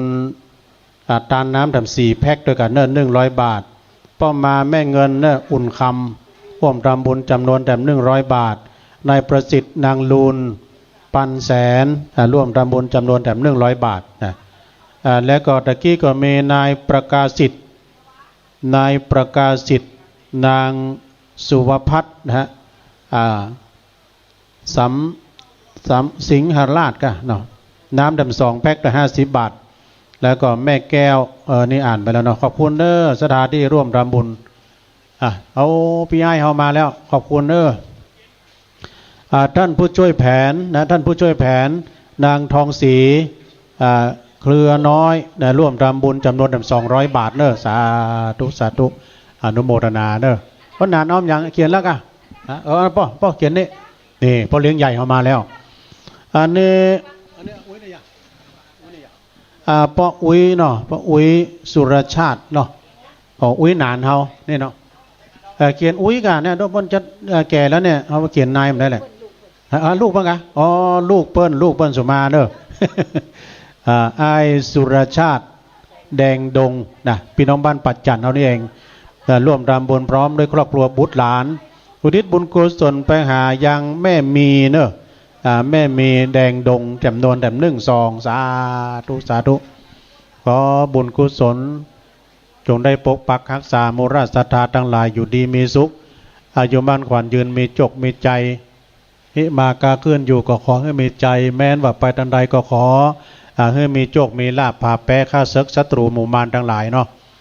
ท่านพระครูเพิ่นอยู่ปลำบุญโยมเด้ออยู่ปลำที่อันผามที่ตูบคาบุญนะ ที่ศาสนาพิธีที่เขาจะจัดทั้งปูนเนาะวันนี้อาจารย์ท่านพระครูปาลัดนัทพงศ์ตุปินนัทเฮาก็ดีอกดีใจตะกี้เพิ่นก็ไปทำพิธีทางอำเภอเนาะวันนี้เป็นวันแม่เนาะไปเจริญพระพุทธมนต์เนื่องในวันแม่ไปแล้วเรียบร้อยก็มีเพิ่มเติมเนาะก็ใหม่มีศรัทธาที่เพิ่นมาร่วมทำบุญทำกุศลแม่คำมูลนี่อ่านไปแล้วก็ใหม่มีน้องอันดาเนาะน้องอันดาจากแก้ว100 บาทก็ของน้องมีสติปัญญานั่นล่ะเนอะเรียนหนังสือเก่งๆและน้องไดรัตอีกเนาะน้องไดรัตไอเนาะไอรัตแล้วก็ดาไอรัตดาเนาะจากแก้วแถม100 บาท2 พี่น้องเนาะยกมือไหว้เนอะมีสติปัญญานั่นล่ะเนอะเรียนหนังสือเก่งๆใหญ่มาโตมาขอเป็นเจ้าคนในคนเนอะเป็นตำรวจเป็นทหารรับราชการเนอะถ้าหากว่าเอาไหนมาได้ไหนขอได้มาบวชเป็นทุเจ้า อย่างตุลุงก่อนนี่เนาะมันสบายด้วยประการทั้งปวงขอบคุณพี่ไอ้เฮาเนาะร่วมทำบุญจอมในหีบเลยเนาะพี่ไอ้โชเฟอร์รถตู้ฝางกะเนาะพี่น้องจากฝางมาแล้วขับมาด้วยความปลอดภัยพี่น้องโชเฟอร์ลงทานนะเอาของดีคนละอันเอาเลยของดีพี่ไอ้โชเฟอร์สารถีเนาะปกป้องคุ้มครองป้องกันแคล้วคลาดปลอดภัยเนอะเอาเพื่อฝังนะมาครอบอันนี้ผู้นำบุญจากแม่จงดีแม่จงดีเขาเนาะแม่จงดีเนาะ4 กันรถตู้กันนะดู แล้วก็ไหนมาแล้วแม่จงดีดูเพิ่นเอามาเป็นปึกแม่เดี๋ยวมันมีเป็นคณะเอาไปเอาปอนก็บอกเอาปอนที่พระครูได้10,000 ปลายกันได้พอดีกะเดี๋ยวจดแม่จดนี่ก่อนสายฝางแม่จงดี10,000 ปลายมาแล้วกะทายกะเดี๋ยวเชิญกันได้พี่น้องศรัทธาจากเมืองฝางเอาเลยเจ้าจดชื่อเลยซองมีหั่นซองฟรีเนาะคะแนนมีสตางค์ใส่ พี่น้องตามฝางมาจะหลายเอาไปลูกกับซองแบบปออย่างก้าเนี่ยละเอาไปเลยละเอาไปเลือกเอาไปของดีมีแล้วเนอะตุ๊พี่แก้ว จำนวนเงินได้ไหมก็เดี๋ยวเนี่ยประกาศสายบุญจากเมืองฝางโดยการนำของแม่จงดี อันนี้โดยกันนำของเมตตาบารมีธรรมหลวงพ่อพระครูสุจิตานุรักษ์ด็อกเตอร์จากเจ้าคณะอำเภอฝางวัดพระบาทอุดมเนอะเปิ้นร่วมทำบุญเพื่อกับวัดดอนจันทร์จำนวนถึงหมดเลขที่ออก11,000 บาท11,000 บาทสาธุอนุโมทนาเนอะสายบุญแม่จงดีพระจะหอมเพิ่มเติมแต่มายกมือขึ้น หอมหมดแล้วตุลุงเนาะมาถ้ามีซองมานี่มีเพิ่มเติมหมายมีนายหนึ่งนางจุฬาลักษณ์เนี่ยอุทิศบุญกุศลเจ้ากรรมนายเวรแถม1 ซองไอ้หนึ่งเนอะไอ้หนึ่งโชเฟอร์แต่เพื่อจะฟังไปส่งตุลุงเพราะว่าจะได้ไปเอาบตสัญจรอยู่เนาะแต่บึ้ดนะจะได้รีบเร่งเร็วไวไปที่วัดไร่พัฒนารามหนองผำมีเพิ่มเติมสายอำเภอฝางคลื่นสีขาวรวมปัจจัยทั้งหมด 11,000 บาทโดยเมตตาบารมีธรรมในพระเดชพระคุณหลวงพ่อท่านพระครูสุจิตานุรักษ์นะเปิ้นก็ได้ฝากนำมาโดยแม่จงดี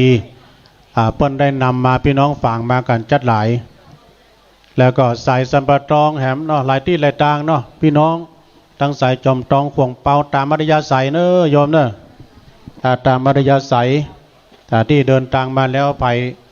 ที่จะร่วมทำบุญทำกุศลในโอกาสในตอนนี้ก็เชิญได้ถ้าหากว่าญาติโยมจะไปใช้บริการห้องน้ำมีทั้งปุ้นนะโยมเด้อไปทั้งหลายปุ้นตูปุ้นนะห้องน้ำสะอาดตอนนี้ก็ตั้งทีมงานขัวสะพานบุญของไอ้เลิศพันธ์เนาะสีพลอยประดับยนต์เพื่อเอาเครื่องเสียงมาช่วยงานโดยก็เดี๋ยวกำลังจะเอาเสียบมิกนี่เด้อใจเย็นๆก่อน เครื่องเสียงเพิ่นดังฟังจันเอาจดชื่อเลยพี่จดชื่อเลยแสงเงินแสงทองส่องฟ้าเลิศล่าอัมไพตอนนี้ตำบลนั้นมดจดสดใส บ่มีฟ้ามีฝนแล้วนะโยมเด้อแต่คือแล้วตกดีตกงามรับดีบ่ทุกแต่คือนี่นะฝนตกดีตกงามเพราะว่าแต่คืนแล้วนี่ก็ได้มานอนจำวัดที่นี่เทวบุตรเทวดาเปิ้นโปรยปลายข้อตอกดอกไม้เปลี่ยนฝนหาแก้วตกลงมาเนาะก็จุ่มเนื้อเย็นใจกันแล้วก็สถานที่จะเอาวัตถุมงคลมามอบก็ไปฟังเอามามอบเด้อเพราะว่าเพื่อนจัดมีการบรรจุในตอนบ่ายนะกินข้าวตอนแล้วก็ว่ากันเด้อโอ้มาแล้วอามอนวิดีโอไออามอนวิดีโอได้มาแล้วอันนี้ก็ช่างภาพประจำขึ้นสีขาวเขาเนาะขอบคุณเนอะไออามอนเนาะวันนั้นนี่เปิ้นไปส่งตุลุงด้วยความปลอดภัยถึงวัดประมาณ3 ทุ่มป่ายเนาะไปเวียงแหงวันนั้นอ่ะ ต้องขอบคุณทางไออามอนวิดีโอด้วยมีเพิ่มเติมหมายมีเนอะนายอดุลวราพรเจริญเจริญทรัพย์ไปเนาะเนี่ยอันนี้เปิ้นตานไปหาแม่อุ้ยตาลเจริญทรัพย์แล้วก็ป้อนลันนี่ไงป้อนอย่างป้อนลัดเนาะป้อนลัดแบบ1 2เนอะแล้วบ้านเมืองฝางเวียงฝางนี่นะแม่เนาะโอ้เวียงฝางเนาะแล้วก็มียายเขียวเจริญทรัพย์อุทิศบุญกุศลกินตานไปหานางจันอย่างนี้โอ้จันหอมตัวหนังสือมันเขียนคาดหายนะมยุราโดยเนาะเขียนลาเนี่ยมยุราว่ะมยุรีกะมายุรีเจริญทรัพย์เนาะแบบ1 2ยินดีนะแม่เด้อมาขบวนของแม่จงดีนะเนาะ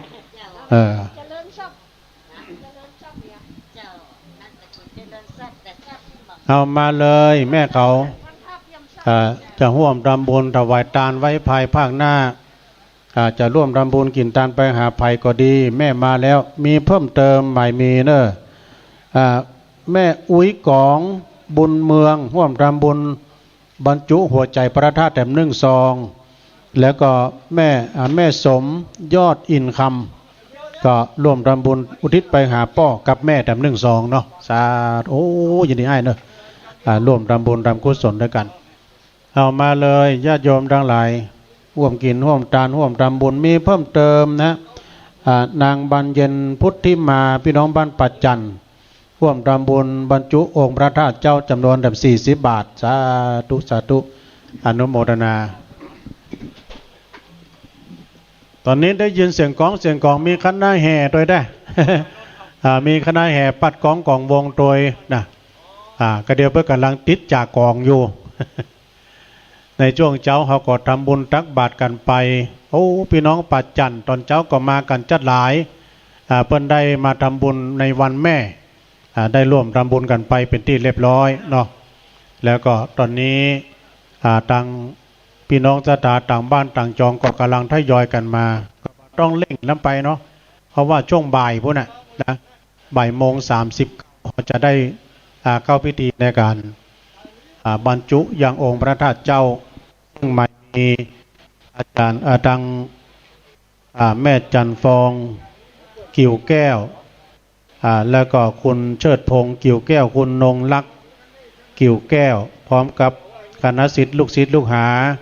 ของพระเดชพระคุณหลวงปู่ตลอดถึงคณะศรัทธาญาติโยมโดยทั่วไปเปิ้นมาแปลงองค์พระธาตุเจ้าเจดีย์จำลองมาจากพระธาตุชเวดากองเนาะโอ้ของงดงามเนอะโยมเนอะ ของงดงาม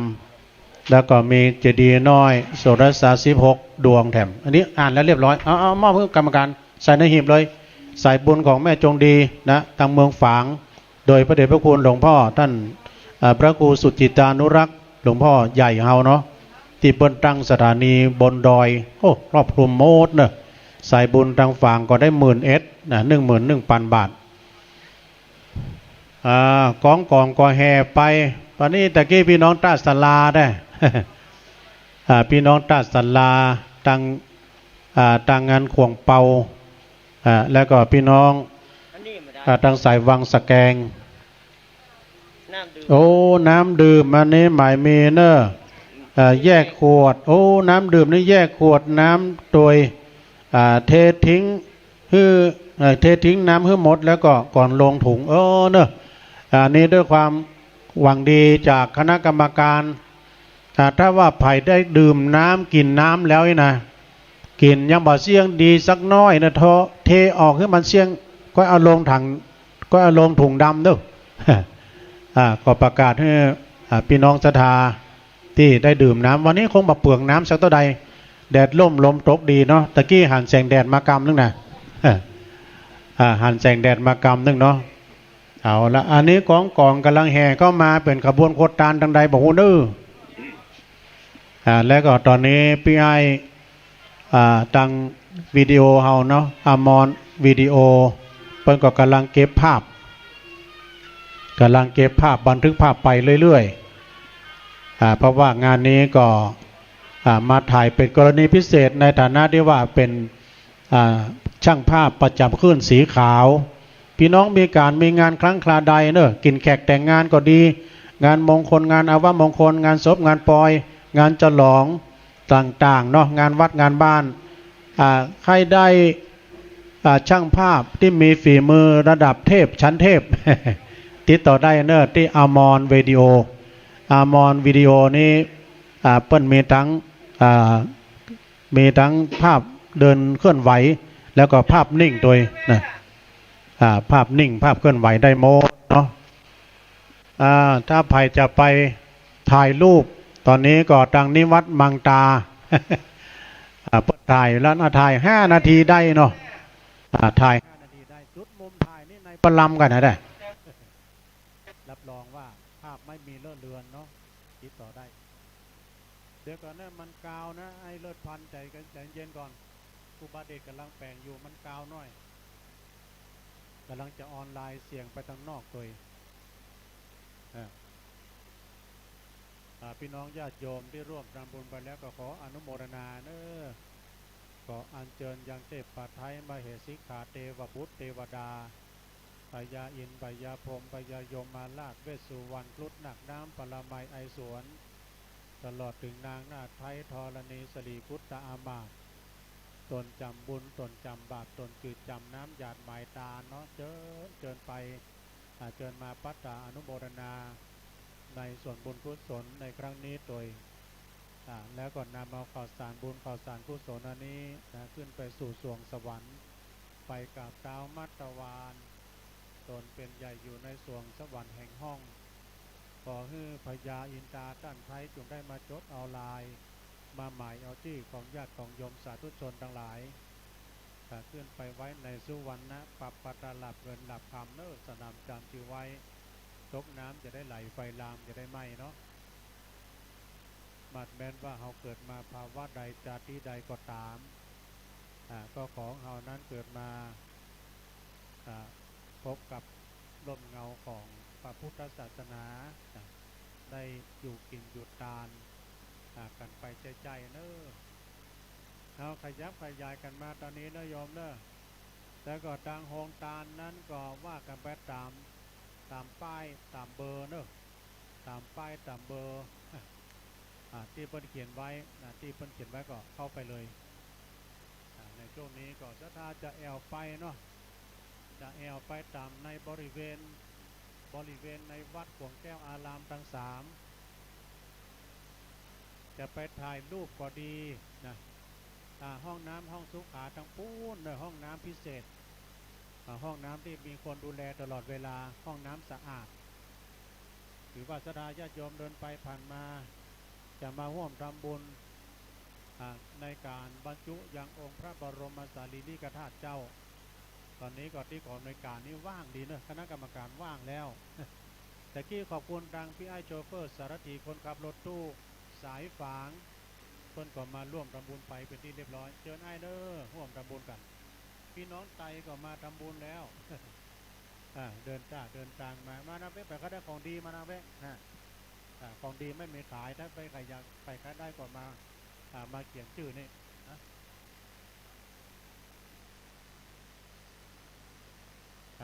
ไปตังหลายพุ่นก็ได้เนอะตังหลายพุ่นนะที่นั่งเขามีเปิดเลิกเก้าอี้ตังด้านเหนือเจ้าของดีเดือนรอสักกรรมแม่จงดีมีมดอยู่เดี๋ยวรอบ2เดี๋ยวรอตุลุงแก้วก่อนเนาะเนี่ยตุลุงไม่นี่มันอะไรแม่เนี่ยนะเกตหมานเนอะนี่นะเกตหมานเป็นเกตหมานน่ากันโอ้อันนั้นมันยืดหยุ่นได้กระเดียวกันเนอร์เสียงไอ้เลิศพันถ้าว่าสายตรงนี่เสียงก็จัดดีนะแต่ว่าเพื่อจะออนไลน์เสียงตันในเข้าสู่ที่ในเครื่องเสียงของเพื่อนเอาไม้มาจ่อดิก้ะเอาไม้มาจ่อได้ซ้ำดีนะอย่างที่เราไปที่เวียงแหงนะครูบาเดชเพื่อนซ้อหาใส่มันป้าก็เดี๋ยวเอาไม้มาจ่อลำโพง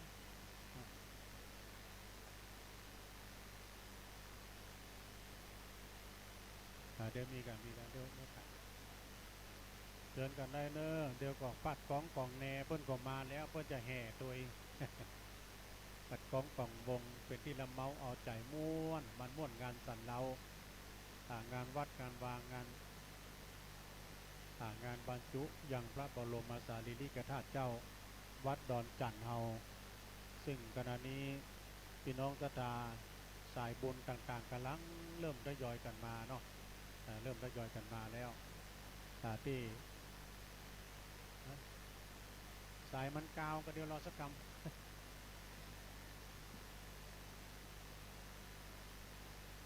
บุญกุศลได้ปกปักรักษามูลศรัทธาทั้งหลายตอนนี้ปันตังถ่ายทอดเสียงก็ขอบคุณตังขึ้น 104.50 โดยเมตตาบารมีธรรมอาจารย์ท่าน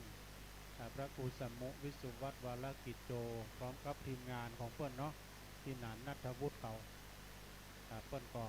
ได้มาถ่ายทำทั้งภาพทั้งเสียงให้พี่น้องทางบ้านได้ยินได้ฟังตั้งแต่ตอนเจ้ามาแล้วสดาญาติโยมเนาะแต่วันนี้เดี๋ยวผักวันนึงถ้าบันแล้วงานก็บัเซตงานก็บัปิกตัวนี่นะทางทีมงานข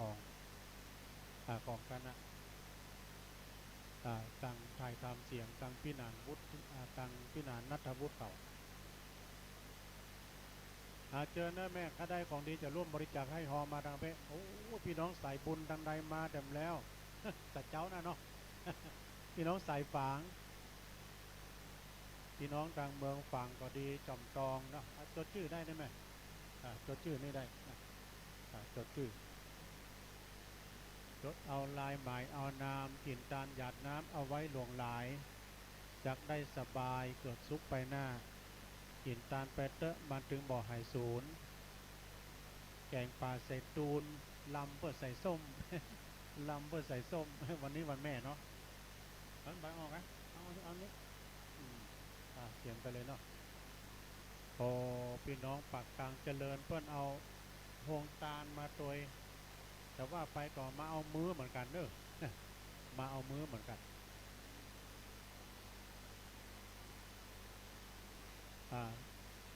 ตามอัธยาศัยเนอะสดาญาติโยมที่มาแล้วก็ดีพี่น้องทางเมืองลีบ้านห้องแล้วก็พี่น้องสดาที่เดินทางมากวงมาไก่สายบ้านเฮานี่หันกันด้วยนะแม่จีรพันธ์ก็ยังมาด้วยนะเนาะ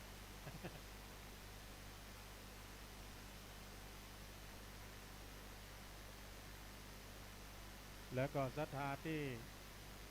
ได้เดินทางมาสำหรับใครที่จะเอาวัตถุมงคลบางคนมาถามว่าที่นี่มีก่อน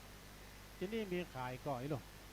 บะมีให้ปูจานะโยมเนี่ยไผ่เอาลูกบ้านมาก่อเก็บไว้ก่อนไปฟังเอามาเตื้อเพราะว่าเฮาก็จะมีการบรรจุกันในภาคตอนบ่ายเนอะเอายินดีนะแม่เนอะซึ่งมีเพิ่มเติมศรัทธาพี่น้องจากสันขี้เหล็กแม่นางธานีสุยะพีกันเนาะก็สุยะฟูมากำมาจูพี่น้องสันขี้เหล็กอำเภออย่างแม่สันขี้เหล็กทำบุญแถม40 บาทแล้วก่อนนางธานีสุยะฟูบ้านขี้เหล็กแถม40 บาทนางมนมณีเนาะชัยศิลปินบ้านสันขี้เหล็กนอนร่วมทำบุญแถม40 บาทยินดีเนอะบุญกุศลปกปักรักษาเพื่อนว่าขอบุญกุศลตั้งมวลรอท่าเมื่อหมดเวลาชีวิตโอ้สายบุญตังพี่น้องน้ำเพิ่มพักเมตตาปรมีธรรมอาจารย์ท่านพระครูโพธิพัทรวุฒิเนอได้มีสมณะเมตตาเดินทางมาถึงแล้วเนาะพี่น้องน้ำเพิ่มพักบ้านโฮงมาถึงแล้วแล้วก็สดาญาโยมภายที่ดื่มน้ำแล้วนี่นะได้ดื่มน้ำแล้วเจริญพรเนอะได้ดื่มน้ำบาดเสียงขวดนี่นะถอกขึ้นมาเสียงก่อนที่จะใส่ถุงดำอันนี้คณะกรรมการเพิ่นบอกไว้เนาะฉะนั้นก็คณะศรัทธาสาธุชนญาติโยมทั้งหลายที่อยากจะดื่มน้ำมันมีเป็นจุดไว้เนอะเพิ่นก็มีเจ้าภาพหมดอะเอาสดาญาติโยมร่วมบุญกุศลกันพี่น้องตังปูนน้ำเพิ่มพระมาแล้ว อาจารย์ท่านพระครูโพธิพัทราวุฒิเนาะท่านเจ้าวาดพร้อมกับคณะศรัทธาผู้นำบุญเข้ามาแล้วของดีตะกี้มันเสี่ยงไปเป็นอย่างนอเดี๋ยวตุลุงแก้วจะมาแต่เอาจดชื่อเลยให้เนาะจดเอาลายหมายเอาชื่อร่วมกินร่วมทานโอ้เมตตาบารมีธรรมครูบาอาจารย์กำลังเริ่มทยอยกันมาเนอะผู้นำบุญเอาต่างสายต่างๆที่เพิ่นได้เอาศรัทธาปาศรัทธากันมานักมาหลายพี่น้องต่างสายละปูนเชียงใหม่พี่น้องต่างอันนี้พี่น้องต่างแม่ใส่ทองกันนะแม่ใส่ทองทันยาแก้วโอ้เพิ่นมาตรวจหาแม่น้อย แม่น้อยกัดนัดเพิ่นมานอนนี่ลูกแม่น้อยนะป้อทอนน่ะป้อทอนปูนป้อทอนเพิ่นมาจากแม่ตื่น มาแล้วเพราะนั้นพี่น้องต่างสายบ้านห้องมาแล้วเนอะต่อไปจอมพวกเลยเนาะมีเพิ่มเติมสนั่นนางศรีลาอุปนันเนาะร่วมทำบุญจำนวนแบบ100 บาทเนาะอยู่บ้านใดหมดนี่นะโอ้ปัจจันนะเนาะอุปนันก็มีได้อุปนันบ้านตุลุงก็มีจันนักอุปนันทะกะอ๋อโอ้แม่ครูเพิ่นบอกว่าขอพอใจไม่ยิงสัก4-5 คนเนาะไปช่วยจัดเต็นท์ตั้งหลังปุ้นตูศาลานี่กำปุ้นตูอันจะดีเพื่อจะได้เตรียมงานเนอะขอแหงหน่อยเนอะสถานเนอะขอแหงปอดใจไม่ยิงตัว4-5 คนให้ไปช่วยจัดเต็นท์ ของแม่ครูเปิ้นจะได้เกียมของไว้เนาะตั้งลายพระธาตุเจดีย์นี่นะขอแห้งกำนะขอแห้งหนุ่มกำล่ำไม้กำเนาะจดเอาเองเลยอันใดไม่ได้อ่านเอามาเนาะมามีนี่โฮงทานเนาะโฮงทานของนางตาบุญเมืองเนอพร้อมด้วยครอบครัวแล้วก็มีนางกันหาดวงสุขดาวสุขดวงสุขนะฮะนางกันหาคะนาลีแล้วก็นางสวรรค์นี่กันนะแล้วก็อันนี้เปิ้นร่วมทำบุญแบบ1 ซองเนอลงทานของปิยพงษ์นางศิลาพรเนอแต่1 โลงขอบคุณน้ำดื่มเนอแล้วก็มีปอดตันแม่ทองใบพรหมมาโรงทานน้ำดื่มเหมือนกันนะแล้วก็มีนายวิรวัตรเนาะนางมนร่วมทำบุญเนอะอันนี้ก็ลงทานเหมือนกันขอบคุณเนอะสำหรับลงทานต่างๆ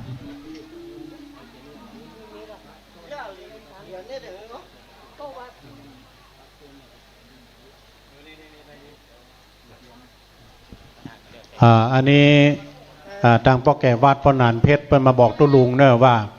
จะมีต้นพระธาตุอยู่ทางปุ้นนะทางปุ้นตูทางปุ้นนะทางหลายธาตุเนอะสดาญาติโยมปัจจหอมยอดธาตุองค์พระธาตุเจ้าปักต้นกล้วยนั้นเลยเนอะรวมยอดนั้นเลยเพิ่นจะมีที่ประตูนะมี2 ต้นด้วยกันเนอะมี2 ต้นด้วยกันมาปักได้นะจดเลยโยมจดเลยซองไม่ฮะเนอะจดเลยจดแล้วก็ส่งซองมานี่หรือว่าสดาญาติโยมจะปักต้นกล้วยที่พ่อหนานเพชรพ่อแก่วัดเฮาบอกตะกี้เนาะไปปักมี2 ต้นด้วยกันเนอะตามแต่เจตนาศรัทธาของท่านเนาะแม่ซองไม่นี่เนอะพี่น้องใส่น้อยกันน้ำเพื่อพระกันเพื่อพระเดี๋ยวตุลุงถึงหูนะแม่จดชื่อเลยแม่จดชื่อกันเปิ้ลโมทนาเนอกับสายทานบุญกุศลกับพอออกไม่ออกศรัทธาสาธุชนญาติโยมร่วมทำบุญได้กินได้ทานทานยอดธาตุในงานบรรจุพระบรมสารีริกธาตุเจ้าของเฮาในวันนี้นะฮะพี่น้องที่เดินทางมาก็ขอเชิญจอมพุ้นเลยจอมหีบพี่น้องน้ำเพิ่มพระก็ไม่มีเนอะเอาปักพุ่นใส่หีบพุ่นเลยเนอะป้อนหนานเสาคำเนาะป้อนหนานเสาคำแม่น้อยจันทวันพี่น้องบ้านน้ำเพิ่มพระร่วมทำบุญแถม100 บาทแล้วก็พ่อสาเนาะพ่อสานันนี่กะพ่อสานันแม่เลิศพร้อมด้วยครอบครัวน้ำเพิ่มพระแถม100 บาทเนอะแล้วก็มีนะฮะอัมพรนะอัมพรครับอย่างนั้นสุมิตรเนี่ยสมิงเนี่ยเนาะเป็นร่วมทำบุญแถม50 บาทเนอะขอบคุณเนอะเอามาใครจะร่วมทำบุญจดชื่อนี้พี่ก็มีเพิ่มเติมนางสาวสุภาพรบุญอนันต์เนอะพร้อมด้วยครอบครัวแล้วก็มีนาย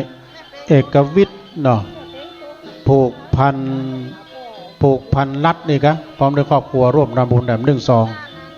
และตอนนั้นก็หมายมีนางสาวกิรตีเนาะกิรดีศรีบัณฑิตร่วมทำบุญพร้อมด้วยครอบครัวนายลังสรรค์สิงห์ป้องก็ร่วมทำบุญจำนวน 1,000 บาทเนอะกับ75 สตังค์เนอะแล้วก็มีเพิ่มเติมหมายมีนางสิริพรกิติสารร่วมทำบุญแถม1 ซองสาธุเนอะกับสายทานบุญกุศลกับพี่น้องศรัทธาญาติโยมทั้งหลายเอามาเลยซองมินี่นะโยมเนอะพระเจ้าซองก็มานี่นะร่วมบุญทำกุศลโอ้ยแม่จะร่วมทำบุญอันกะแม่เป็งโปธาเนาะร่วมทำบุญทานไปหาพ่อบุญโปธาเนาะบ้านสันปันในฝางจำนวนแบบ1 ซองแล้วแม่แก้วกะแม่แก้วอันนี้ตานี้มาฟังโอ้เขียนชื่อคนเป็นก่อนกันแม่ก็เดียวตุลุงอ่านพิษนะนี่แม่แก้วบรรทานหาเนาะ โอ้นาบุญคนตายมันด้านคนเป็นนะมึง มีเพิ่มเติมพ่อสมแม่เรือนสุรินทร์พ่อสมแม่เรือนสุรินทร์ร่วมทำบุญพร้อมครอบครัวพี่น้องบ้านเกาะมาแล้วเนอแถม100 บาทนะเอาแม่ก็ได้ซองไหมแม่อนุโมทนานายจันยานางมณีรัตน์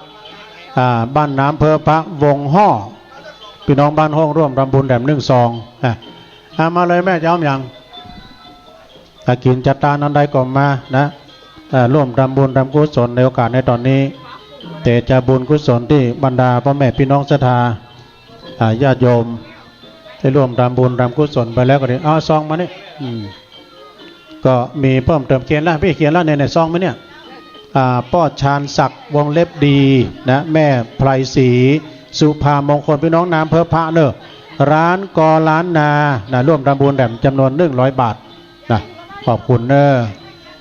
แม่สายทองธัญแก้วพี่น้องจากห้วยการร่วมทำบุญ100 บาทเนอะสาธุสาธุตุลุงแก้วยังมาเตื้อเดี๋ยวเอาให้เพื่อนท่านตุลุงข้านเป็นภาระเอาฝากเดี๋ยวหายเมาะตุลุงมันขี้ลืมมีเพิ่มเติมแดมเนาะแม่ถ้าเป็นซองก็เอามานี่เลยเนาะป้อนไหลแม่ละวิวันสิทธิมาพี่น้องน้ำเพื่อพระบ้านห้องร่วมทำบุญแดมจำนวน1 ซองเนี่ยอันนี้อ่านแล้วกันนี้มีเพิ่มเติมนะฮะสงกรานต์นัฐการนะเหล่าล่าปัญญาเนาะแถม100 บาท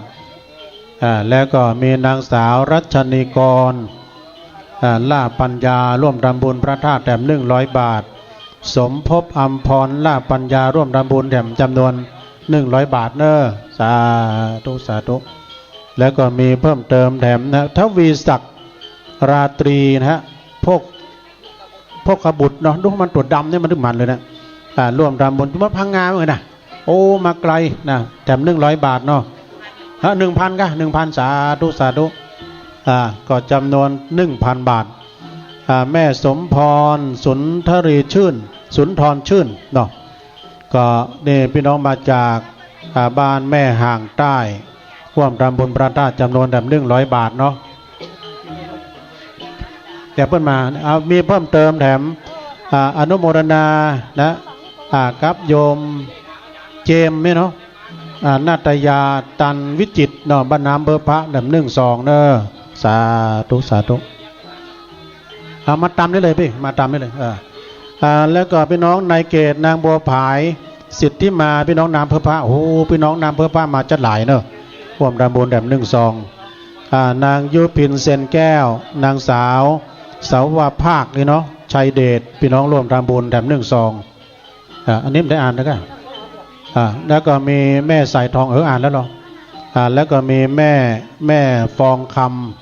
ำพี่สูงเนินนี่เนาะบ้านห้องน้ำเปอร์ปะแถม100 บาทมาจะหลายนะแม่ได้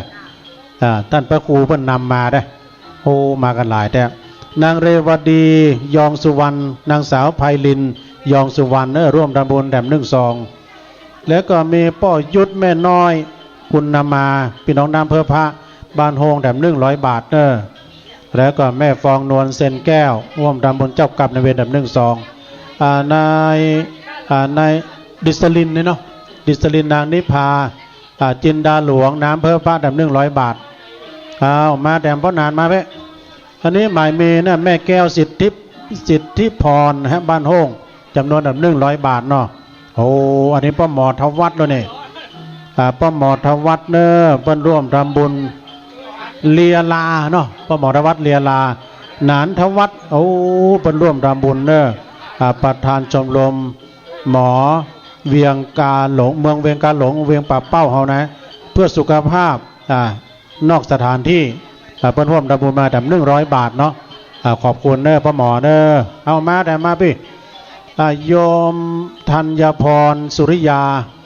เปิ้นก่อนมาจากพี่น้องแม่คือดอยสะเก็ดเนอะบ้านบุษราพรฮะร่วมทำบุญแบบ300 บาทเนาะแล้วก็มีเพิ่มเติมต้องมาอยู่ในนี้สักคนกันแล้วก็มีลุงไงเนี่ยลุงวนกันนะลุงลุนนะลุงบุญนะยอดแสง แล้วก็ร่วมทำบุญเนี่ยพี่น้องมาจากไม่คือดอยสะเก็ดแต้ม1 ซองนะพี่น้องดอยสะเก็ดมาจัดหลายคำมาชิดนายีเนาะพี่น้องแม่คือดอยสะเก็ดแต้ม1 ซองโอ้นี่ดอยสะเก็ดทั้งนั้นเลยเนอะแม่อุษาปัญญาฟูพี่น้องมาจากแม่คือตำบลแม่คือดอยสะเก็ดเนอะร่วมทำบุญแต้ม1 ซองแล้วก็มีนายพรศักดิ์พ่อทรงศักดิ์เนาะแล้วขจรศักดิ์กันเนี่ยกาไหลนะสันมันนะ ถ้าตุลุงอ่านผิดพลาดประการใดสุมาเด้อฮะที่ไหนอ๋ออันนี้ก็ตุลุงเลยเนาะกั้นน้ำกับไฟแล้วหนังสือตัวอันนี้หนังสือความรู้ตุลุงจะเอาไปออกวิทยุเนอะน้ำเพื่อพระเนาะแม่เนาะบ้านไหนอ๋อสันตับเต่าขอบคุณนะแม่เนอะฮะกั้นน้ำกับไฟแหละตุลุงจะได้อ่านวันพุธเนาะเป็นก้านน้ำกับไฟฮะเดี๋ยวมีพี่น้องศรัทธาแม่อุ้ยดีบุญส่งพี่น้องบ้านแม่ห่างหลวงฮะบุญสุขเนาะบุญสุขร่วมทำบุญแต่150 บาทเนอะแล้วก็มีป้อดีแม่หวันปัญญาดีบ้านทุ่งม่านเนาะทุ่งม่านบ้านฮงบุญนะบ้านทุ่งม่านเนาะร่วมทำบุญก้านน้ำกับไฟป้อดีแม่หวันปัญญาดีทุ่งม่านแต้ม1 ซองแล้วก็มีแม่บัวคำรินยานะฮะสันมานะแต้ม40 บาทเนอะมาเลยแม่นางลัดดาลือเหลือลายกันสันมานะเนาะรวมประมูลแต้ม1 ซองแล้วก็นายวงเหลือลานะสันมานะร่วมประมูลแต้ม1 ซองในสายันนางจิราภาคำอ้ายเนอแล้วก็น้องเจมมี่รวมทำบุญ400 บาทเนอมาจากเชียงใหม่แม่ก็ได้เลขก็ได้ของดีมานะแม่อ่านเลขโหยมได้แม่เรือนคำมณีวันนิสันมันนะร่วมทำบุญแต้ม1 ซองฮะอ๋ออันนี้ถึงตุลุงเนาะทุ่งม่านเนาะขอบคุณนะแม่เนอสาธุสาธุพี่น้องน้ำเพิ่มพระมาจัดหลายมาจะร่วมทำบุญมาพี่น้องที่มาจากอำเภอบ้านโฮงละปูนต่างใดก็ดีจะมาจดลายใหม่นามที่พินานนี่ก็ได้เนอะที่พินานนี่ก็ได้ซองไม่พินานนี่นะถ้าเขียนมาได้ให้แม่ครูอาจารย์ผอ.เขียนนี่ก็ได้นะเอามาแล้วไอ้แม่มาถ้าซองเอามานี่แต่ที่ประกาศก็มานี่เนาะอันนี้แม่อย่าแม่หนิมไหมคะเนาะแม่นิ่มเนี่ยแม่นิ่มอุปกันทะบรรปัจจันเฮานี่เองร่วมทำบุญจำนวนแบบ100 บาทเนาะขอบคุณเนอะเอามาเลยสดาญาติโยมทั้งหลายจะร่วมทำบุญทำกุศลหมายมีเนอะสดาที่เพิ่นมาร่วมทำบุญหมายมีนายอุดมนางบุญพิพักก็ร่วมทำบุญพี่น้องร่วมทำบุญตานไปหาเทพบุตรเทวดาจำนวนแบบ1 ซองนายอภิรัตน์เจริญศิลป์ร่วมทำบุญไปหาเจ้ากรรมในเวรแบบ1 ซองไม่เอาต่ำนี่เนอะแล้วก็หมายมีเนอะนายสนั่นนางธิดาศรีใจร่วมทำบุญพระธาตุแบบ1 ซองบอกต่อจากนั้นหมายมีนายกิติพิพัฒน์เจริญศิลป์พร้อมด้วยครอบครัวเนอะทำบุญไปหาเทพบุตรเทวดาแบบ1 ซองไม่เอาต่ำนี่เนาะแล้วก็มีนายอดิศรทวีงามเนอะทำบุญพระธาตุแบบ1 ซองแล้วก็มีนางนิรมนใจกันทะตันไปหน้าเจ้ากรรมนายเวรแบบ1 ซองนางสาวพัทรพันธ์นะฮะมณีจินดาลัตน์ทำบุญพระธาตุแบบจำนวน1 ซองแล้วก็มีนางพันวิสาการทวงร่วมทำบุญพระธาตุแบบ1 ซองตามหาเจ้ากรรมนายเวรเนาะแม่ปราณีทำเนี่ยแม่ปราณีนี่ร่วมทำบุญแบบ1 ซองเนาะสถาสภาพคำมาแบบ1 ซองนะโอ้อันนี้คืนแล้วเฮ้ยคืนมาดีๆดูอ่านบัตรตันแล้วแม่สิริการนะฮะมูลศักดิ์ธรรมรงสันมาเค็ดร่วมทำบุญแบบ1 ซองนะฮะมีนางบุญนายบุญเพ็งนางแสงมาโนกุลนะฮะสันมาเค็ดแบบ1 ซองนายสวัสดิ์นางบัวบานสุภาการสันมาเค็ดแบบ1 ซองแล้วก็มีพ่อมอกแม่สีมุ่งดี บ้านหัวฝ่ายพัฒนาเนื้อเวียงการหลงแถม1 ซองเจ้าแม่บัวผันยาวุฒิสันมะเขือแถม1 ซองแล้วก็มีนางจันเที่ยงพวงสายใจสันมะณะแถมแถม50 บาทมาเลยเจ้าวันดีสิริกันจำศีลนะร่วมทำบุญสัมมาณะรถตู้ร่วมทำบุญแถม1 ซองนางน้องน้อยนะวงสมศักดิ์ก็ร่วมทำบุญเตพุทธดาแถม1 ซองแม่พรศรีบุญตันเนอบ้านกูนี่กะเนาะตำบลเวียงเนอแถม1 ซองแม่แก้วสุรจิตบ้านกูหมู่6ร่วมทำบุญพระธาตุแถม100 บาทแม่ล่าแก้วแปลงจันทร์แถม1 ซองแล้วก็แม่นางสาวอัชราปัญญาไหวแถม1 ซองเนอมาเลยแม่มาแวะมือกำลังขึ้นนี่ แม่น้อยอ้วนล่ำเนาะแม่ก็มาจากสันมานะแถม100 บาทพอตันแม่นางแดงดงกันเดียวก่อนแต่เมื่อก่อนแม่ของดีเอาไว้กับตัวก่อนบ่ายโมงพวกกันดูบ่ายโมงใจเย็นๆนะแดงดงนะสิรินันนางนายพานุเดชเวชกิจนะปัจจัด500 บาทเนอเอามาแถมญาติโยมมานางบัวคำพักดีร่วมทำบุญจำนวน1 ซองแล้วก็ผ่องใสนะฮะผ่องใสใจนุชใจพุทธร่วมทำบุญนะพี่น้องกำแพงสันกำแพงเชียงใหม่แถม1 ซองเนอะขอบคุณครับสายทานบุญกับพี่น้องสถานเอาตามนี้เลยยะนายทวีนางบุปผาฟั่นมูลพร้อมด้วยครอบครัวเนอะบ้านหลวงวัวโอ้พี่น้องหงวัวนะบ่อหลวงมาแล้ว100 บาทบ้านหงวัวก็บ้านของเนี่ยกะแดนดินถิ่นล้านนารุจิสมบัติเงาคำโอ้มาได้หันรุจิสมบัติอันนี้เจ้าของสถานีเอาดูไอ้รุจิสมบัติจาก103.50ฮะแดนดินถิ่นล้านนาเนาะการจันทพันธ์นัทพันธ์เนาะเงาคำเนอพร้อมด้วยครอบครัวโอ้อันนี้เจ้าของสถานีผอเฮาหอมแถม500 บาทยินดีเนอรุจิสมบัติเงาคำเจ้าของสถานีคลื่นแดนดินถิ่นล้านนาวันนี้เพิ่นมาด้วยเด็กชายพงศกรวงเทพและก็เด็กชายวงศกรวงเทพร่วมทำบุญแถม1 ซองเนาะขอบคุณสราญาติโยมทั้งหลายเอามาเลยญาติโยมไปก็ได้ของดีมาดังแวะ โอ้พี่น้องตันใดกำลังมานี่ซองมี5 นะโยมเนอะ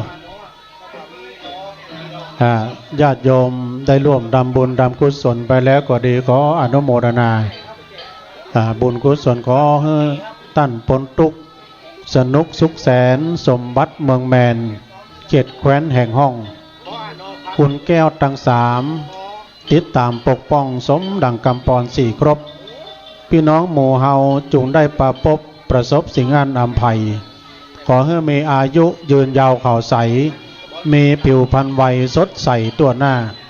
พละขันแข็งบ่าแหงแข็งกล้าสติปัญญาเปลืองวิทย์คือสมพระสงฆ์จำนงดังคิดยาวิทย์ขาดอ่านการเงินขอให้มีลาภยศปรากฏสรรเสริญรุ่งเรืองจำเริญรับเงินยิ่งขึ้นในสมชาติคำซ้อนปัจจันร่วมทำบุญจำนวนแด่300 บาทก็300เนาะ300 บาทเนาะแล้วก็มีพงพันขันเต๋เนาะเพราะพี่ไอ้เฮาหนองบัวร่วมทำบุญแด่จำนวน1 ซองเนาะขอบคุณอนุโมทนาเนอมาเลยแม่มาซองเอาให้ฟรี เจริญพรเจ้าจดนี่ก็ได้นะจดนี่ก็ได้ขอบคุณเนอเจ้าพี่ในน้องศรัทธานาบุญเอาคือใจได้ไข่ใจเติงเจริญพรอาจารย์นะฮะแล้วก็มีเพิ่มเติมอมรทิพย์อ้วนล่ำมาจากสันมณะร่วมทำบุญพระธาตุหัวใจพระธาตุ100 บาทจ้ะสาธุอนุโมทนาเนอพี่น้องบางฝั่งจะเพิ่มเติมก็ได้นู่ เอาอย่างของฝากไปมีลูกลุงแก้วมาน้ำเดียวลูกลุงแก้วลูกลุงได้กะได้รอลูกลุงแก้วก่อนลูกลุงแก้วก็จะโวยนู่เปิ้นละถ้าเอาของดีเนี่ยลูกลุงแก้วจากม่อนจอมพอแม่อุ้ย ฟองกล้าหาญร่วมทำบุญ200 บาทนึแล้วก็อุทิศไปหน้าหมายมีแม่โมนกล้าหาญสันมาเก็ตสมคสันมาเก็ตเต็ม300 บาทแล้วก็มีเพิ่มเติมแม่คำกาตุ้ยนะแม่คำกาตุ้ยร่วมทำบุญจำนวนแต่100 บาทนะฮะแล้วก็มีแม่นงอุดเจริญแม่นงอุดเจริญพร้อมครอบครัวสันมาเก็ตร่วมทำบุญแต่40 บาทแล้วก็มีแม่น้อยปันไหวร่วมทำบุญแต่50 บาททุ่งม่านเหนือนะเอามาเลยพี่ตามนี้ก็ได้ป้าหลวงมงคลเนี่ยแม่หลวงพิมพ์นะเป็นคำพี่น้องจากบ้านเรือนป่าซางโอ้พี่น้องป่าซางก็มาก็ดิหลวงมงคลมารายงานตัวกัน ร่วมทำบุญแบบ1-2เนี่ยป้าหลวงมงคลแม่หลวงพิมพ์นะฮะเป็นคำนี่ก็มาจากบ้านเรือนป่าซาง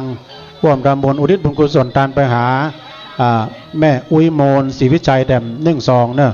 ป้าหลวงมงคลแม่หลวงพิมพ์เป็นคำบ้านเรือนก็ร่วมทำบุญทานไปหาป้นทานไปหานางสาวกมลพันธ์นะฮะเป็นคำแบบ1-2เอามีแม่เปียงนะแม่เปียงบ้านปังปอยนี่นะโอ้พี่น้องฝางปังปอย60 บาทเนอะพี่น้องร้านทำสวัสดิ์ค่าร่วมทำบุญเนี่ยป่าซางนะร้านคำสวัสดิ์ผ้าม่านจำนวนแบบ100 บาทแล้วก็โอ้อันนี้แม่กำนันคำใสชัยชนะบ้านเรือนเนอะร่วมทำบุญจำนวนแบบ100 บาทแม่กำนันก็มานะร้านโยโชคการค้าเนาะใบโชคการค้าลำบุญแบบ100 บาทเนอะแล้วก็มีเพิ่มเติมพ่อสมบูรณ์คิดชิดอันนี้ก็พี่น้องผานบ้านแล้วก็แม่จำแรงคิดชิดพร้อมด้วยลูกหลานเนอะบ้านผาแตนโอ้พี่น้องฮอดก็มานี่โอ้เมืองฮอดก็มาได้มากวงมาไก่โอ้มาแล้วเจริญพรเนอะโอ้ตะกี้ได้ยินเสียงอยู่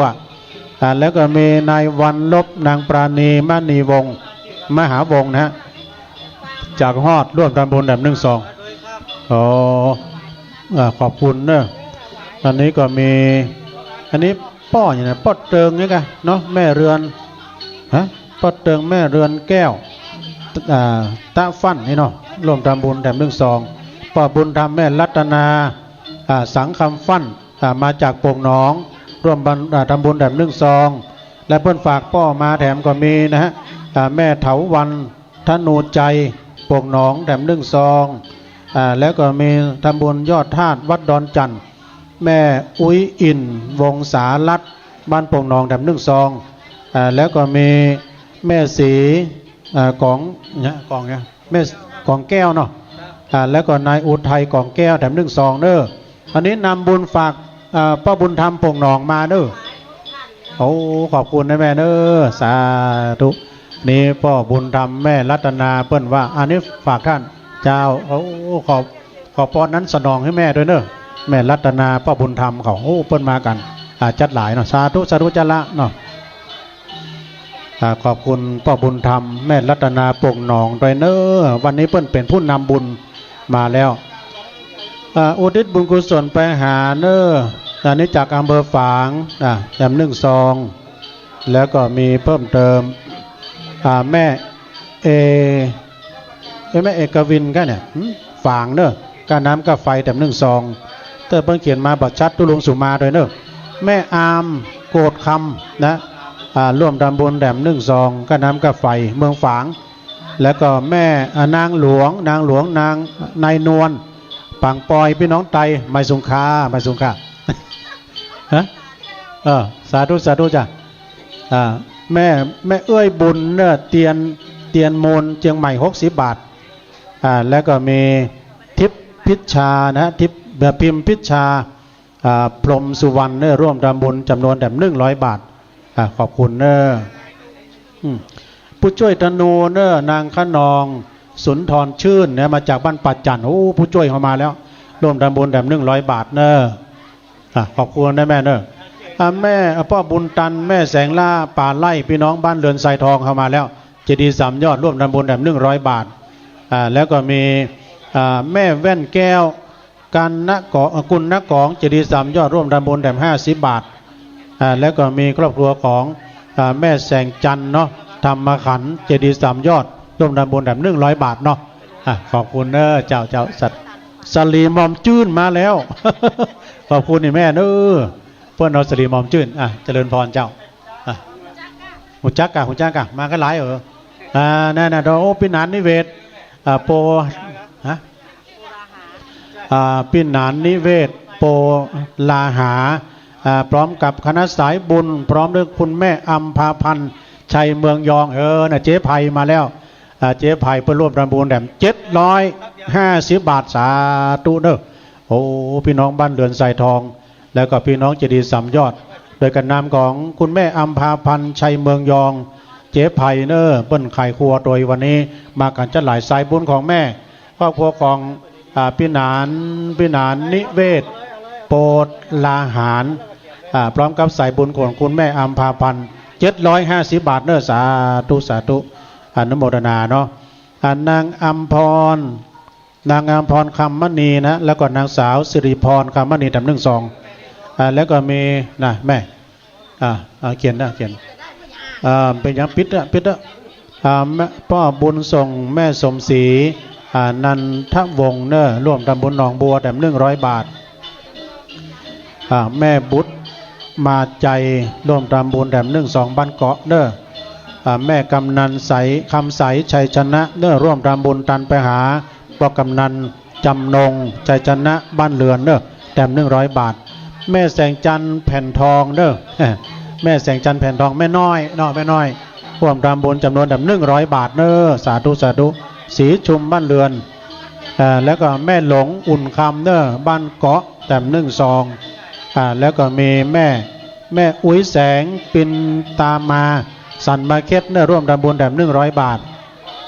แล้วก็มีแม่พัฒนาปินตามมาสันมาเค็ด100 บาทแม่ป้าจุ้มแม่ใสยาลังสี1 2ในนางเงินกันนะ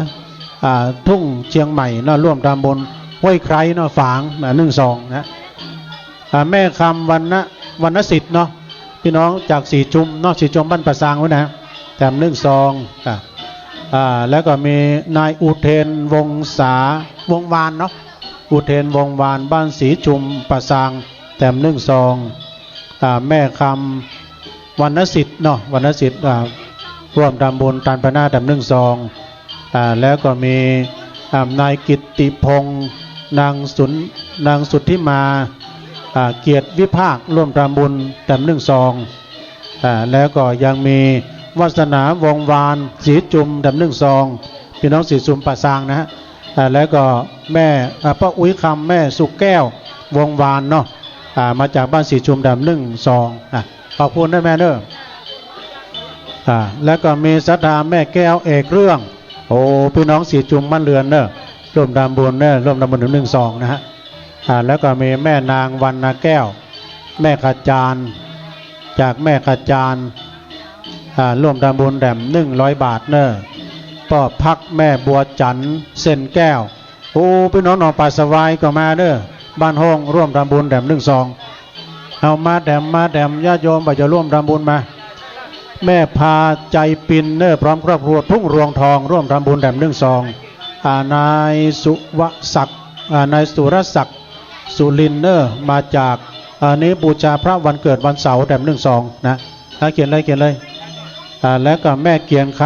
ำร่วมทำบุญเนอคุณลาวพี่น้องคุณลาวก็มาเนอ1 2พ่อจันทุ่งพ่อจันทั้งเชียงใหม่บ้านห้วยไคร้เนอฝางร่วมทำบุญ1 2อ๋อได้เดินลุงประกาศเนาะได้แล้วก็สังเงียมเนอสุวรรณพร้อมลูกหลานร่วมทำบุญขุนลาว100 บาทเนาะแล้วก็แม่เที่ยงแหลงแก้วขุนลาว100 บาทเนอะเอาขอประกาศเนอะขอคณะกรรมการศรัทธาวัดดอนจันทร์ได้ช่วยกันเนอะดูแลโรงทานโต๊ะบ่เพียงพอเนอะโต๊ะเก้าอี้บ่เพียงพอคณะกรรมการวัดดอนจันทร์ขอช่วยกันพอดูแลด้วยเนอะไปสาธุพี่เนอะตุพี่อูมาแล้ว พี่น้องจากเมืองฮอดมาแล้วฮอดก็มาจะหลายเนอะบ้านแม่ทังมาแล้วแล้วก็สดาญาติโยมเนอะไผ่อันนี้เจ้าภาพเครื่องบริขารบรรจุองค์พระธาตุบุษบกก็คุณยายสุวรรณหารไฟฟ้าพร้อมครอบครัวแม่ฐานินไมเลอร์แล้วก็ อันนี้เพิ่นเขียนมานะย้ายรถเครื่องกำเนิด1 กต.เชียงราย4065กต.เชียงราย4065เนี่ยย้ายรถเครื่องกำเนิดแต่ขวางจราจรเพิ่นนิดหน่อย เอาละขอประกาศพี่นันปอมมาหรือยังพี่นันปอมปล่อยข่าวถ้ามาแล้วมาตอนนี้กำนึง ปอดธนูแม่แสงไรนะฮะทำว่องร่วมทำบุญบ้านป่าซางพัฒนาร่วมทำบุญแด่100 บาทโอ้มาแล้วมาแล้วพี่นันปอมโอ้ฮอพอหมูจักน้ำเพื่อว่าประหยัดตาลต้นเราขอไปพร้อมก่อนพี่น้องน้ำเพื่อพระเพื่อจัดตาลต้นแล้วเพื่อจัดตาลต้นแล้วก็ขอให้ไปที่ในศาลากรรมนะฮะแม่เดี๋ยวเจริญพรพี่นันปอมเขียนพี่นันนั่งนี่เลยโอ้เจริญพรพี่นันปอมปล่อยข่าวอันนี้การทำตุลุงเนาะขอบคุณแม่ต่อไปก็ขอเจริญพรพี่นันปอมปล่อยข่าวได้แบ่งเบาภาระตุลุงกรรมแล้วเมื่อเจ้ามาแล้ว ก็เดี๋ยวเปลี่ยนพี่นันกรรมนะเจริญพร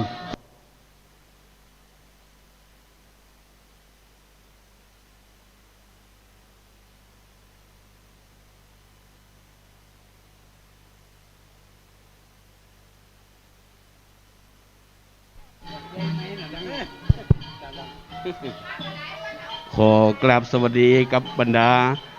สาธุชนพ่อแม่พี่น้องนักศิลป์นักบุญทั้งหลายที่เคารพ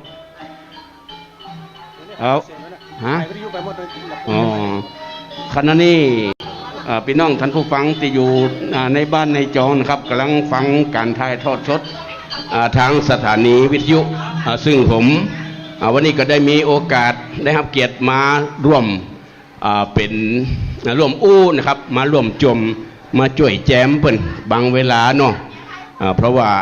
ท่านพระคุณเจ้าเพิ่นก็เอากันมาตั้งแต่เจ้านะครับอาจจะหิวไปพ้องธรรมดานะครับขณะนี้ก็มีบรรดาสาธุชนนักศิลป์นักบุญหลั่งไหลกันมาจากทั่วสารทิศบวชเชียงใหม่ลำพูนลำปางนานปอมปล่อยข่าวนะครับวันนี้ตัวจริงเสียงจริงที่ท่านได้ฟังเสียงจากวิทยุนะครับนอกจากการอ่านข่าวนะครับหนุ่มน้อยผมขาวลุงหนานปอมปล่อยข่าววันนี้ตัวจริงเสียงจริงมาแล้วนะครับถ้าไผ่อยากจะปะอันนี้ขอกรรมการศรัทธาวัดดอนจันทร์ช่วยดูแลเรื่องโรงทานโต๊ะโดยนะครับโต๊ะบ่เพียงพอสำหรับคณะกรรมการศรัทธาบ้านเฮานะครับช่วยดูแลเรื่องเกี่ยวกับโรงทานโดยเป็นประวัติโต๊ะเดี๋ยวนี้มันบ่พอนะครับอันนี้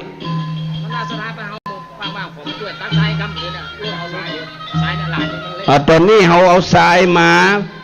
ซ่อมแซมสถานที่มันเป็นน้ำเจาะแจะของศรัทธาคนหนุ่มคนก่ำบ้านปัจจันเขาช่วยกันเอาทรายลงกำอยู่ที่ข้างวิหารนะครับรถหมายเลขทะเบียน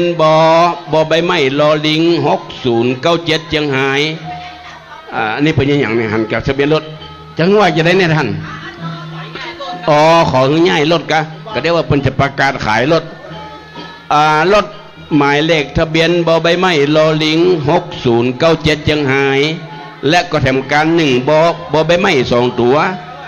9242ลำพูนขอความกรุณาเคลื่อนย้ายรถกำในคำเนอเพราะว่าตอนนี้เพิ่นมันรู้สึกว่า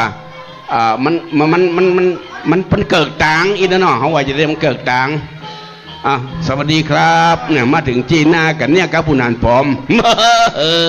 มาละวันนี้มาอูจ๋าตักทายกำลังดาพี่น้องขอขอบคุณศรัทธาสาธุชนที่หลั่งไหลกันมาด้วยจิตศรัทธานะครับไหนแต่เนี่ยหอมนะครับเนอะเดี๋ยวจะอ่านรายชื่อเนาะเขาจะเย็นๆเนอะ ทำบุญทำทานใจเย็นๆนะครับมีไผ่ปล่ำเป็นเหลือเจ้รจนาวงดีจากวังเหนือลำปาง100 บาทแม่พัทยาตันตะละบะจากปะจัน200 บาทนางนิพาพรสุนทรินแต่หืมหู แม่ออนวิจิตรธนสารนางสาววาสนาต้องใจอันนี้ก็อยู่บ้านแม่พริกอำเภอวังเหนือจังหวัดลำปางนางสาวจิพาคำจอมเปงอันนี้มาจากป่าแงะแล้วก็นางสาววิลาพรสอนใจและก็ครอบครัวบัดเต้าแต่นั่นก็ยังมีแม่คำปันแหล่งแก้วอันนี้มาจากขุนลาวเนอะอุทิศไปหาแม่อุ้ยหอมแม่อุ้ยหอมขันเป้งนะครับอันพิษอันทักไปก็ขอสุมาด้วยนางมีนายวงวานนางบุภาอวดร่างทำ500 บาทอันนี้พอเลี้ยงลบแล้วก็ไปเป็นล่ำเป็นเหลือนะจะมาอ่านขจายเอามาเนอะตอนที่ว่างๆนี่นะนางสมจิตสังเกตอันนี้ขุนลาวบทเราแต่นั่นนายอ่านแล้วครับนายสังวานนางบุภาไอ้ลบเนาะนางวงวาน บ้านเฮาห้องเจือลบเอาละครับแล้วก็ยังมีนางสิรินลักษณ์แหล่งแก้วเด็กชายป้อมปราดใจคล่องอุทิศไปหาปออุ้ยใจแหล่งแก้ว100 บาทถ้าจะฮือดีนี่เยอะตีบนซองด้วยวัดเต่าใดเนาะเขาจะได้หู้นะครับนี่อ่านกะจื่อบ่ได้เขาบ่ได้เปิดมันอยู่ในซองนะแม่พี่น้องท่านผู้ฟังที่อยู่ต่างบ้านมีกะจื่อจะได้ว่าบ่มีจำนวนเงินมันอยู่ในซองบ่อยากแกะอ่านบ่ได้นะครับคนที่จดเนี่ยฮือสลักตีจงแจงมุมซองว่าตัวใดนะครับอันนี้ท่านพระครูประคัมภีร์แม่เป้งแหล่งแก้วบ้านเลขที่143หมู่5บ้านแม่พริกบ้านแม่พริกตำบลวังไตอำเภอวังเหนือจังหวัดลำปางอุ้ยมาไก่แต่ข้ามดอยมากันนะว่าจะได้แม่โอ้นี่แหละครับนานผอม ตัวจริงเสียงจริงวะนี่มีโอกาสอยู่ที่ไหนครับบ้านห้องลำพูนนี่แฟนคลับเยอะ ครับมีคนโทรไปหาหาผู้นานปลอมทั้งวิทยุไม่เจ้าเนาะกาเสือไม่ลูกนะครับปักกันถึงวันไม่เจ้าวันนี้บางคนก็ได้ยินกาเสียงมาเคยหันหน้าวันนี้มาแล้วเด้อมาแล้วไปใครหันหน้าผู้นานปลอมตอนนี้เดี๋ยวจะไปอ่านข่าวแล้วก็เดี๋ยวไม่ได้ปักกันนะครับเดี๋ยวจะไปลุกไปอ่านข่าวตอนเที่ยงนี่ก็ใจไปทำแล้วอันนี้อย่างครูบาศรีวิชัยกระถานะครับแม่มาจากที่ไหนบ้านห้องอันนี้ครูบาศรีวิชัยเนาะโอ้ยผมเคยอ่านประวัติของครูบาศรีวิชัยบ้านปางเนาะแต่ก่อนเป็นบ้านปางบ้านเก่าบ้านแก่นะครับประวัติของเพื่อนเป็นคนอยู่ที่จังหวัดลำพูนขออ่านสักน้อยหนึ่งอ่านสักน้อยอาจจะเป็นกำกรก็จะได้นี่กำข้าวกะเป็นคาถาเนาะครับเอาช่วงนี้ท่านพี่น้องตีเดินกายไปกับมาถ้าจะแวะบริจาคก็ขอเรียนเชิญนะครับตีกล่องอำนวยการมีขันมีจานตั้งไว้รอท่าจะเดินออกมากว่าคนพอหน้าจะไปคิดอันเนื้อหนายเฮาหู้วันเกิดบ่หู้วันตายบ่หู้วันใดจักตายกระด้างสวัสดีครับกำลังหันหน้าได้เนี่ยครับผู้นานพร้อมครับฟังวิทยุกูเจ้าบ้านห้องลำพูนได้อุ้ยมีแฟนครับ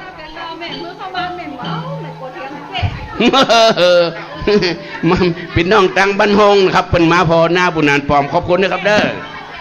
บ้านห้องลำพูนนี่แฟนคลับเยอะพ่อน้อยสมบูรณ์แม่อุ้ยร้อยแสนพิษมาจากบ้านปางแงะลำพูนกะ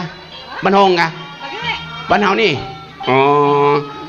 ปางแงะเวียงปะเป้านะครับสวัสดีครับโอ้ยแม่รัตดาบ้านตรงมาเหนือก็มาแต่เด็กหญิงกันทพิษใจไม่คำลานะครับแล้วก็บ้านตุงม่านนี่พ่อมอนแม่รัตดาวังงอน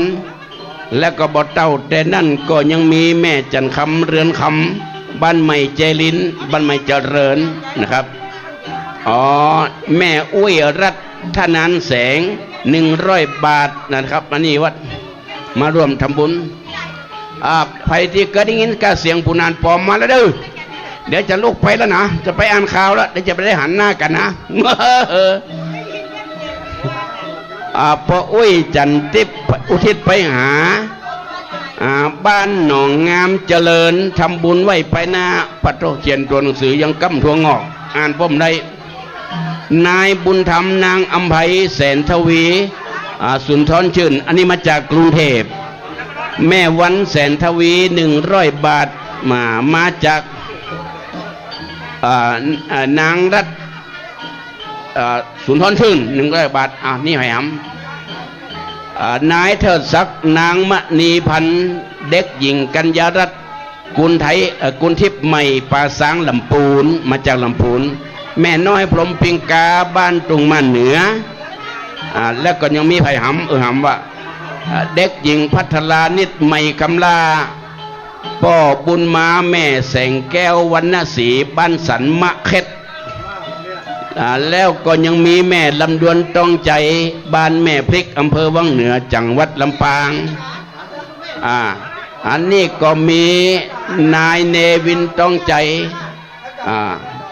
นะครับบ้านไหนเนี่ยแม่พริกวังเหนือปนานเกิดบ้านตุงม่านตะกี้แม่น้อยกับมากำตอนนี้ปนานมาทำมาเห็มนะครับมาแล้วใจพ่อบุญแม่จันกาสันบ้านแม่พริกอำเภอวังเหนือเนอบทเต้าแต่นั่นก็ยังมีป่าโทมาทำปึกมาเล็กเล่นครับเอาไว้เนี่ยเดี๋ยวมีเวลาจะอ่านไปเรื่อยๆเนาะหมดแล้วก็ยังมีวัดกูทองพระครูศิลมื่นแม่เป้งแหลมแท้อ่านพิษอ่านทากสมาร์อันนี้ก็อยู่แม่พริกนะครับตำบลวังใต้อำเภอวังเหนือบทเต้าแต่นั่นก็ยังมีแม่คำน้อยวังใจบ้านมุนหมู่6อันนี้ก็การน้ำกับไฟแล้วก็ภายในแม่จันตาเอื้อจริงหมู่5บ้านแม่พริกตำบลวังใต้หมดแม่จันตาเอื้อจริงบ้านแม่พริกหมู่5ตำบลวังใต้มี2 ใบแม่สำรวยกุลวนาบ้านใหม่เจริญเวียงกะหลงเวียงปะเป้าแม่ฟองคำยาลังสีบ้านใหม่เจริญข้าพระเจ้านายธนกรมณีชัยนางนัชดามณีชัยอยู่หมู่4นะครับหมู่4บ้านดงเวียงกะหลงแล้วก็แม่ป้านมณีชัยอันนี้ก็อยู่ที่ไหนนี่หมู่4เหมือนกันครับว่าบ้านหมู่4นะครับเนาะบ้านใหม่เจริญหมู่14บ้านใหม่เจริญหมู่14แม่น้อยอันอย่างแม่น้อยอันอย่างเดชานี่เล็กเดชานะครับเด็กเดชาพอต่อลิงรอลิงเป็นหัวอยู่หลุมบนเสาะหาในกระไดไผ่จะมาก็มาตอนนี้เนี่ยตอนที่เขากำลังเปิดนี่นะพร้อมบุญแล้วก่อนนี่แก้วมาให้ตัวนี่ไผ่มาร่วมทำบุญเขามีของอันสมนากุลเนอะมันเป็นเก็ตหมานของตุลุงแก้วนะครับตุลุงแก้วจากม่อนจอมฟอเป็นเอาของดีมานะครับอันนั้นเป็นเก็ตหมานถ้าว่าบริจาคก็ยิบไปเลยหยิบไปได้คนเส้นเนอะจะไป2 เส้นนะเดี๋ยวผมจะไว้ให้เมียผม1 เส้นนี่2 แม่แต่แม่ชื่ออย่างแม่ป้านแก้วเทพบ้านใหม่เจริญพ่อเลิศเดชวงยาแล้วก็มีไผ่หำแหมแม่จันตาเอื้อจริงหมู่5บ้านแม่พริกตำบลวังใต้วังเหนือบทเต้าแต่นั่นก็มีแม่จันตาเอื้อจริงหมู่5แม่พริกออกมาจากแม่พริกทั้งนั้นแม่จันตาเอื้อจริงโอ้ยหลายใบนะแม่จันตาเปิ้นตานไปหาหลายที่นะครับนี่เป็นบ่ได้เกณฑ์หมานนะครับเนี่ยลงตาลครอบครัวป่อหลวงอ้ายเดชวงยาครอบครัวป่อสนันเดชวงยาครอบครัวแม่อุ้ยแก้วคำซ่อนครอบครัวป่อน้อยมีวังฐานถวายตานไปหาป่ออุ้ยน้ำมินเนี่ยอันนี้ลงฐานนะเป็นลงฐานนะครับนำโดยพลงอ้ายเดชวงยาถวายตานไปหาป่ออุ้ยน้อยมินแม่อุ้ยลุนเดชวงยาข้าวเหนียวมะลำไยแล้วก็ปอเปี๊ยะทอดแล้วก็ปลาทอดมีน้ำพริกนม น้ำพริกหนุ่มด้วยน้ำพริกแก่ได้เผาเอาต่อจากนั้นก็ยังมีผู้มาร่วมบริจาคทำปะเลอะปะเต๋อเข้าใจมานะเข้าใจมาเนอะแม่เนอะอันนี้จื่อเนี่ยกันเนอะถ้าว่ารายจื่อของท่านมันหมดตันออกก็ขอสุมาด้วยเพราะไม่มีอันเดียวจะรู้กันตกลงก็จะอู้กันบ่ฮู้เรื่องนะเมาะก็เลยมาเปลี่ยนกันเป็นเตี้ยแม่ใสเวชกิจบ้านป่าจันแม่บุตรมาใจบ้านเกาะและแม่สมแม่เรือนสุรินทร์พร้อมกับครอบครัวบ้านเกาะแม่ใสยาลังสีบ้านเกาะมันมากันหมดบ้านกันอีกครับพ่อจันนางนวลจริยาพร้อมกับครอบครัวสงสัยจะเป็นบ้านเกาะพ่อ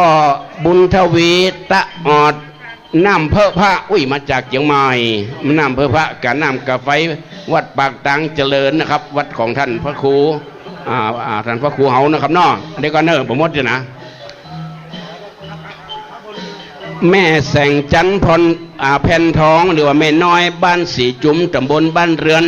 อำเภอป่าสังจังหวัดลำพูนนี่มีเบอร์โทรศัพท์เรียบร้อยพ่อบุญตันแม่แสงลาปาไรบ้านเจดีสามยอดแล้วก็อัมพาพันธ์หรือว่าไพรชัยเมืองยองบ้านเรือนแป๊ดอุทิศไปหาพ่อบุญเลิศชัยเมืองลาสำหรับอัมพรนะอัมพาพันธ์นะหัวอัมพาพันธ์ปู่อัมพาพันธ์แม่เบิ้ลมามีจื่อนัตำนานะครับเนาะ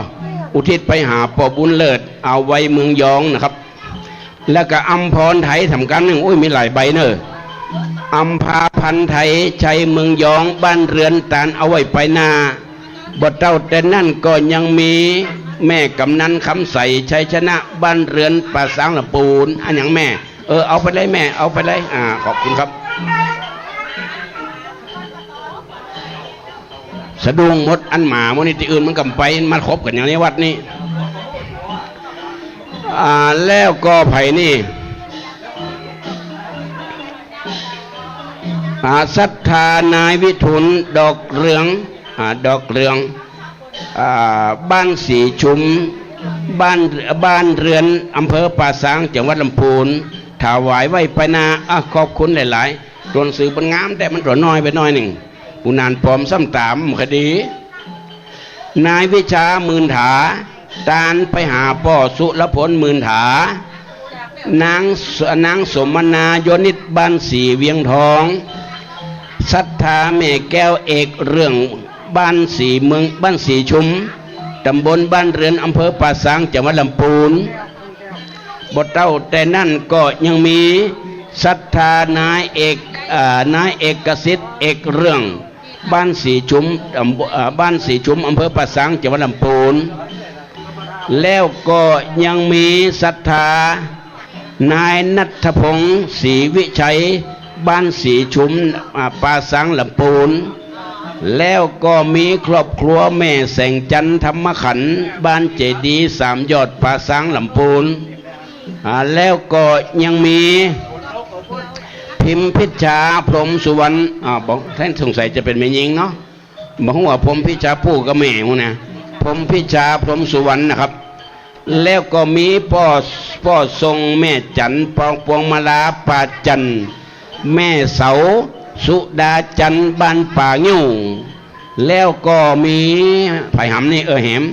หมแม่คำซอยหนุ่มเวียงกะหลงพ่อหลวงมงแม่พิมพ์เป็งคำบ้านเรือนป่าสังละปูนแล้วก็มีนายกิตติพงษ์นางสุรินทร์สุทธิพรนางสุทธิพรนะครับเกียรติภาคอันนี้มาจากไหนบ้านสีชุมเนี่ยถวายไว้ไปนาแม่คำวรรณสิทธิ์บ้านสีชุมถวายไว้ไปนาบทเต้าแต่นั่นก็ยังมีนายทิติกรขันโทร่องนอดติดตามมาโดยแม่จันคำทะตังมาในมโหบ้านสันนะครับเนาะขออนุโมทนาสาธุการในป่าละมิตานแห่งตนตัวแห่งเจ้าบุญนักบุญหลายเนอทำบุญทำทาน วันนี้เรามีความภูมิใจที่จะได้มาร่วมทำบุญบรรจุพระบรมสารีริกธาตุ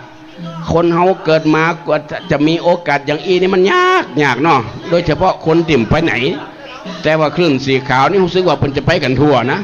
ไปแถวจังหวัดน่านจังหวัดแพร่พุ่นหมู่นี่มีโอกาสนักสำหรับบางคนที่บ่ลำไปไหนนะครับงานตาลธาตุหรือว่า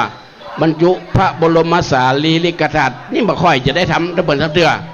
วันนี้ถือว่าเป็นโอกาสนี้นะครับโจกลาภหน้าบุญของเขาที่ได้มีโอกาสมาพบปะพิธีใหญ่ถือว่าเป็นพิธีหลวง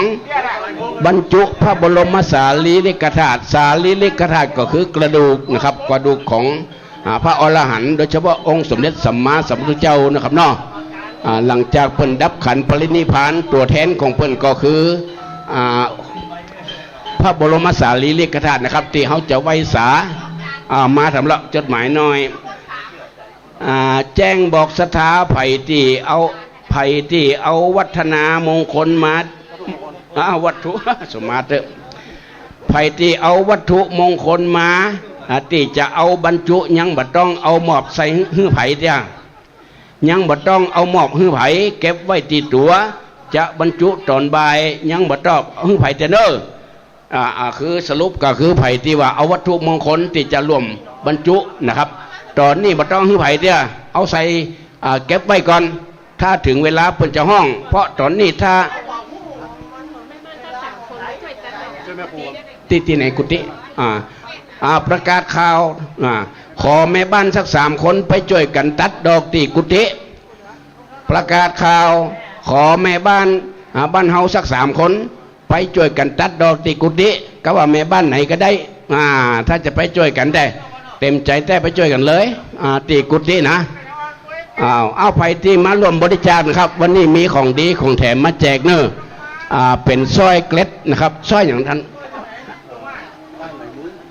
ได้ไหมมือเป็นโจกเป็นลาบซึ่งตุลุงแก้วป้าบันเย็นเขาว่าไอศครีมผลมาส่งอยู่หน้าเวทีป้าบันเย็นที่เป็นเจ้าภาพไอศครีมมันก็ตอนนี้เพิ่นเอาไอศครีมมาส่งตีหน้าวิหารแล้วเนอะขอประกาศเสียงบอกไปตั้งป้าบันเย็นตัวนะครับหรือว่าพี่เย็นนั่นนะที่เป็นเจ้าภาพหม้อไอติมนะตอนนี้เป็นเอาไอติมมาไว้ที่หน้าวิหารจบข่าวจมนะครับสำหรับไผ่ที่จะมาบริจาคพระประจำวันเกิดเฮามีนะทำบุญนะครับผมตะกี้ผมไปนั่งเฝ้าพระประจำวันเกิดนั่นเพื่อว่าจะมีคนมาร่วมทำบุญมีแม่อุ้ยเข้ามาถามหนานอันนี้พระนี่เพิ่นขายองค์เท่าใดนี่ไม่ได้ขายเพิ่นทำบุญปูจาไม่ใช่ว่าจะมาขายแล้วนะเอาขายเอาไปเหียแล้วก็ไปจะไปคนอื่นไปทำบุญได้อย่างไรเพิ่นเอาไว้ให้ทำบุญนะการทำบุญปูจาพระวันเกิดนี่มันจะยากท่านเกิดวันหยังเกิดวันพุธอีเมเกิดวันพุธใส่ท่านก็เริ่มใส่ตั้งแต่วันพุธไปเลยพุธพัดศุกร์เสาร์แวดขึ้นมาจนถึงวันอังคารวันอังคารนะครับสวัสดีครับบ่ปะกันเมินเนาะบ่ปะกันเมินคิดถึงแต่เนื้อแม่สิบุตรสิริปาแม่ทองใบสันลุงพิมพ์ปากตังเจรินดอยหลอปากตังเจริญดอยหลอนะครับอันนี้ก็ขออนุโมทนาตัวเนอะแต่เอาใส่ในเดี๋ยวเพื่อนพิกเดี๋ยวเพื่อนเป็นใจเอาพริกไปเหี่ยกันยุ่งนะตอนนี้เฮายังรับบริจาคอยู่ได้เลยสำหรับคณะศรัทธาสาธุชนที่ได้มาร่วมทำบุญในครั้งนี้เดินเชิญนะครับมีแม่ดีวฟองวันนาป่าไม่แดงดอยสะเก็ดร่วมทำบุญด้วยก็มีแผนนี่พ่อมีสุนทรชื่นบ้านแม่ห่างความจริงเพิ่งเห็นบ้านเฮานะครับแต่ว่าเป็นใหญ่ไปอยู่แม่ห่างแล้วก็มีนางปราณีเกตทจักอุทิศไปหาพ่อบุญอินทมาคุณสุลินีบุญนุวงบ้านปะแงะแล้วก็ดารณีดวงสุวรรณป่ะอันนี้ก็ดารณีนะครับนอกเป็นไผกับลูกหลานเนี่ยนะบ้านประจันแม่แก้วชัยวิสิทธิ์แม่ขจารนี่ครับยิบไป1 เส้นบริจาคแล้วก็ยิบไป1 เส้นเลยเนอะเอาไปไว้เป็นสิริมงคลลุงลันป่าอ้อยวันณเลิศบ้านเกาะ เดี๋ยวจะขอนิมนต์ท่านตุลุงแก้วนะครับมาเป็นพิธีกรโฆษกอู้ต่อเนาะเรื่องบุญเรื่องกุศลมันต้องยกให้ตุเจ้ากับอู้เนาะยังผู้นานปอมันออกมาเมินแล้วนะครับจะฮื้อมันเปิงต้องตุเจ้าเพิ่นจะได้ปั่นสินปั่นพรสับปีติยำพริกดำใส่ลาบผักกาดหอมป้อมต้นหอมจะไข่เครื่องในใส่เพียพร้อมดีขมเราเถื่อนเราห้องแม่คง35แล้วครับขอกราบนิมนต์ตุลุงแก้วนะครับมาจากวัดจอมฟอบ้านเฮาเนี่ยแต่ว่าเพิ่นไปบวชอยู่ที่วัดจอมฟอเวียงปะเป้านะวันนี้เพิ่นก็ได้มาร่วมอนุโมทนาเฮาก็เลยถือโอกาสนิมนต์ช่วยอู้ช่วยจ๋านะครับเด้อคณะศรัทธาที่กำลังมาเนี่ยขอเชิญที่บางคนได้ยินกับเสียงอยู่ที่ไหนเนี่ยคนอู้เนี่ยก็อยู่ที่วันออกธาตุหลังวิหารนะกะมัวไปเสาะหาตั้งหน้าบุญตาใดก็บ่มีคนได้ผู้นานผอมพอหน้ายังกับฝนตกสีขี้ควายนิมนต์ตุลุงแก้วครับ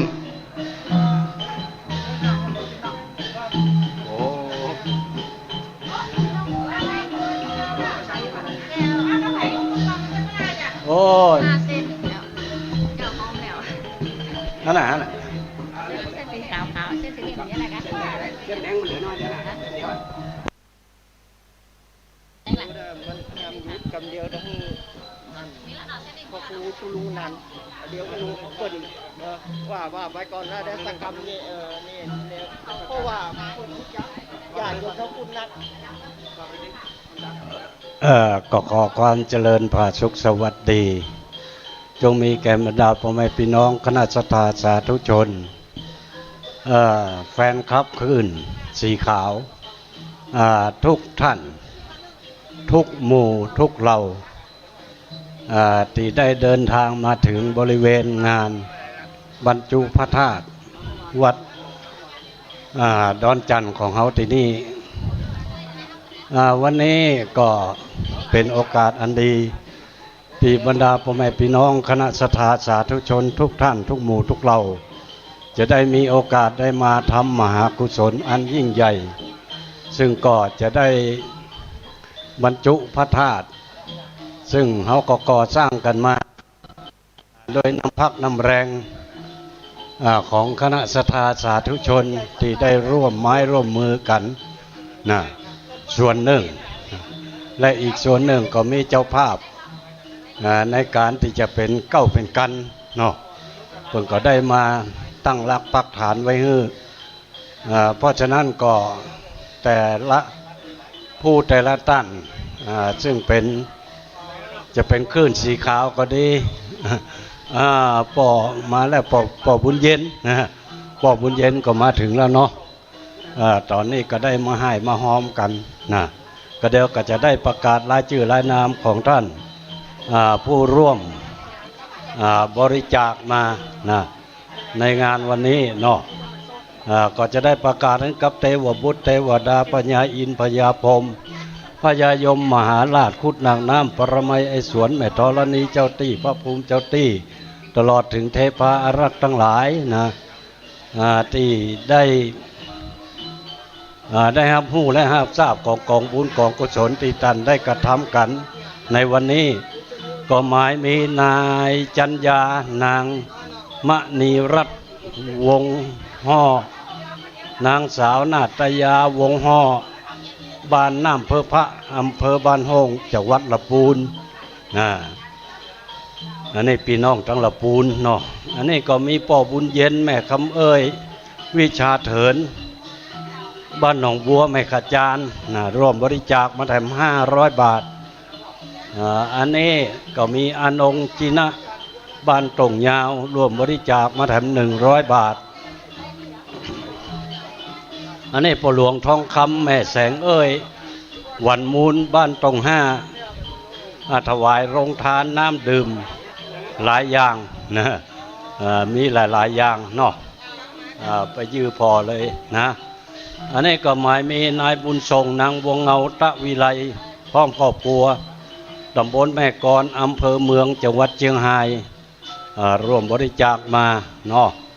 อันนี้ก็เป็นป้าแสงเดือนกุ้ยล่าป้ บ้านสันมณะ100 บาทอันนี้รวมบริจาคมาก็ขออนุโมทนาเนอะนายสวัสดนางวันวิทูลแหลงแก้วอุทิศเจ้ากรรมนายเวรก็ขอให้ได้กินได้บริโภคนะก็ขอให้ปล่อยปลดลดโทษซึ่งกันและกันนี่เนอะนับตั้งแต่วันนี้ย้ำนี้เป็นต้นไปร่วมบริจาคมาแถม100 บาทอันนี้ก็เป็นเด็กชายอนิวัฒน์กันทวีบ้านโชคชัยสันสลีนะตำบลสันสลีอำเภอเวียงเป้านี่กันเนาะร่วมบริจาคมาไม่อย่างที่จะประกาศก็เดี๋ยวขอกราบนิมนต์ท่านอาจารย์เนาะได้ประกาศหมายกำหนดการกำหนดการ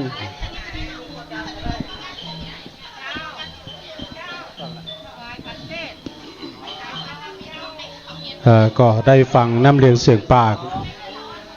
ตังพี่นันปอมปล่อยข่าวตัวจริงเสียงจริงเป็นมหาใจ ดีอกดีใจแล้วก็ติดตามไปด้วยท่านเจ้าสมณศรัทธาตุลุงแก้วได้อูเอิญไปเป็นที่เรียบร้อยเนาะทุกนี้ก็ยังมีเวลาเนาะเจ้าพี่น้องศรัทธาสาธุชนญาติโยมที่ได้เดินทางมาแล้วช่วงนี้ก็ตามมัธยาศัยพี่น้องศรัทธาจะร่วมทำบุญก็เจริญพรตอนนี้เลยเนอะตุลุงแก้วเปิ้นก็ได้เอาของดีมาให้ตัวเนาะนี้มีเพิ่มเติมเนอะใหม่มีนายกันทองนะครับปลุกธรรมร่วมทำบุญจำนวนแบบ100 บาทดนตรีก็เป็นที่ละเมาเอาใจม้วนละนาดปัดกองวงวันนี้เจริญพรขอบคุณครับตังคุณเลิศพันธ์ขัวสะพานบุญนะฮะจาก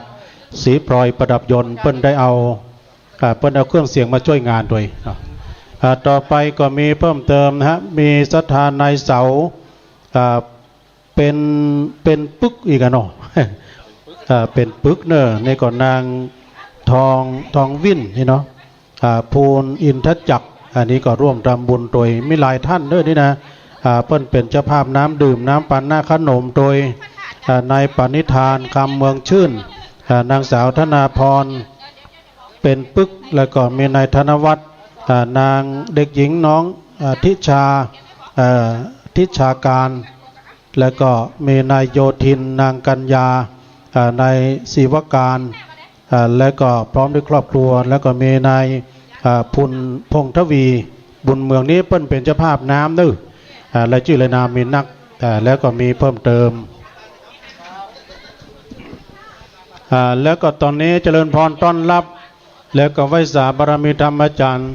ท่านพระครูบาดิกาประเสริฐประสันโน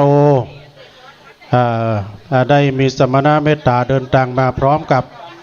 ไอ้นงอภิญญาเนอะนักร้องประจำขึ้นดอยสุเทพเฮาพร้อมกับคุณพี่พนิดาเปิ้นมาร่วมทำบุญตัวเนาะแม่สุทัศน์สาวใจทันประพัฒน์มงคลพีระเดชร่วมทำบุญแด่200 บาทเนอะเอามาด้านนี้แม่จะร่วมทำบุญมาเลยเจ้าของดีมีอยู่เนอะเกศหมานเกศหมานของท่านอาจารย์ตุลุงแก้วนายศรีวัยนางทรพร้อมลูกหลานพี่น้องสันมาเกศร่วมทำบุญจำนวนแด่100 บาทแล้วก็มีแม่กิ่งแก้วกินลุวันบ้านวังขามป้อมโอ้พี่น้องวังขามป้อมก็มาแล้วเนอะสายโดยหลอกก็มาจัดหลายแม่ดีอินกับจันบ้านตาโจกโอ้พี่น้องตาโจกโดยหลอกก็มาแล้วแล้วบัดเจ้าแต่นั้นก็ไม่มีสดานางเพ็ญศรีจินสุขอันนี้ก็พร้อมด้วยครอบครัวพี่น้องตาโจกร่วมทำบุญแด่1 ซองแล้วก็มีนางวันนะฮะสมอพี่น้องตาโจกดอยหล่อร่วมทำบุญด้วยเลยแม่ก็ได้ของดีมาทางแวะนะพี่น้องตังละปูนจังใหม่ฝางลีที่มาแล้วจะร่วมทำบุญตะกี้ป้อสะอิ่งก็มานะพี่น้องตังลายแก้วเนาะก็เดียวมาแดมนะเอามาแดมพี่น้องแม่น้อยไอเอกน้องโจ้น้องโอนะ ธรรมขันธ์ร่วมทำบุญดอยหล่อเชียงใหม่จำนวนแบบ1 ซองเนาะแต่เดี๋ยวพี่นันปอมเปิ้นพักผ่อนกำเดียวจะมาร่วมตัวนะให้ฟังไปไหนเตื้อพี่นันปอมปล่อยข่าวตะกี้แฟนคลับเปิ้นนักเนอะเปิ้นมาพอดตัวจริงเสียงจริงอันนี้เปิ้นก็อ่านข่าวไปทางเฮาพุ่นทางดอยหล่อทางเชียงใหม่เอาได้ฟังแล้วติดอกติดใจพี่น้องทางละปูนเชียงใหม่มาพอหันตรวจจริงเสียงจริงสักกรรมร้อยนะพี่นันปอมปล่อยข่าวเปิ้นอ่านข่าวโตเปิ้นมีกลเม็ดในการอ่านข่าวเนาะมีการแต่งแต้มสีสันโดยภาคโดยน่ะมันม่วนเนาะป้อเพชรแม่มอนปวงขันคำนางสาวทัศนิกรปวงขันคำก็น้ำกาไฟจำนวน200 บาทมาแม่แล้วก็มีแม่วันดีเนาะพิชัยพี่น้องร่วมทำบุญโป่งเทวีเนาะร่วมทำบุญ1 ซองแม่นายอุ่นเรือนนางจูศรีมีชัยโป่งเทวี100 บาทเนาะแล้วก็มีแสนคำปูจานพี่น้องวังขามป้อมไปหล่อร่วมทำบุญ1 ซองเต้าใดก็ได้แม่เหยแม่ลดบุญวงร่วมทำบุญพี่น้องขุนลาวได้โอ้ขุนลาวพี่น้องมาหลายนี่เนาะ พี่น้องหาที่นั่งเนอะที่นั่งปอมปอนั่นเหมือนแม่อวนเนี่ยใช่กันโอ้ใจคนเหมือนคนมาได้เหมือนแม่อวนหรอกแม่วิลาวันนะฮะกันถ้ามีพี่น้องลังการ่วมทำบุญ1 ซองแม่ยุพินสุรินนะมาจากโป่งเทวี1 ซองบทต่อจากนั้นหมายมีแม่คำนะฮะชัยนามบ้านโป่งเทวี1 ซอง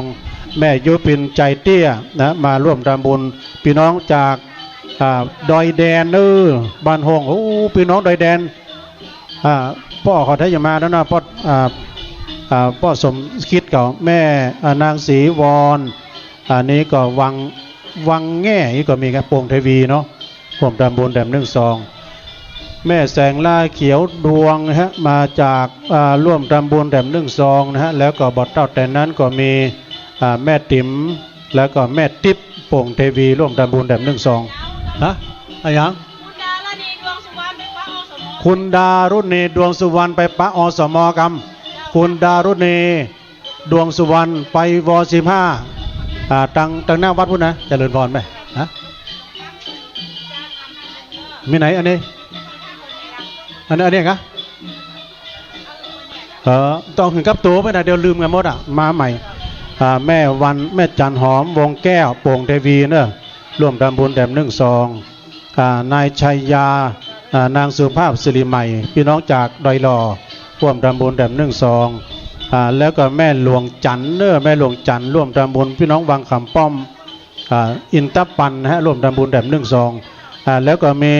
สมศักดิ์เปรมสมศักดิ์นี่ก็ร่วมทำบุญเนอะทิตินัดโดยพี่น้องบ้านดอยแดนเนอะร่วมทำบุญถ้าอ่านมาได้ตุลุงจะผ่านเลยนะอ๋อขอบคุณเนอะอันนี้การเทศเจ้ายื่นสีขาวแม่มาลีธรรมทิงพี่น้องร่วมทำบุญวังขามป้อมจำนวน1 ซองแม่มาลีธรรมทิงพี่น้องวังขามป้อม1 ซองแล้วก็มีแม่ยอดเรือนฮะมายาร่วมทำบุญจากดอยหล่อ1 ซองแม่อุ้ยคำเนอะแก้วสุริยะพี่น้องจากวังขามป้อมหูพี่น้องวังขามป้อมมาจะหลายได้แม่อุ้ยคำแก้วสุริยะนะร่วมทำบุญไปหาป้าอุ้ยเป่งแล้วก็นายทองเนตรแก้วสุริยะนะฮะจำนวนวังขามป้อม1 ซองเอามาแถมแม่มาทางเพะแต่กี้หันพ่อบุญเย็นวิชาเดินหันล้อมล่อไปได้ตักตายกิจกรรมพ่อบุญเย็น แล้วก็มีพ่อหลานแม่ขันแก้วนึกธนกิจธนากรนะร่วมทำบุญพี่น้องวังขามป้อม1 ซองแม่พ่อหลานแม่ขันแก้วจากวังขามป้อมเปิ้นตามไปหาน้องเด็กชายชาญวิทย์เนาะ1 ซองจะได้มาดึงอ่านบัตรเต้าบัตรตันแม่มันนักบาดิดิก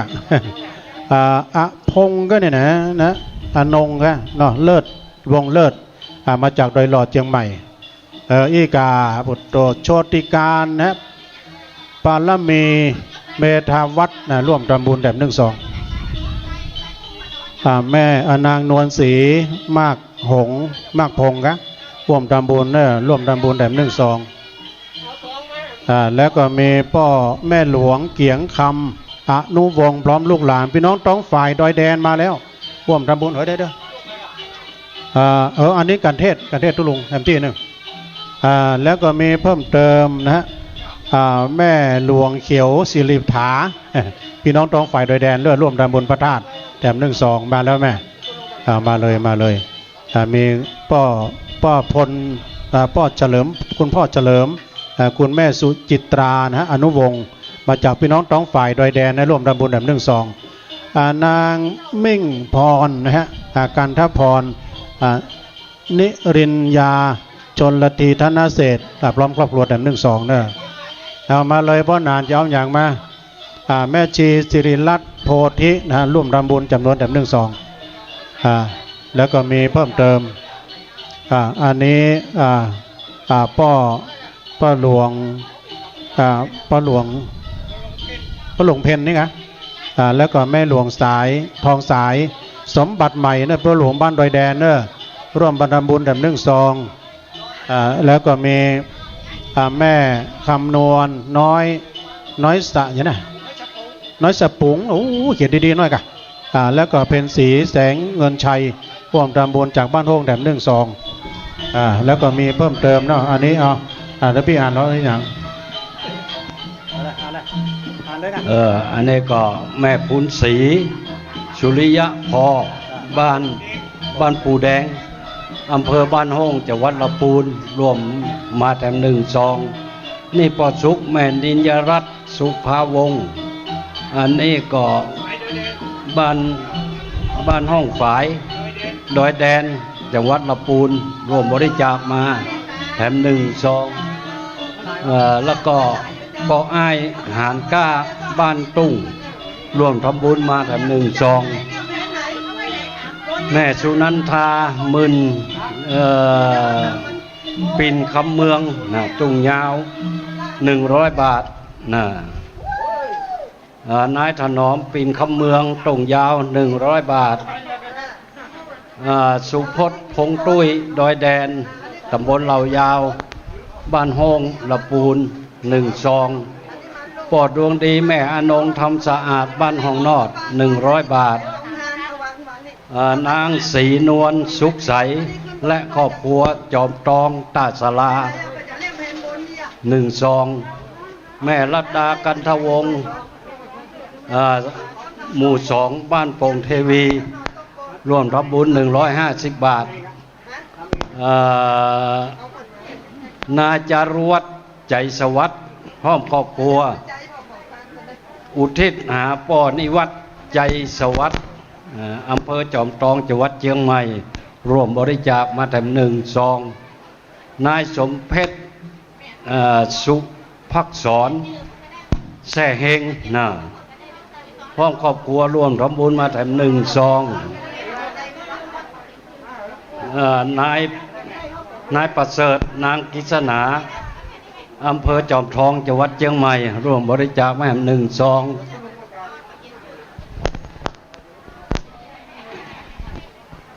แม่หลวงเกียงคำอนุวงศ์พร้อมครอบครัวบ้านตรงฝ่ายบ้านโฮงจังหวัดลำพูนร่วมบริจาคมาแถม1-2แม่น้อยชมพูบ้านสันทรายหมู่14 100 บาทแม่พรชัยอินบ้านโป่งเทวี1-2แม่สวยมโนวงศ์บ้านโป่งเทวีแถม100 บาทสุภาวันใจเตี้ยตานไว้ไปหน้าบ้านดอยแดนบ้านห้องลำพูนป้อภาพแม่คำปัญญาบ้านในเวียงอำเภอเวียงปะเป้า100 บาทนายพรนางยุพินกุยแก้วบ้านดอยหล่อ1-2แม่คำกุยแก้วพร้อมลูกหลานบ้านดอยหล่อ1-2แม่มาลีคำมุงเมืองบ้านสันกูทอง1-2แม่จำปีวงสายะบ้านห้วยโจ้ดอยหล่อ1-2นายอินสอนนางประทุมกาสุยะ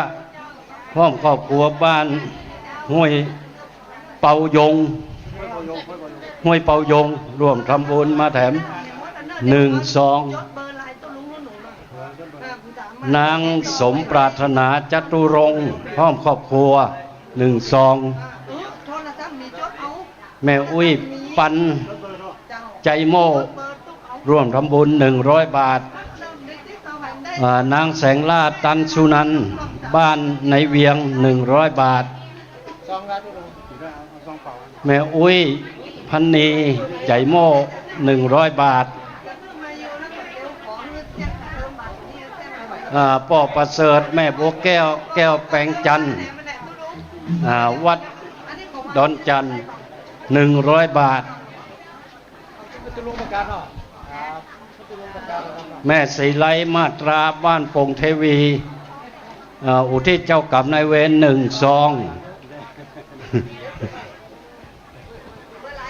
นางพัชรีธารนัทนายพิทยาสุภาลักษณ์เด็กหญิงกุณดาสุธนะบ้านสันบ้านซกเตี้ย200 บาทจังหวัดเชียงใหม่อำเภอจอมทองเนาะแม่น้อยเมียกกองบ้านสันคูทอง1 ซองป่อบรรเลงแม่ศรีรัตน์คงตุ้ยอุทิศให้ป่อวันแม่ตาพงตุ้ย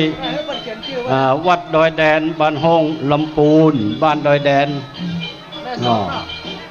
ป่อบรรเลงแม่ศรีรัตน์พงตุ้ยบ้านดอยแดนลำปูน1 ซองป่อทองบุญมาวันบ้านห้างต่ำ100 บาทคุณทองใบจีน่าวงศ์ตานไว้ไปหน้าบ้านดอยแดนบ้านห้องจังหวัดลำพูน1 ซองแม่แก้วน้อยปันมาเรือนอันนี้เปิดแบบมิติยูเนาะ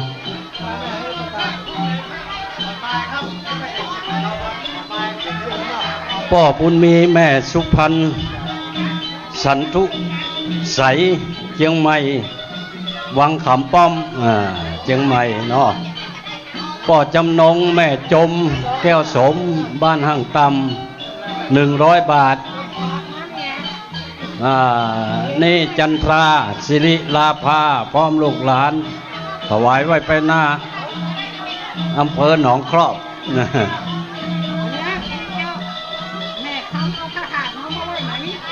ก็เดี๋ยวเก็บไว้ก่อนแม่เก็บไว้ก่อนก็เดี๋ยวถ้าถึงเวลามันจะนี่เป็นจะห้องเอาเนาะเดี๋ยวแม่ต้องไปบรรจุคนเดียวบ่ายโมงอันนี้มีนายวรพจน์นางมายุรีแก้วกาวินห้องครอบครัวถวายทานไว้ไปหน้า1 ซองแม่บัวคำสายสุขบ้านสันคูทอง1 ซองอนุโมทนาบุญโดยแม่เฮือนเขียวพันธุ์พร้อมครอบครัวจอมทองเชียงใหม่อนุโมทนาบุญโดยแม่ลำดวนเพียงใจหนองครอบเชียงใหม่อนุโมทนาบุญโดยแม่อัมภัยอันอินตะพร้อมผู้หลานบ้านหนองครอบสันปะตองเชียงใหม่แม่นะครับสำหรับพี่น้องท่านผู้ฟังที่อันนำเอาวัตถุมงคลที่ตั้งใจจะมากำเนิดทรัพย์เชียงใหม่ ร่วมกับพระบรมสารีริกธาตุวังนาเก็บไว้กับตัวกันนะครับเชียงใหม่1 ซองแม่วันดีแท้จึงบ้านห้างต่ำ1 ซองนางสายันพรหมสุวรรณบ้านหนองครอบอำเภอสันป่าตองจังหวัดเชียงใหม่ดาราจันทนเขต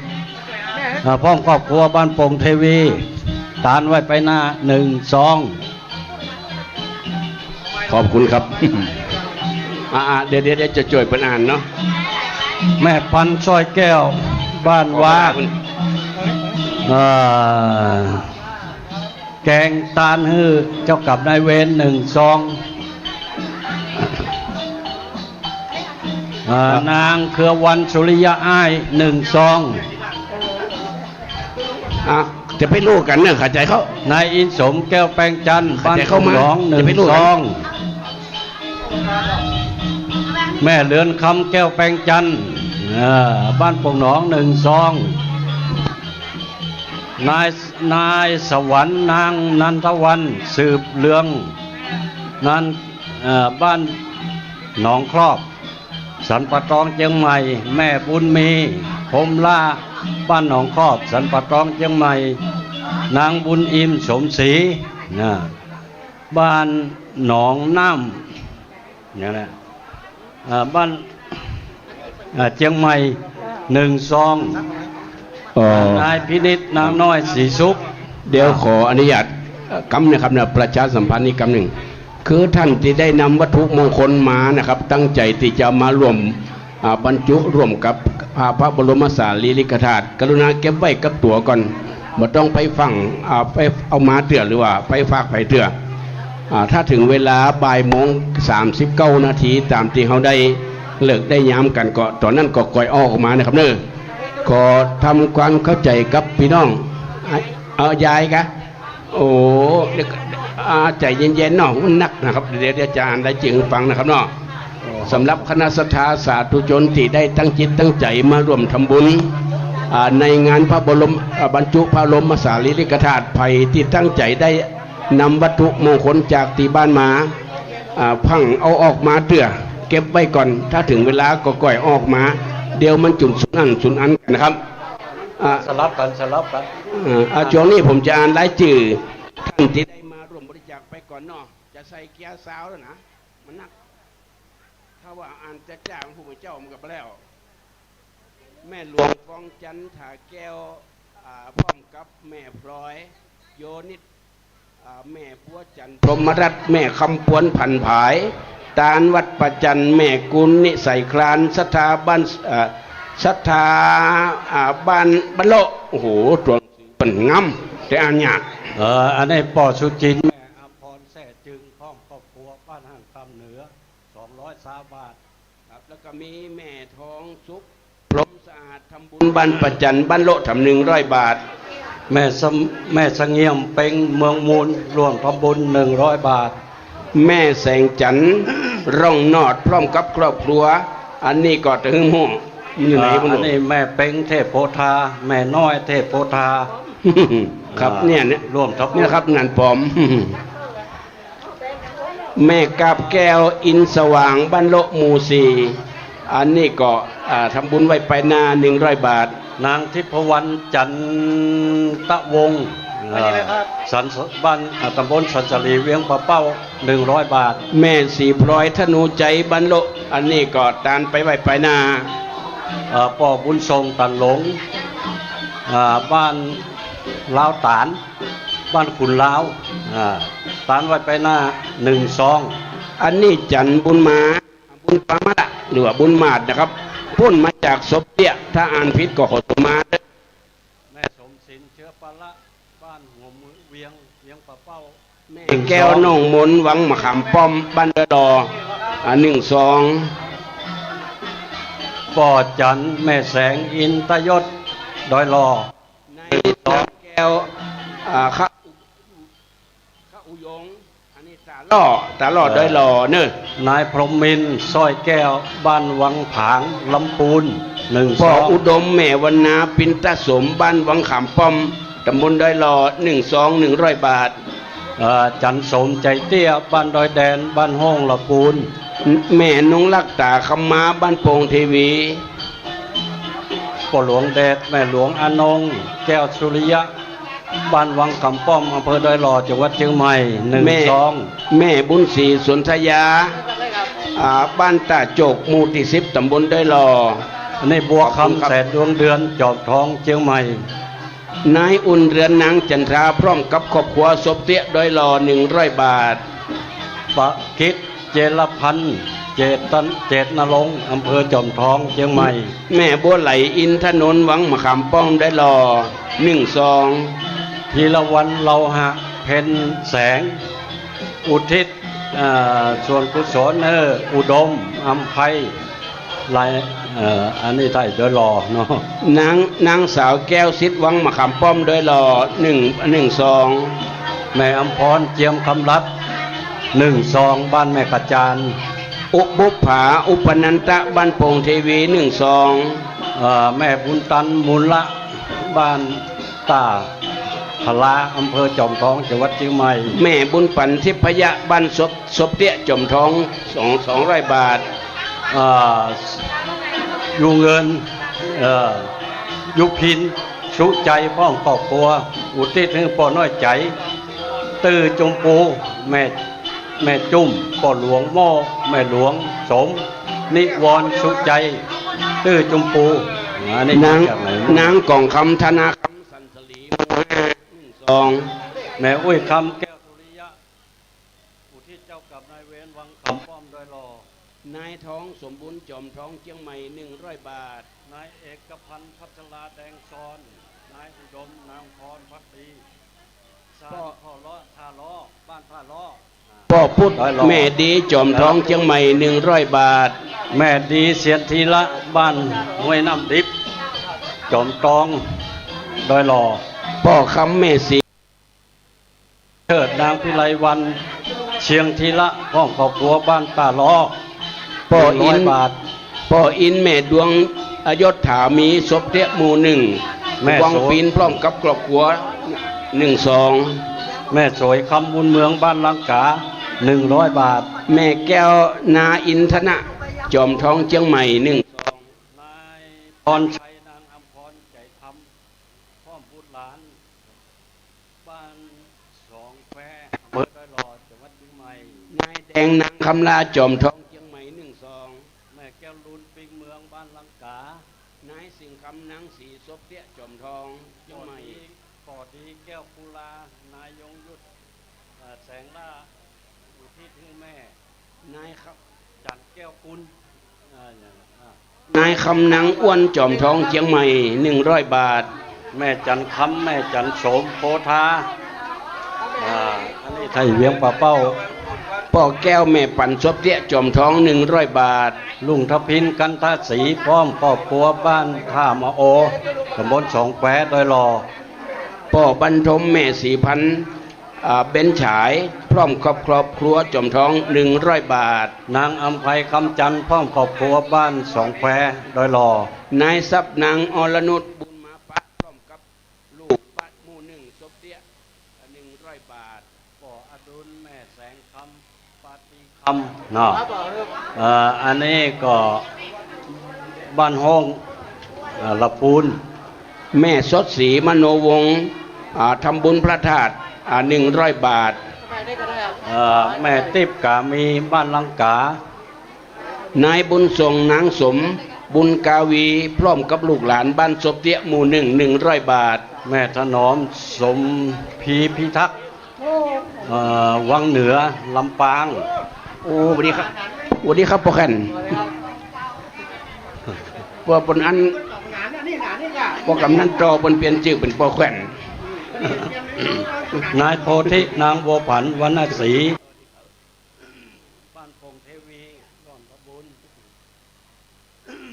พ่อสมแม่วันดีเทพนมร่วมทำบุญวัดต้นจันทร์ตานไปนา100 บาทแม่บัวผันวัดวลัยวงศ์บริจาคการน้ำกับไฟพงเทวีนายจันทิพย์นางยันหมู่1ศพเตี้ย40 บาทก็อดุลแม่สายคำปาติ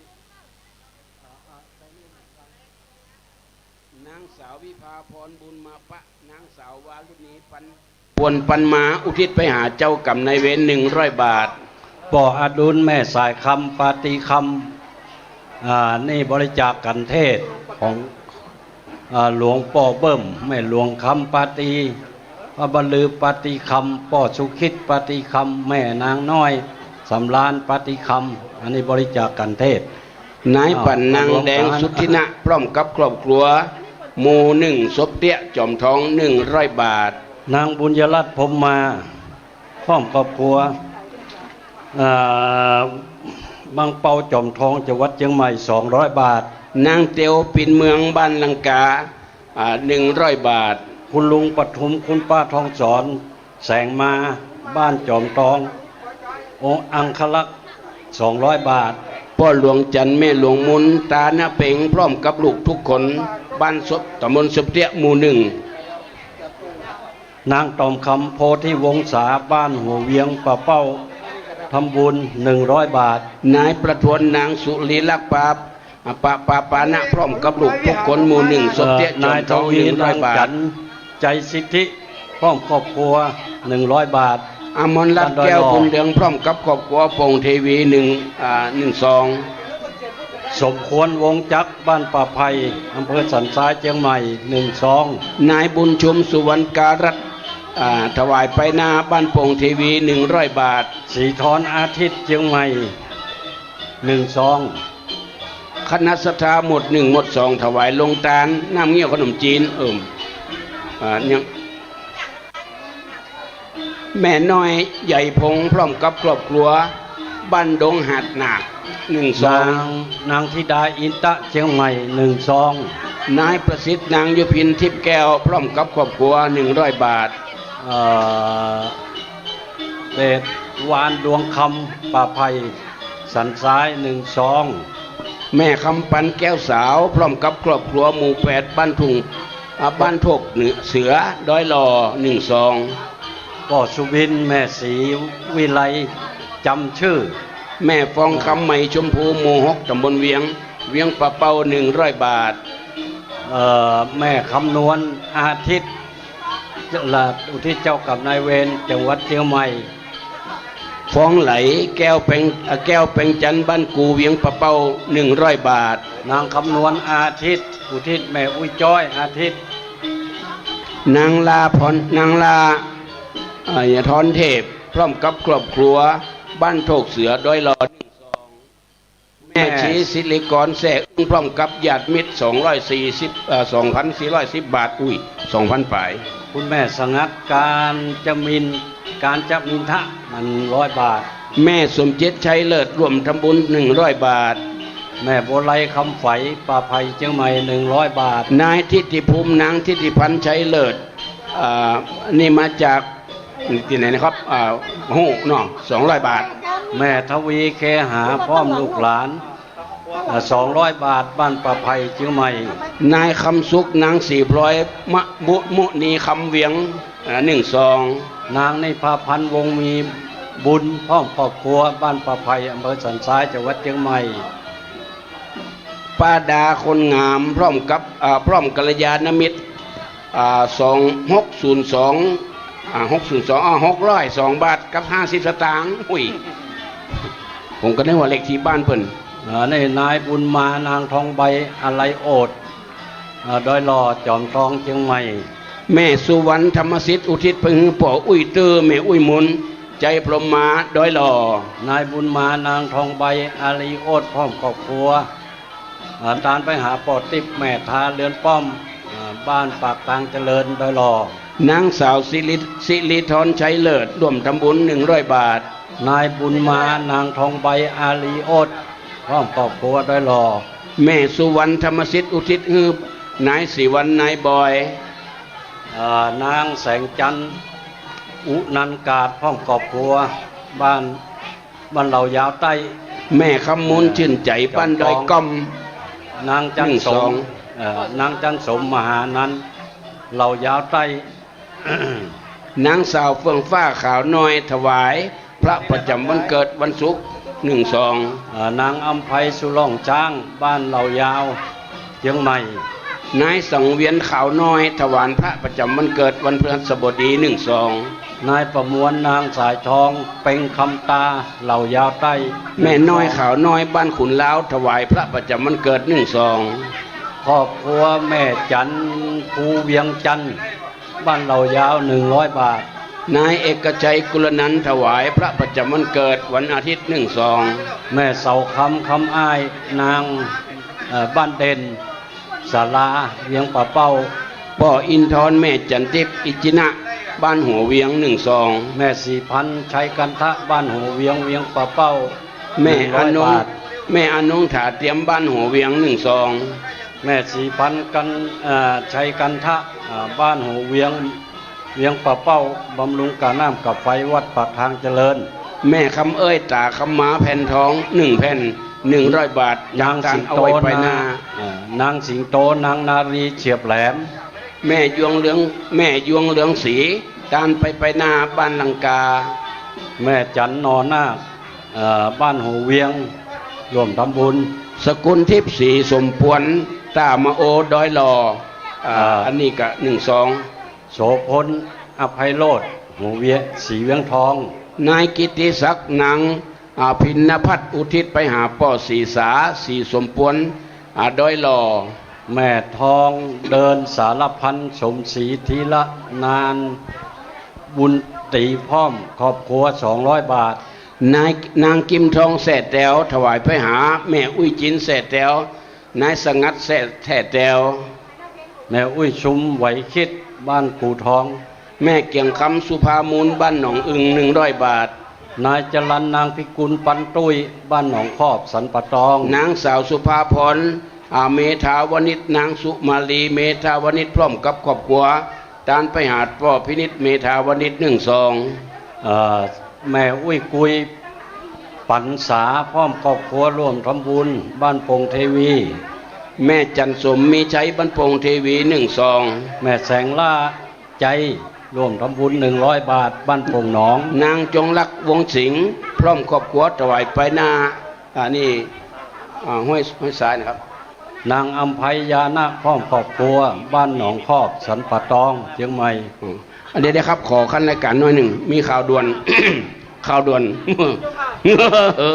คือแขกที่พี่น้องท่านที่ได้มาร่วมทำบุญในวันนี้บางคนเสาะหาตีนั่งมาได้ความจริงที่นั่งเฮาตั้งทิศตะวันตกของพระธาตุมีเยอะนะเก้าอี้มีนักนะครับท่านที่อยู่ตั้งหน้าวัดเสาะหาที่นั่งบัปปะขอมาที่ตั้งทิศตะวันตกของพระธาตุนะครับเด้อบางคนก็คนอู้มันอยู่ที่ไหนก็อยู่ที่หน้าพระธาตุตะวันตกวิหารนี่ก็บางคนไปเสาะหาหน้าวัดบุญในบุญนานปอมคนใดวันนี้เขาได้มีโอกาสมาอู้มาจ๋าแล้วก็ไผ่ที่ว่ามาถึงแล้วมิที่อยู่ที่นั่งนะครับขอเชิญตั้งด้านทิศตะวันตกของพระธาตุซึ่งมีเก้าอี้ไว้คอยบริการ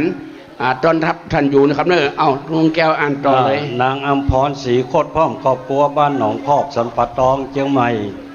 นายบุญศรีนางนัชนกวงสิงห์อุทิศไปหาพ่อเรา